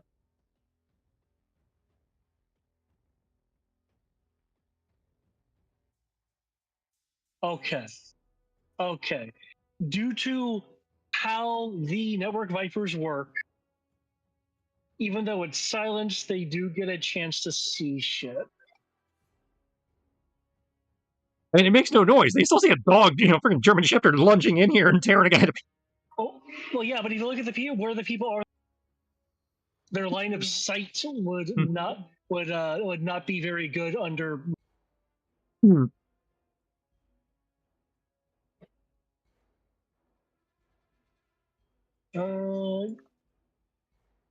That. Given everything is silence, I will make that a challenging difficulty.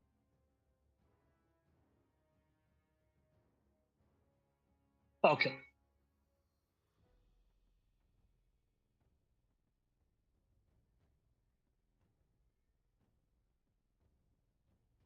No, they don't work vipers. Oh, well, they don't get to do anything because they're in initiative 6. Okay, sea serpent. That other guy's asleep. This guy's awake.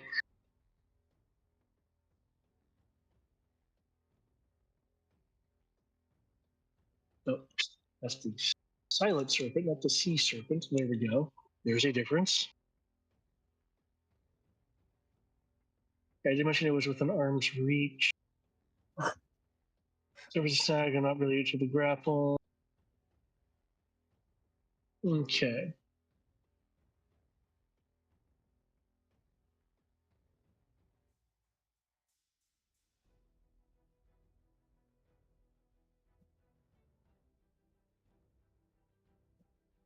Oh, I forgot to factor that in. Oh well. Oh well. Can't do it now. 20. Okay, because I mentioned it was within arm's reach. The sea serpent like and try to move over, grab the nearby blue staff.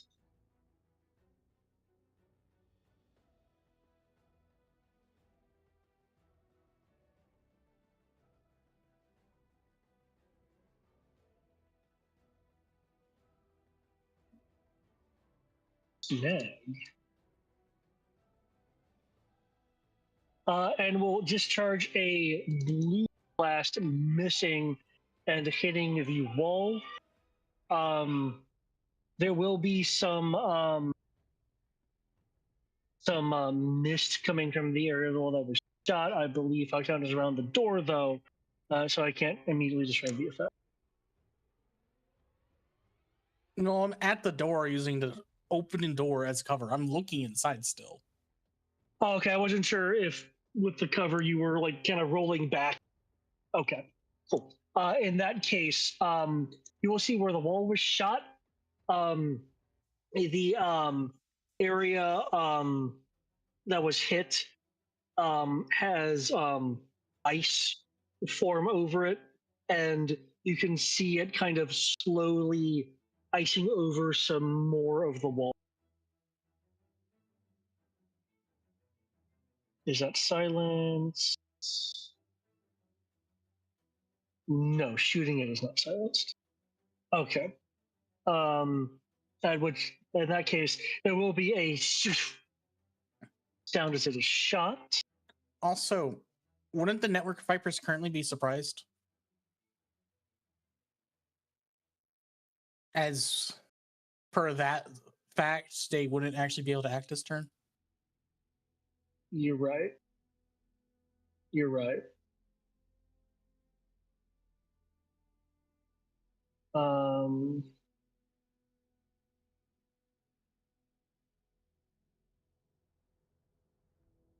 Because they're surprised any of the sea serpent can't either, because that would override surprise. So never mind. I retract that, so they don't have a chance to wake up people. Yep. Okay. Thank you for the reminder. Yeah, the only one who gets to go is the Inferno Serpent upstairs. Looking at the situation here.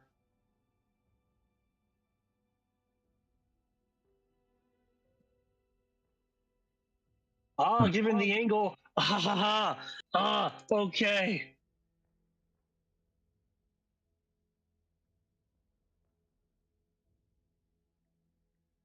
The Inferno Serpent, because this one was not disarmed, it was the other one. Will return fire to Antivenom. Sweet. I'm gonna shoot at him.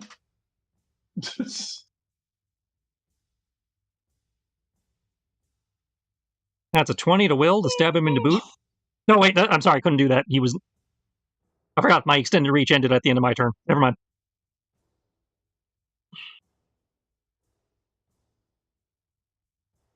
Okay. 21 targeting. 21 to shoot him before he shoots me. Well, it will spark against his armor because 21 does not beat the toughness. Wow. Something unfortunate will happen. You fumble? The staff will burst into flames. That means, yeah, he definitely fumbled. Yeah. I'm gonna shoot him in the chest. Sparks off.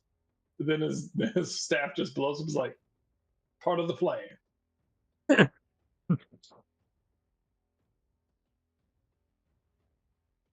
And because his weapon has ongoing, it will be on him for a bit. I'm gonna look at Freestyle. I'm like, good job, Freestyle. I didn't do anything. Why did you just burst into flames? Thought that was you. Nope. I thought I could do something, but he wasn't quite close enough. Freestyle. Well, he's on fire now. That's the important. Yep. Yeah. I'll salute Colonel Volgan here and drop through the hole.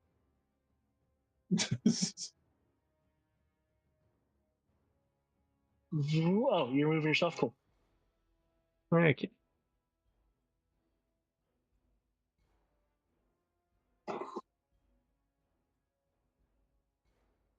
Reaction to open the door. Oh, you're just zooming through? Okay. Yep. It kind of difficult terrain, but I can do it. Okay.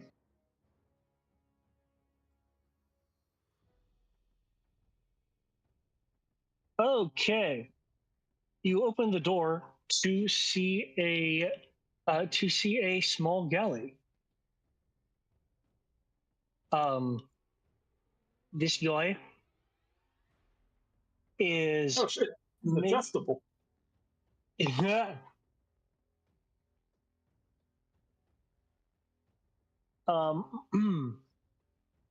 Seriously though, the details on that are pretty badass. Yeah, it is. How come fucking action figures weren't that cool when I was? Those are the larger 6-inch figures. They look, because they're bigger, they get more detail. Gotcha. With his back towards the there will be this this individual. I told you the galley's closed. Just passing through.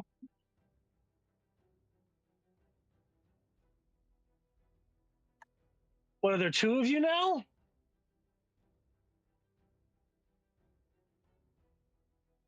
I was about to say, God damn, this motherfucker's stuck in huge shit. I didn't say you could invite a friend for that one sandwich. I said you could make Viper. Is this when he turns around and realizes it's not who he thinks it is? Why are these motherfuckers so big? Oh my god.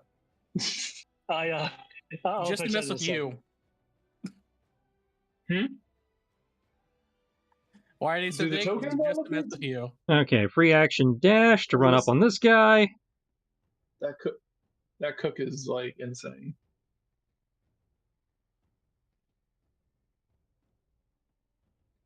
Critical successive. Well, I didn't know that you could critically succeed initiative. Yes. I don't know if it does anything, but I mean, you can roll critical success.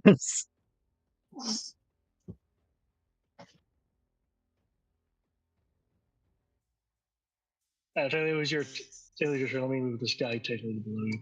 Okay, so you're going to try to go after this guy? Yep. 24, okay, 26, 26 to his willpower. Well, 24 to his whatever he wants to dodge a bullet with, and then 26 and 26 to his willpower. All of those hit. Just so you're aware, this kind of Viper was the were Spec Ops ones you encountered at the pier. Yeah, I remember the crouching Viper. Yep. I remember the sound they made when my new sword cleaved them in half. Now.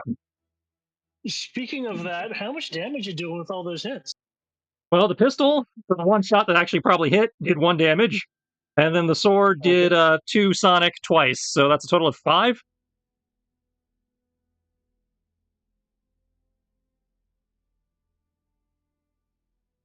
Cool. Third free action to open this door. Okay.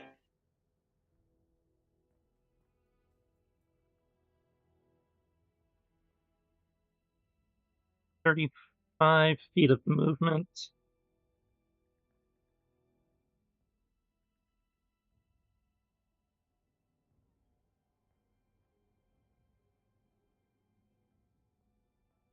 Depending on what's in here, at least. These are fancier, fancier quarters, for lack of a better term. It is technically a no, actually no, because they're all individually sectioned off. Yeah, it's a quartet of rooms here. There is pronounced decor of the quote unquote King Cobra symbol, which is the one that was on the outside of the Vibora, the golden Cobra with the crown visage on its head on each of these doors. Okay, so probably what passes for officers' quarters on this particular model. Yeah, there's currently no activity in here. Cool. Fourth free action, open door.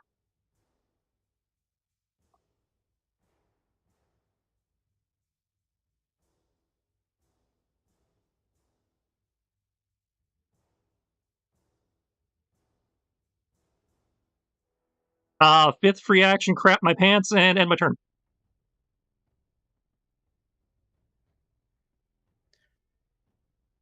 Hi, everybody. He'll roll into, cover so that he's got the wall between them and the inevitable gunfire. I'll take my contingency action for the first idiot to try and charge me, and that's my turn. Okay. You did glimpse for while you were looking into that area, a rather advanced looking device. Along with wires leading into the far wall. I think I found the doodad. Good job.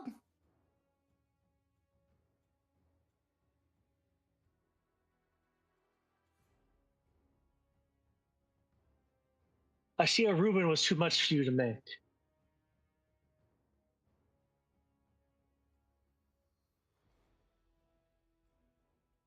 Turns We'll to keep look the through chef. the He's so snarky. the open door.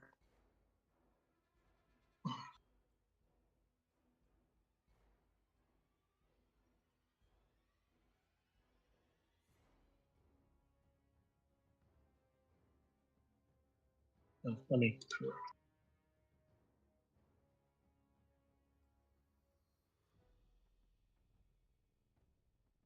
There we go.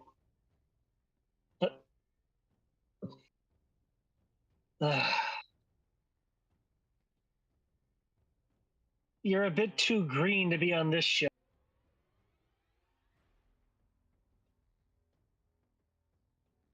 Wait a second. It's slowly starting to click.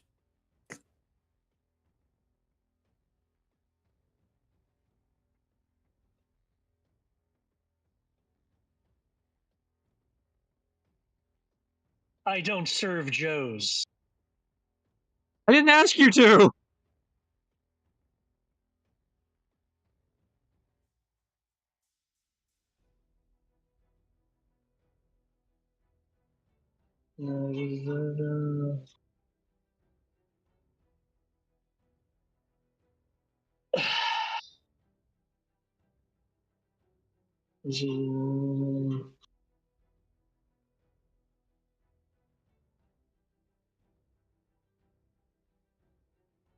Um,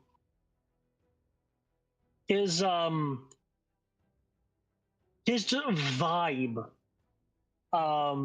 is noticeably attention grabbing, as there is very real sense that even though this guy is dressed like a cook, there is a background that does not deal with going on here.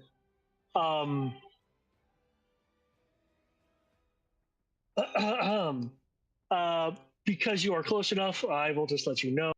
Attacks made by enemies within, I'm not saying the amount, suffer a, but you're within it, suffer a snag unless they include the cook here as one of the attacks. Oh, great. The cook's a paladin. That's actually kind of funny.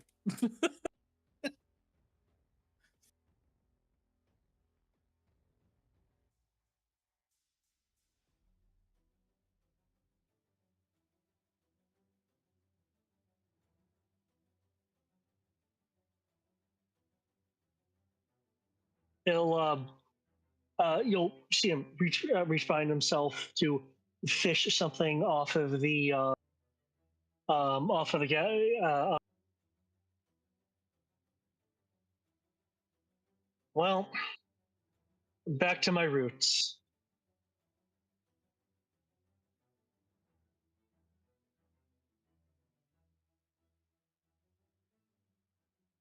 Doesn't count as a mesmerize, I imagine. No, specifically, it is cross training for enemy number one. It's an ability. It doesn't say that it's mesmerize. Freestyle evasion is 3. Yeah. Well, it should be 23. Yeah. And you wait, hold on. That becomes a direct effect, not an. Oh, okay. 23.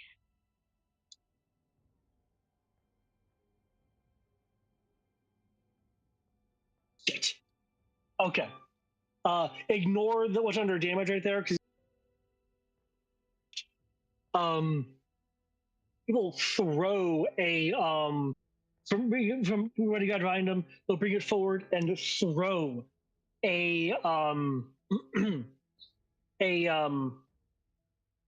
some kind of a chocolate covered cupcake, which reveals itself as a velvet one, as the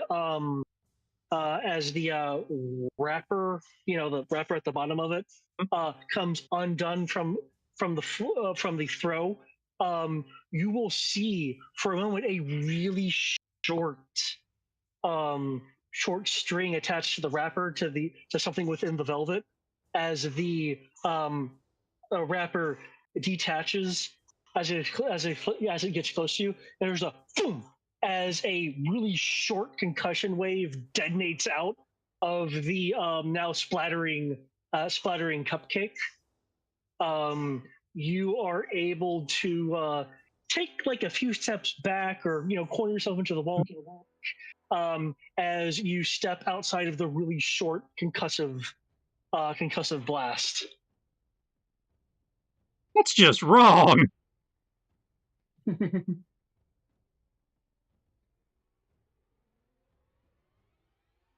Okay. 1 second. Nope. Did that? Nope. Okay. That's cool, but nope. Right. Okay. Cool. Okay. Cool.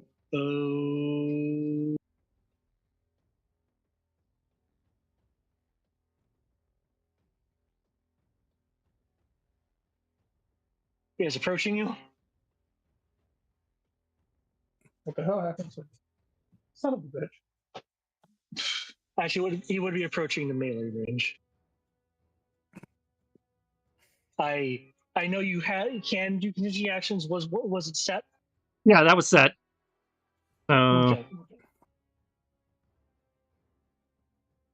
Since he is closer, while it is sheathed in a thick sheath, you do see a rather large looking like cook's knife on his belt.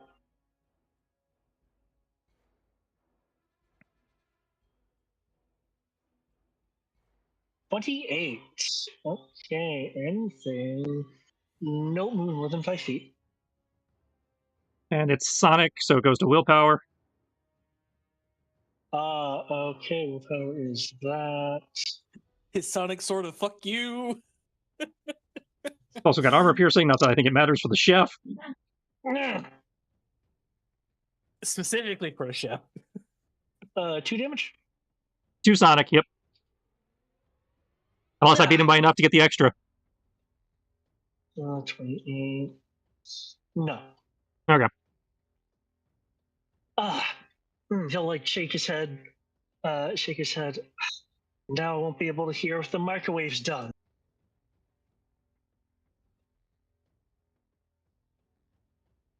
It's one thing to attack me, it's another to take away my... You're the first one I've hit that's actually lost their hearing from that. Oh, it's like, that like muffled ringing. Yeah.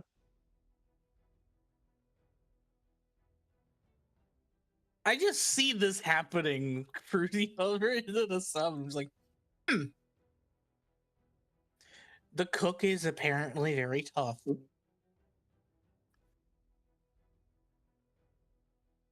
seen that other submarine movie. I should have known it was the cook.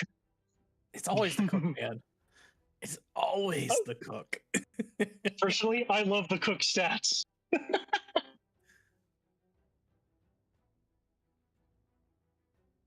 All I have gotten from this is that I'm not going to be able to deal with the people here. That's enough to help you. It's fine. That's what contacts are for. Damage. Okay. You want to reroll that 1? You can do that. Oh, that's right.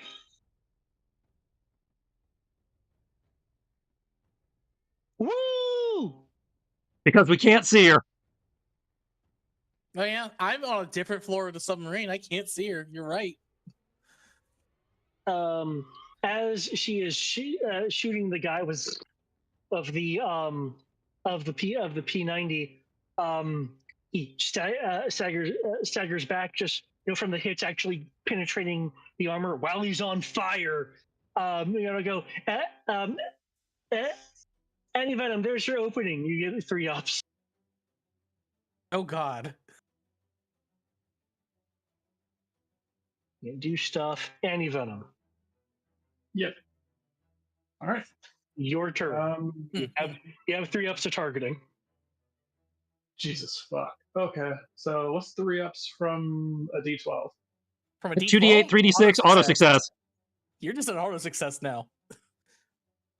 Okay. Assuming you don't do any alternative effects to reduce your to hit. All right, I'm gonna shoot him 3 times. Then. So if you're assuming base damage, you're just doing free damage to him. 3 stun. Like I think that's 3 stun, Oh, even better. which might be enough to drop him. Oh yeah, because he already has 1 stun, and the stun has to equal his current HP to knock him out, right? Stun falls off at the end of the round. Ah. Yeah. But your current stun has to exceed your current HP. So yes, this could drop him. Yeah. Keep in mind, there's still a stagger effect when you're hit with stun. Yeah. Also, I believe the ops only operate on the first roll. On a skill test on their next turn. So it's only for one of the 2 rolls that you always succeed on. Yeah. Yeah, you'll actually have to roll the other 2 attacks. Okay, cool. But you I guess automatically you do could 1 spread the stun. ups if you want. But yeah. All right. Auto hit 1, fail the others.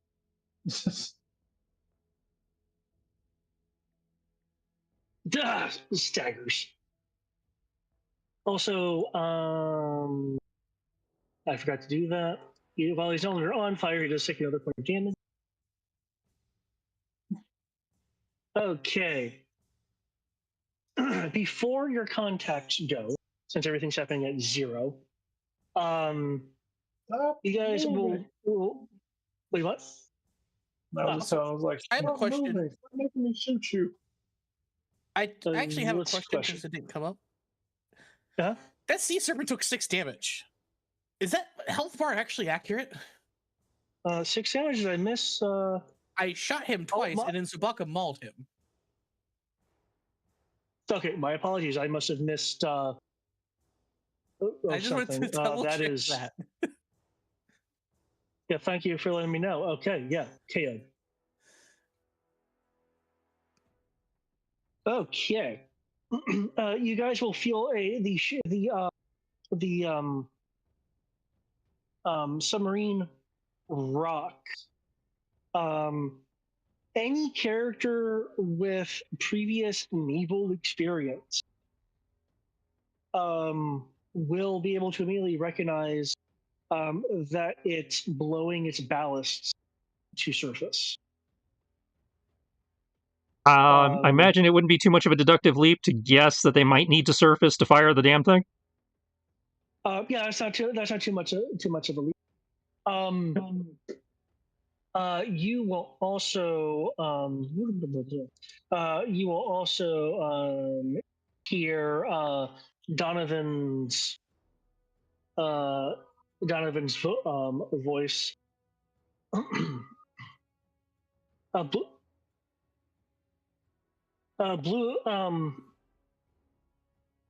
Blue Wasp to the Snake Eaters and Green.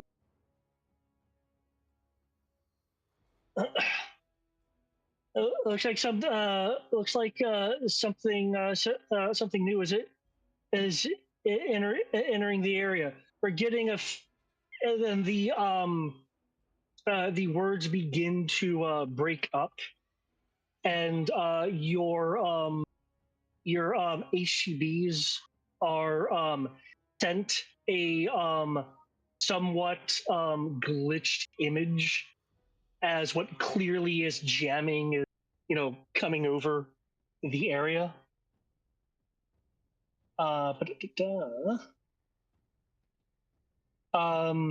the image is a close up of the side of something metallic, with the words "Blue Viper."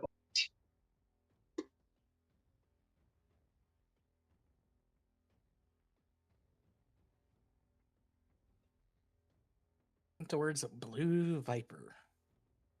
Yep. Okay. Would your contacts like to do anything with their remaining allegiance points? Hitting the cook in the back of the head would be a dick move, and the cookie would not appreciate it. Well, I don't know about hitting in the back of the head, because I feel like I should save Snake for one of the more named people than the chef. But the Frag Vipers would, I'm sorry, the Green Squad would totally like to lob a doorbuster over Cookie's head into the power box, into the fuse box. Yes. Since you just described a bunch of cables and stuff going into the wall, I imagine we could blow those cables to maybe depower the doodad.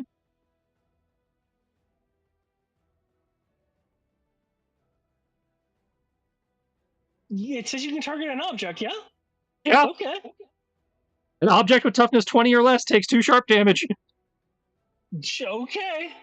I would assume that cables. We're not are targeting the definitely- actual device. We're targeting the that fuse box that the cables are going into on the wall. Right. You can target the cable because you can actually see where they're leading to. I presume you're targeting the cable. Yeah, we're trying to destroy the cable so there's no more power. Going specifically Yeah. to the Yeah. gravitational device. Okay. So I'm dueling with Cookie. They just kind of run up behind him and use their little atlatls to yeet the grenade over. Or whatever they use, because I know Frag Vipers use the lacrosse sticks, but I don't know if these guys use that or if they have something different. No, well, they're green squad. They're green shirts. They're probably just shooting a grenade launcher. Like I said, I don't know. They're using the stat block for the Frag Viper. The Frag Viper explicitly says it's using a lacrosse stick. That's a good point. No, these are refluffed to be green shirt. So yeah, these guys probably have grenade launchers or something. Then they'll use to just boom over his head.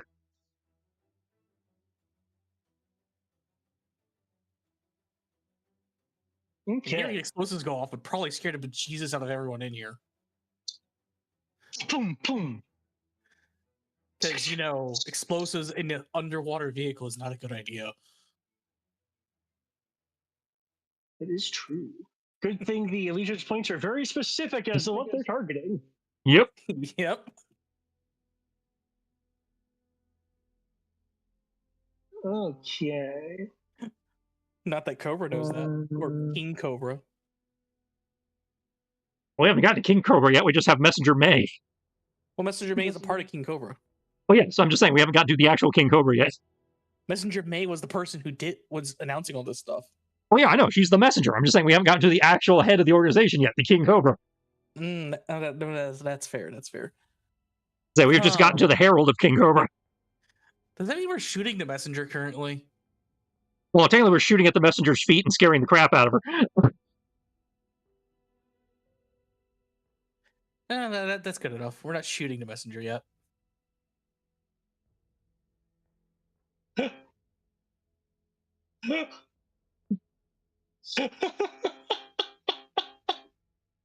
Wait, maybe there's in this section.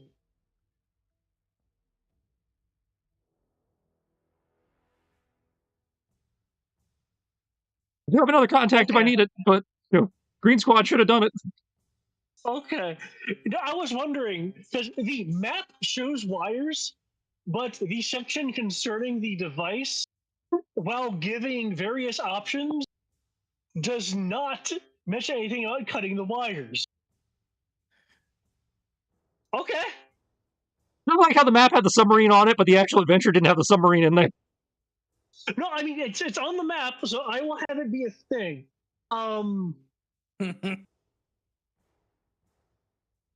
Yes.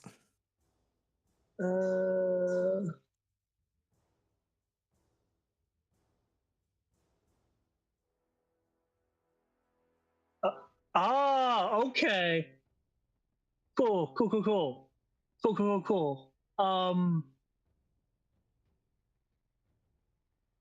Gotcha.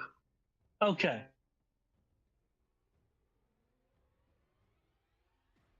So what's Okay. going to happen? Got it.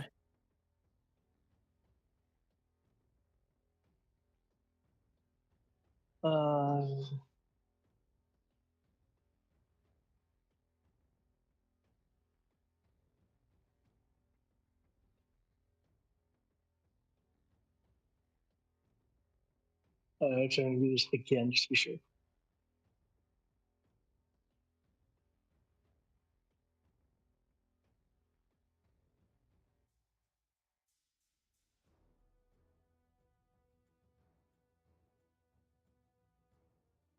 Okay.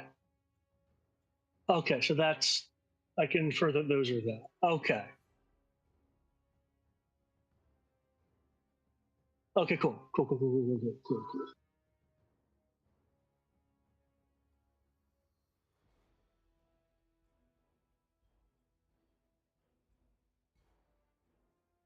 Cool. Okay, cool. Okay, I just had to figure out what was going on. Okay. Okay. Yeah.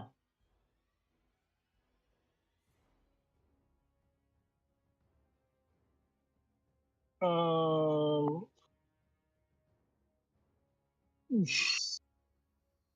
Um, for a story point, I can have your HCP detect something to get you some free info.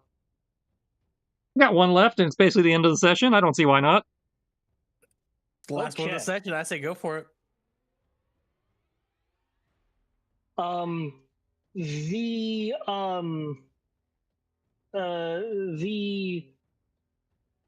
highly advanced looking device, which is in a, it is in like a transparent, transparent container. Like it's, it has a thing over it.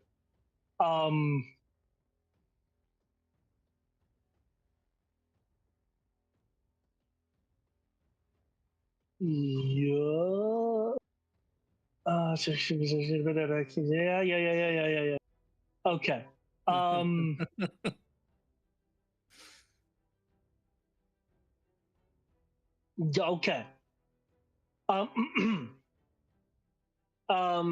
Your HCB beeps an alert. The information that is displayed to you, which I believe in your case we mentioned, like when it's like a visual feed to your, so like no, you don't have your clamshell on. When he's in his normal mode, it's a thing on his wrist and a scouter lens that flips out over his eye. Okay. In which case, your optical lens will first alert to something that's a little less dangerous than what the chirp would indicate, which is increase heat within the casing of that device. The integrity of the casing is actually being affected, which I mean is good from the standpoint of it'll make it easier to undo the casing. However, the chime that the alert chime that's going off, which as the information scrolls over, shows a gradually increasing amount of gamma radiation. We're 2 for 2. Well, This is the second time we've run into a gravity well generator where we cut off the power, it decided to go meltdown. Yeah. With the story point, I will let you know the wires you cut off was coolant. Really?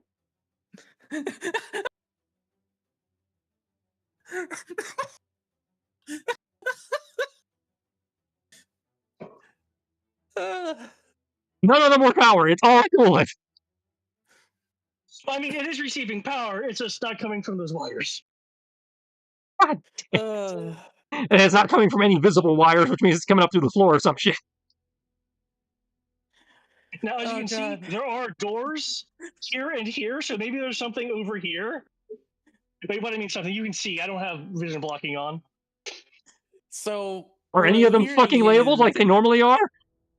So hold up. So what I'm hearing is suddenly the Geiger counter on Freestyle's wrist starts going off like the death blare.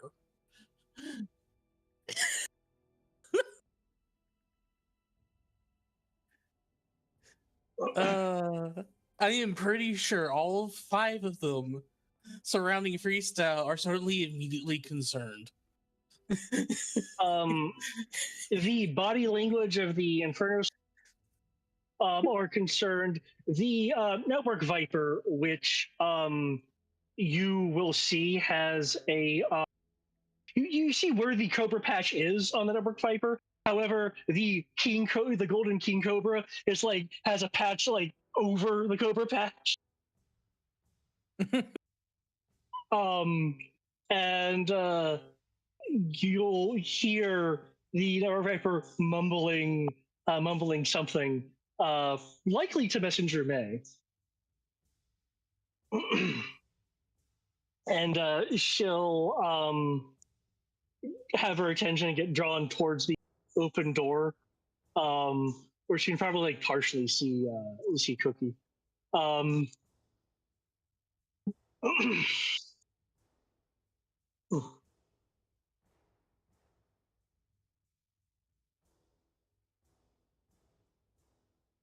It would be unfortunate to rule a kingdom of ash. Fortunately for us,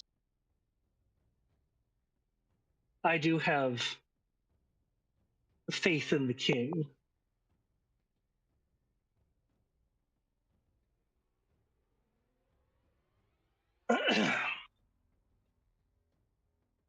All right, let's see. um,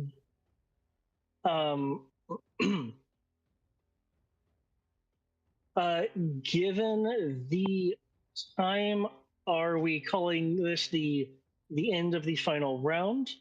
Because if so, I will tack one more description on the things. I imagine me triggering a warp core breach is probably a good place to call it. Yeah, I agree with that. Okay. that's what I get for being clever, I guess.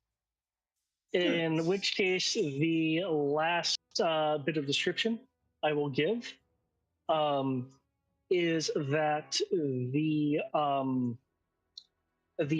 sub is beginning to cant at a slightly upward angle. As you do when you're about to breach the surface, yeah. If you're doing it while moving at a forward momentum, sure. Oh, okay. That's cool. That's through cool. Through the portholes around. The submarine has portholes?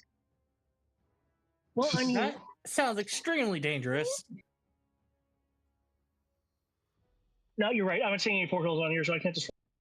I've never heard of a submarine with portholes before. Well, I mean, Joe has surprised me before, which is why I'm like. I mean, that's fair. Assumption there, but no, you're right. I'm not seeing any portholes here. In that case, I will save that for next time. There we go.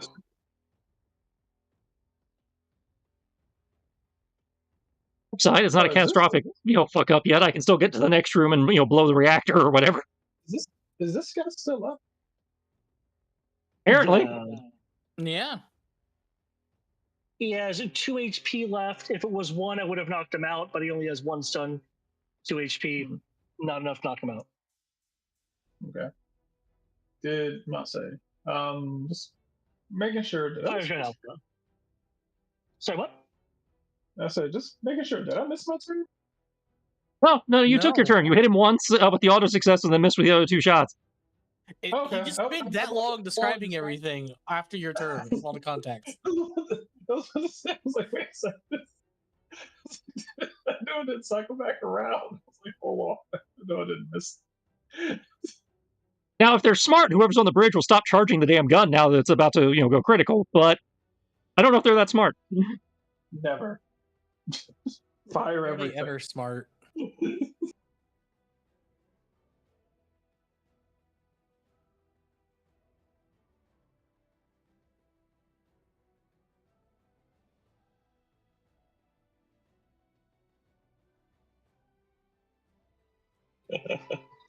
I'm just circling here because I think it's perfectly fair to say at this point. Deactivating the device requires requires the steam to be in two places at once. Though, I mean, by severing the coolant, I think you've kind of bypassed one of those. Yeah, I would have hoped it would have like I a safety guess, valve to automatically cut off when it starts overheating, but clearly it doesn't. I guess one person can make the attempt now. I mean, I guess that's failing forward. There's an upside to this. I mean, they still got one more Legion point. I can blow up one more thing. Well, I wouldn't I suggest mean- blowing up the device. Well, no, not blowing up the device, but if I can actually get into the other room, we could actually blow up the right fuse box. Just destroy the entire reactor. Make this a dead ship in the water. It'll be fine. I'm worried with the way this is going. If I destroy the entire reactor, the ship will just outright explode. That shouldn't happen. Like, a meltdown isn't an explosion. It's just the literal reactor melting through everything. Assuming it's a meltdown and not an explosion. I mean, we're checking grenades at it. Like, to cause a nuclear explosion, you have to have very specific things happen. You're also thinking realistically, not cinematically. I know. I do also want to point out that the particular power unit back there is not a typical submarine power unit. Yeah, it's also got sci-fi bullshit reactor. That's a fair point. I don't like this. So, can we go back to just blowing up half the sub and letting everyone in here drown?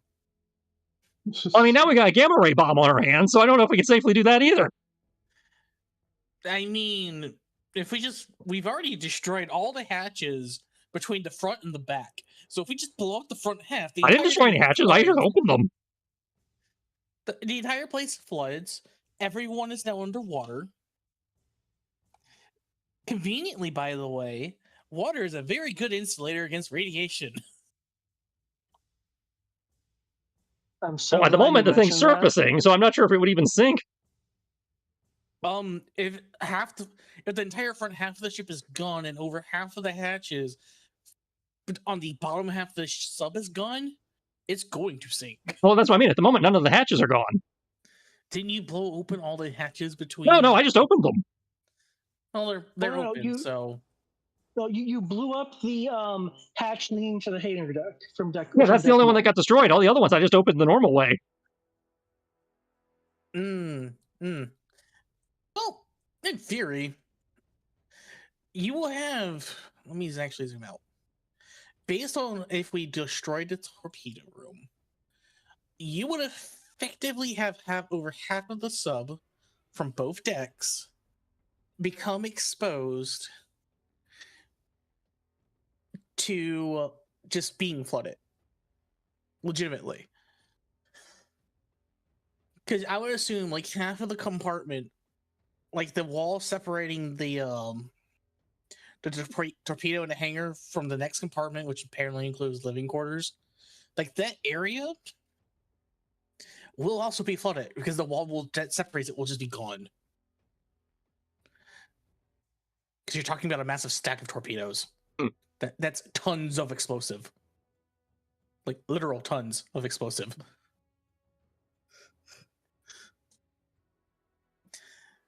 So this thing would sink.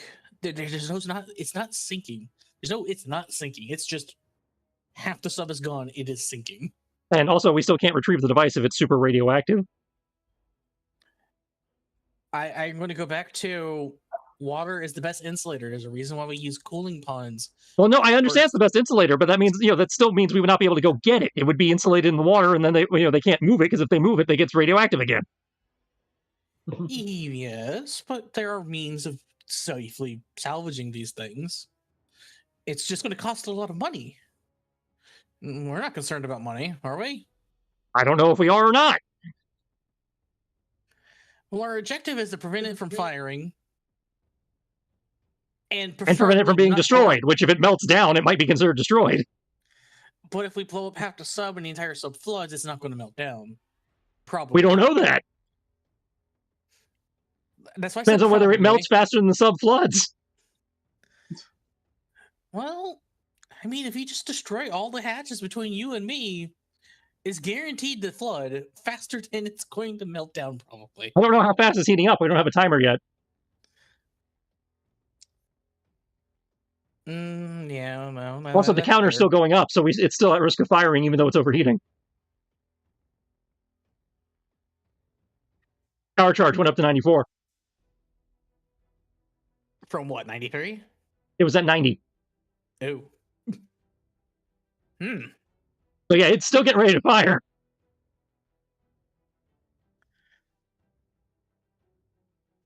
Well, Messenger May is thinking that we do something to prevent this from causing catastrophic meltdown, which means they might just turn it off on their own.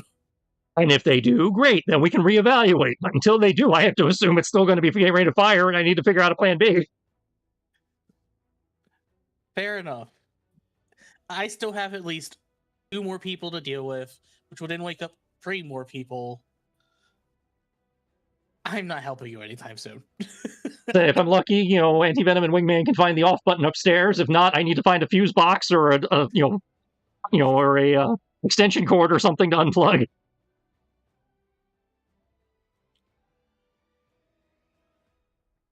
Maybe if I destroy the stand it's sitting on, it'll fall off whatever power cable it's got. That would be funny. Since the device is clearly not it seems to be connected to something, so if I can separate it from the connection, maybe that'll do it. Good observation. Not in the fact that it is clearly attached to something, and it's in theory something portable. Yeah. So, am I hearing you're about to drop kick a radioactive bomb waiting to go off to see what happens? I got a couple thoughts, but I'm gonna have to brainstorm this for a couple weeks. I mean, drop kicking the radioactive football.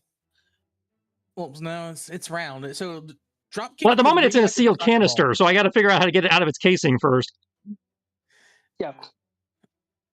Wait. Now the casing. Now the casing is going to be easier to open, longer it overheats. Hmm. So a bit of a double-edged sword there. So what I'm hearing is Green Squad is going to blow up the casing, exposing everyone to crazy amounts of radiation. You're going to drop kick it off of the attachment point so it stops receiving power. And we're going to have to figure out a new anti-acute radiation syndrome treatment options for half the sub.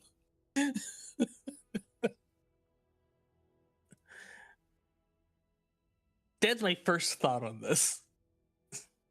Because I can believe that Freestyle would just drop kick the radioactive thing into the back of the ship and then just close the hatch and pray. Because it's no longer powered.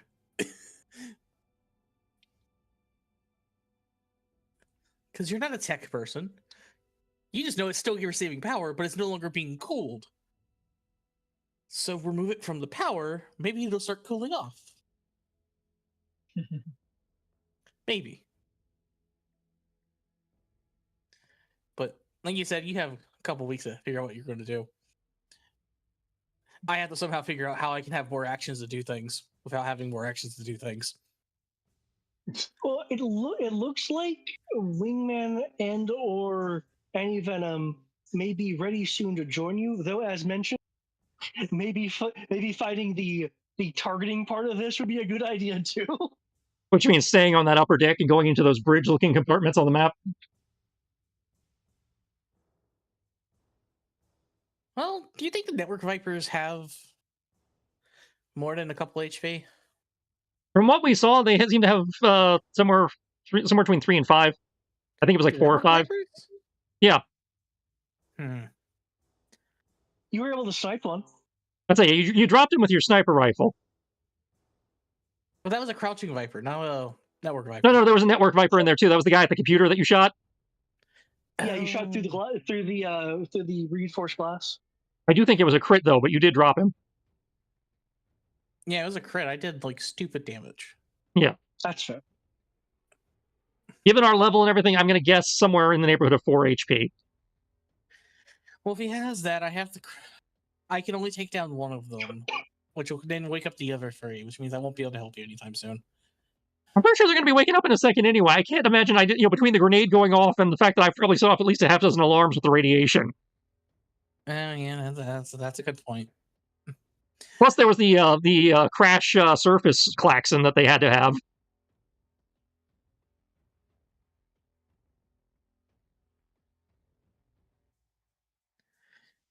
Unless these guys sleep like the dead, they're awake. Yeah.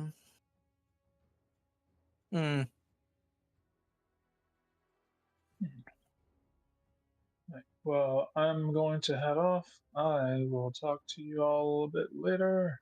Good night, man. Okay. You have a good